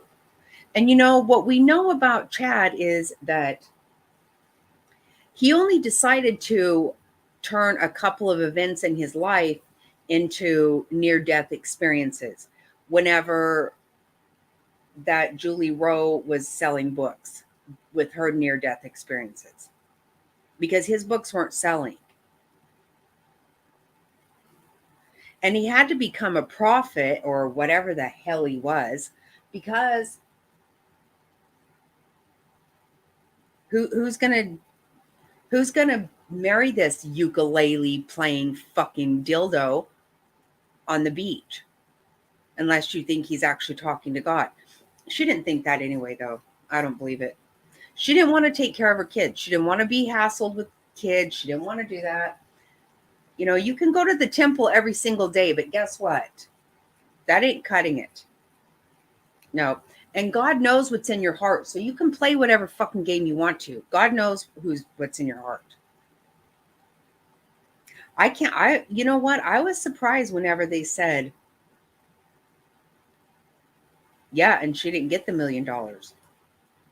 I love that.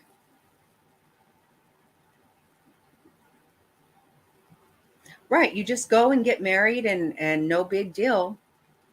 Let's go ahead and buy a couple flights to Hawaii and, you know. Charles let her get by with so much shit.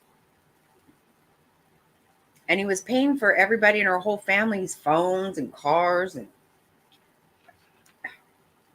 fucking craziest shit you ever heard.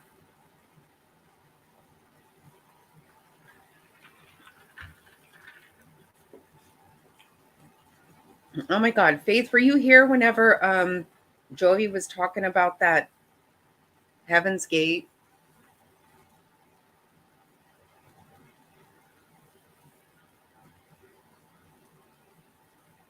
That's right. That's right. Exactly. And that's just it. Would you, when you put a price on your child, what actual money would it, how much is it worth to get rid of your family? I mean, really?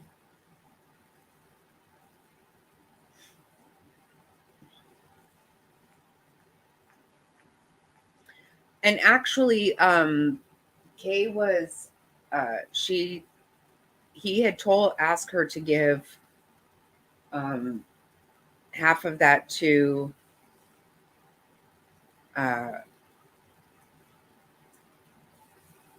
his sons, and she did.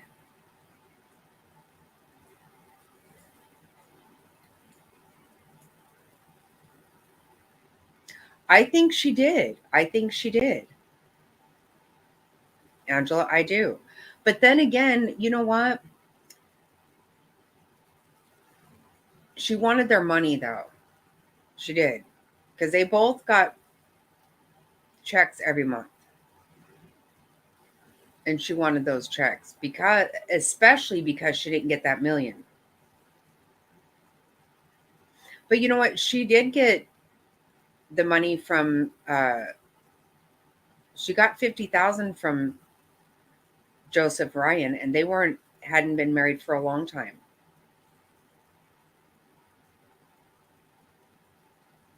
And you know what else? Yeah, that was just from Tylee. I don't know how much JJ was getting from Charles dying. That was just Tylee got $4,000 a month. Yep. That is wife. Yep. And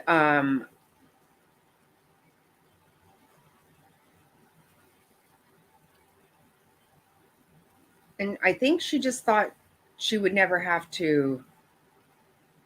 I don't really know. I mean, Colby says he was. I can't. I don't know.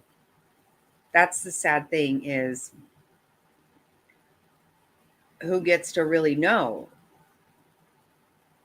But, you know, to me, I even think that, you know, kids could, I don't know how old he was. I think he was like 8.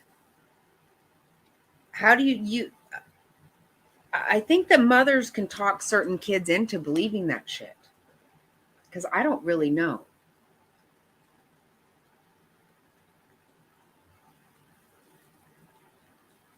Right. Exactly right. Look at Casey Anthony.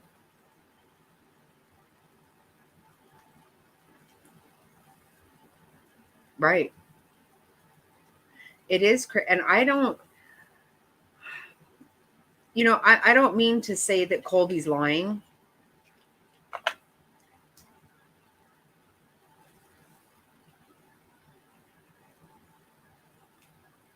Yeah, I am not okay with that at all. No, I would like to beat the shit out of her.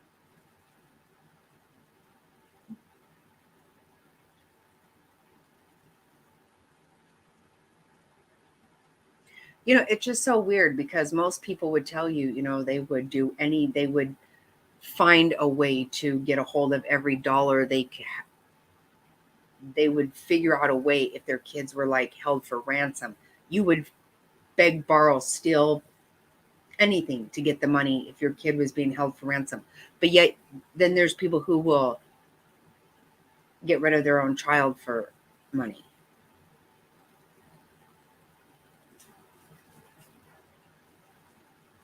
So Lori will throw Chad or bro. Right. I think both. Well, I don't know what she's going to do. I'm pretty sure he's the one that begged to separate the trials. Who knows what fucking weird shit she's thinking still. I don't know. I think the plan was that it was always going to be the brother that was, Alex was going to take the blame for everything. And he pretty much got his hands. I mean, he is the one who did most of it. But that's what I was going to say. When Zulema testified, the thing is, that's why they were going to kill Brandon, because he had a lot of life insurance.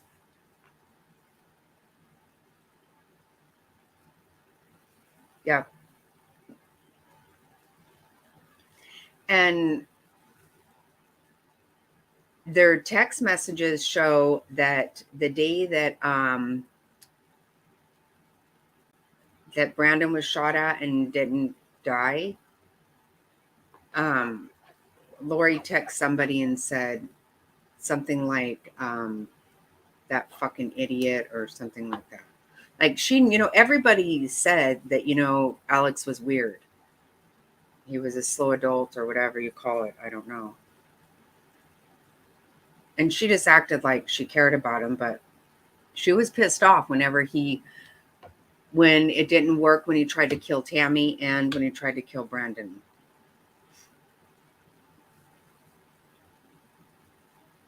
And Brandon was 100% about, that was all about money too. In their divorce settlement, Melanie got several $100,000, but she was going to get a lot more if he died. And that's the thing. He had barely moved to that house. Almost nobody knew he lived there. I want that Melanie Pulowski to be charged with some shit. Big time. I want that.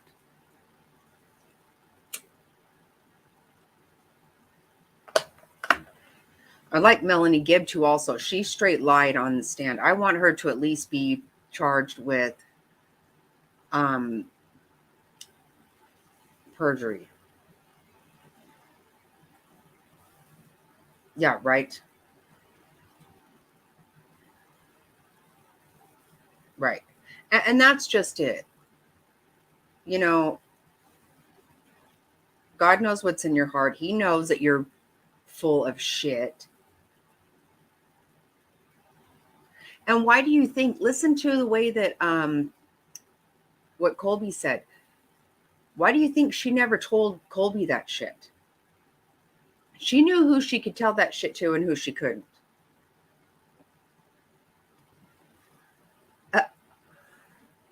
I know, right?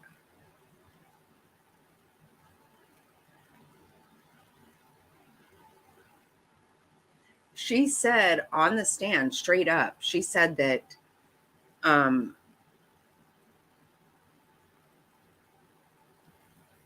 Lori knew before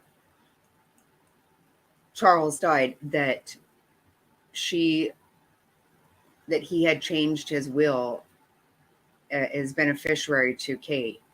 That is not true. Yeah, she did actually lie about that too at that time. She came clean about lying about that. But right on the stand just last week, she said that Lori knew that he had changed his beneficiary, and that's not true. And if you remember, she couldn't recall all kinds of shit that I find baloney.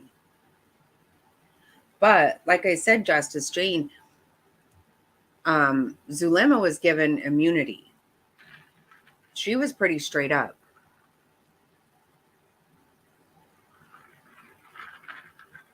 They both were sheeple like fuck.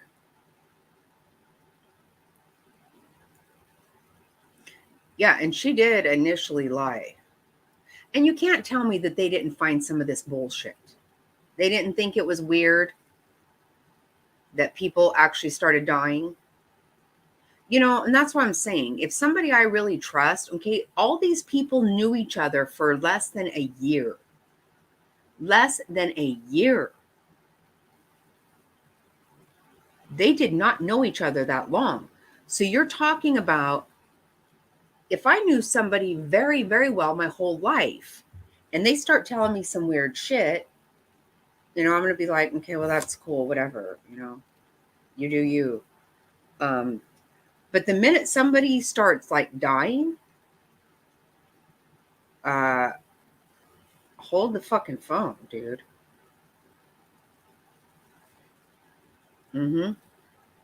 It is looking doubtful. Both those Melanies.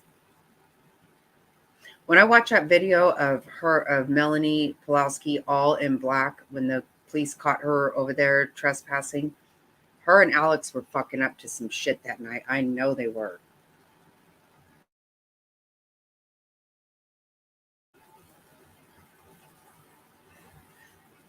And she's trying to play like Lori. It doesn't work for her.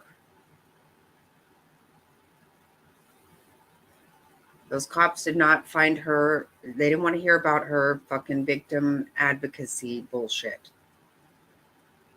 You know, Lori told her that because that's what Lori does.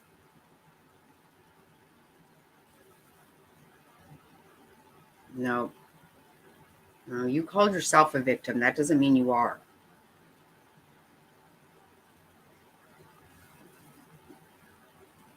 Absolute crap. Yeah, I have a feeling no one else is going to be charged.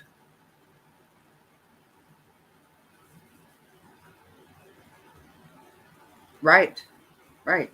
Oh, that's the thing. They were all loving it. They were all, you know, they can act like however they want to, but they all were getting a big giddy kick out of it. Everybody was getting a new married spouse. Say Melanie Gibb, Melanie Pulowski, Zulema and Alex were the only ones that weren't already married when they got together. Because Melanie Gibb is now married to her boyfriend at the time, David, who was also married at that time. Yeah. Again, what does God think about adultery? That's actually a 10 commandment. You know, I don't know what kind of portal you have, but I have heard of the 10 commandments. I don't need a portal to understand that. I don't need a portal to understand certain things are absolutely not okay. And they got them all believing, yeah, that's it, David Warwick. Yep. Yeah, and I think they were all just having a good old good old time at all of these conferences. Seriously. Right. What the fuck? You know, I don't need a portal to tell me what's right and what's wrong. And they would have to call Chad and find out, you know, find out what his pussy ass had to say about something. Yeah. Did you guys listen to that blessing that he gave to Alex? So gross. Can you imagine this fucking douchebag telling you what to do? Right. Just his voice infuriates me.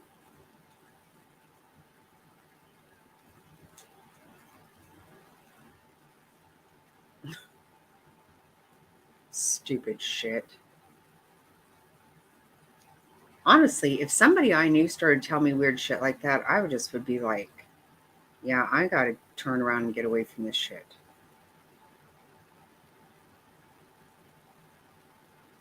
Definitely if I had to wear fucking certain sneakers. That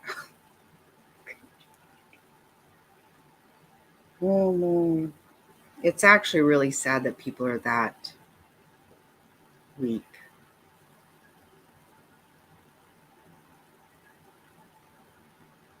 Right. Him and Lori were gonna lead well they were gonna they spoke to God. He had his porthole was in his bed, apparently. Hers was in her closet. And that's how they communicated with each other and with God, to find out anybody who had money they could have and that stood in their way had to die. Really, that's awful convenient.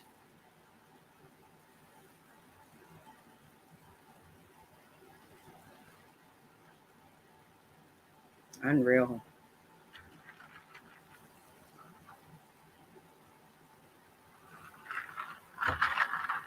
Yeah, because his veil was torn when he had near death experiences.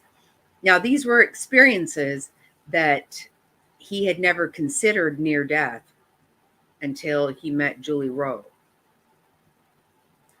Yeah, he really is. He has a lot bigger role in this than, you know, I think that people take that soft skin and that gross voice of his and right. Yeah, what were we saying the other night?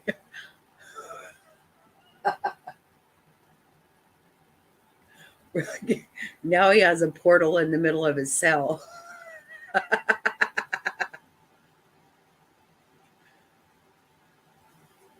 Right, right. Can you imagine if someone said that? That's a hell of a pickup line. Hey, you and I were married in several other lives. Right. Yeah. Go ahead and get the hell as far away from this shit. It's like, yeah.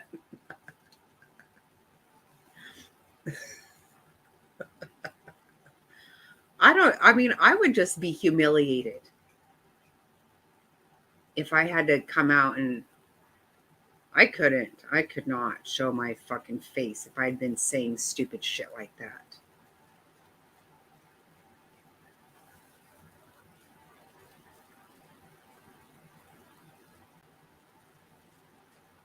Yeah.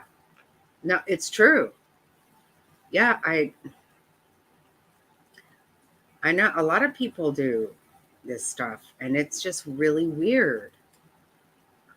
It is true. It's it's really sad because I just cannot even imagine ever being that gullible or that, you know, even if you think that, you know, the sad thing is, so Zulema says that at a certain point they stopped talking. They weren't talking to Alex, and he didn't know what to do because, you know, he waited every day for them to tell him what to do, and he was freaking out when they quit talking to him. Yeah, right. Like, who the hell's going to let Michelle cuss him out all the time? Somebody was making me laugh the other day, Jerry. Somebody, oh my God, it must have been on Charlotte's show that Charlotte said, I think it was, that people were were in Michelle's chat saying, I thought this was a cooking show.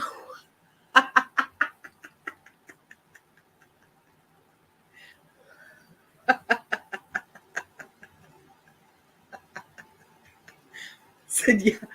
Jerry's explanation is every good cooking show starts out with a half-hour hateful rant. Oh, that was hilarious. Oh my God, it made me die. Oh shit. Yeah, right before he died, what he said was, I think I'm going to take the fall. And she said, for what? And he said, you don't want to know. And he told her, I'm either a man of God or I'm not. And the next day he died. That's some shit right there. My God. No, I'm telling you, if I was hearing weird shit like this and all of a sudden my damn goldfish died, I'd be like, whoa, what the F? A person come up missing even. What the fuck? I am out. I am out. To Zulema, his wife. Yep. And died the next day.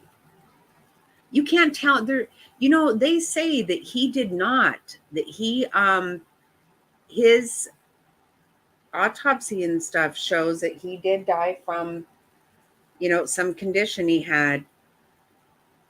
I don't, I'm sorry. I don't buy it. I don't think any of that shit was accidental. No, I don't know what they did. I can't believe it either. It doesn't.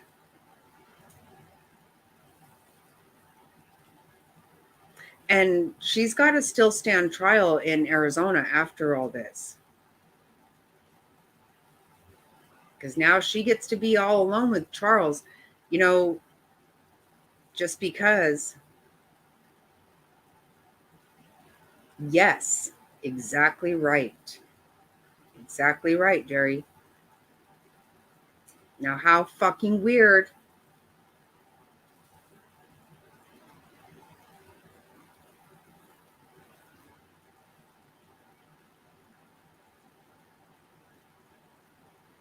Night? Are you saying night?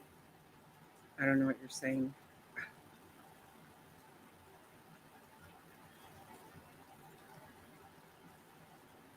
Yeah, I need to get to bed too, actually. I got to go get the babies early in the morning.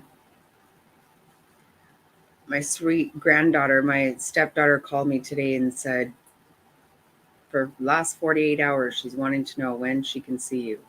I can't wait to have her tomorrow. My sweet girl.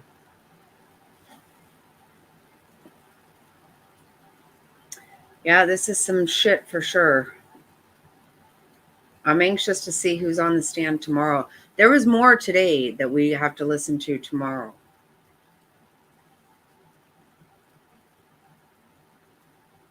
And they are whipping through this quickly.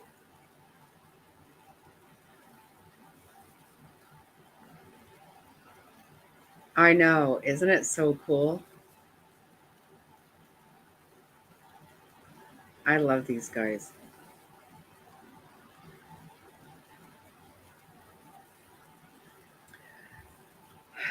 Okay, I guess I'll shut this down.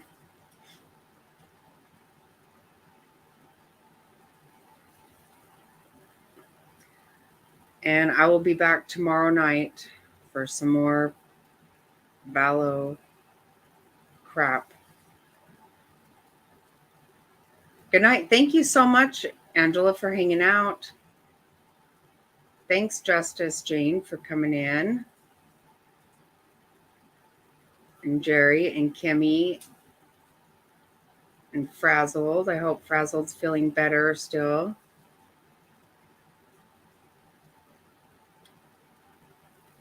And good thoughts for Jerry's dad still getting stronger, hopefully.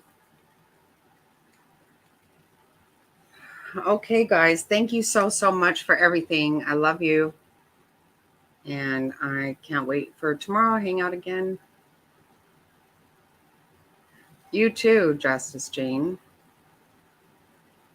Everybody, have a good night.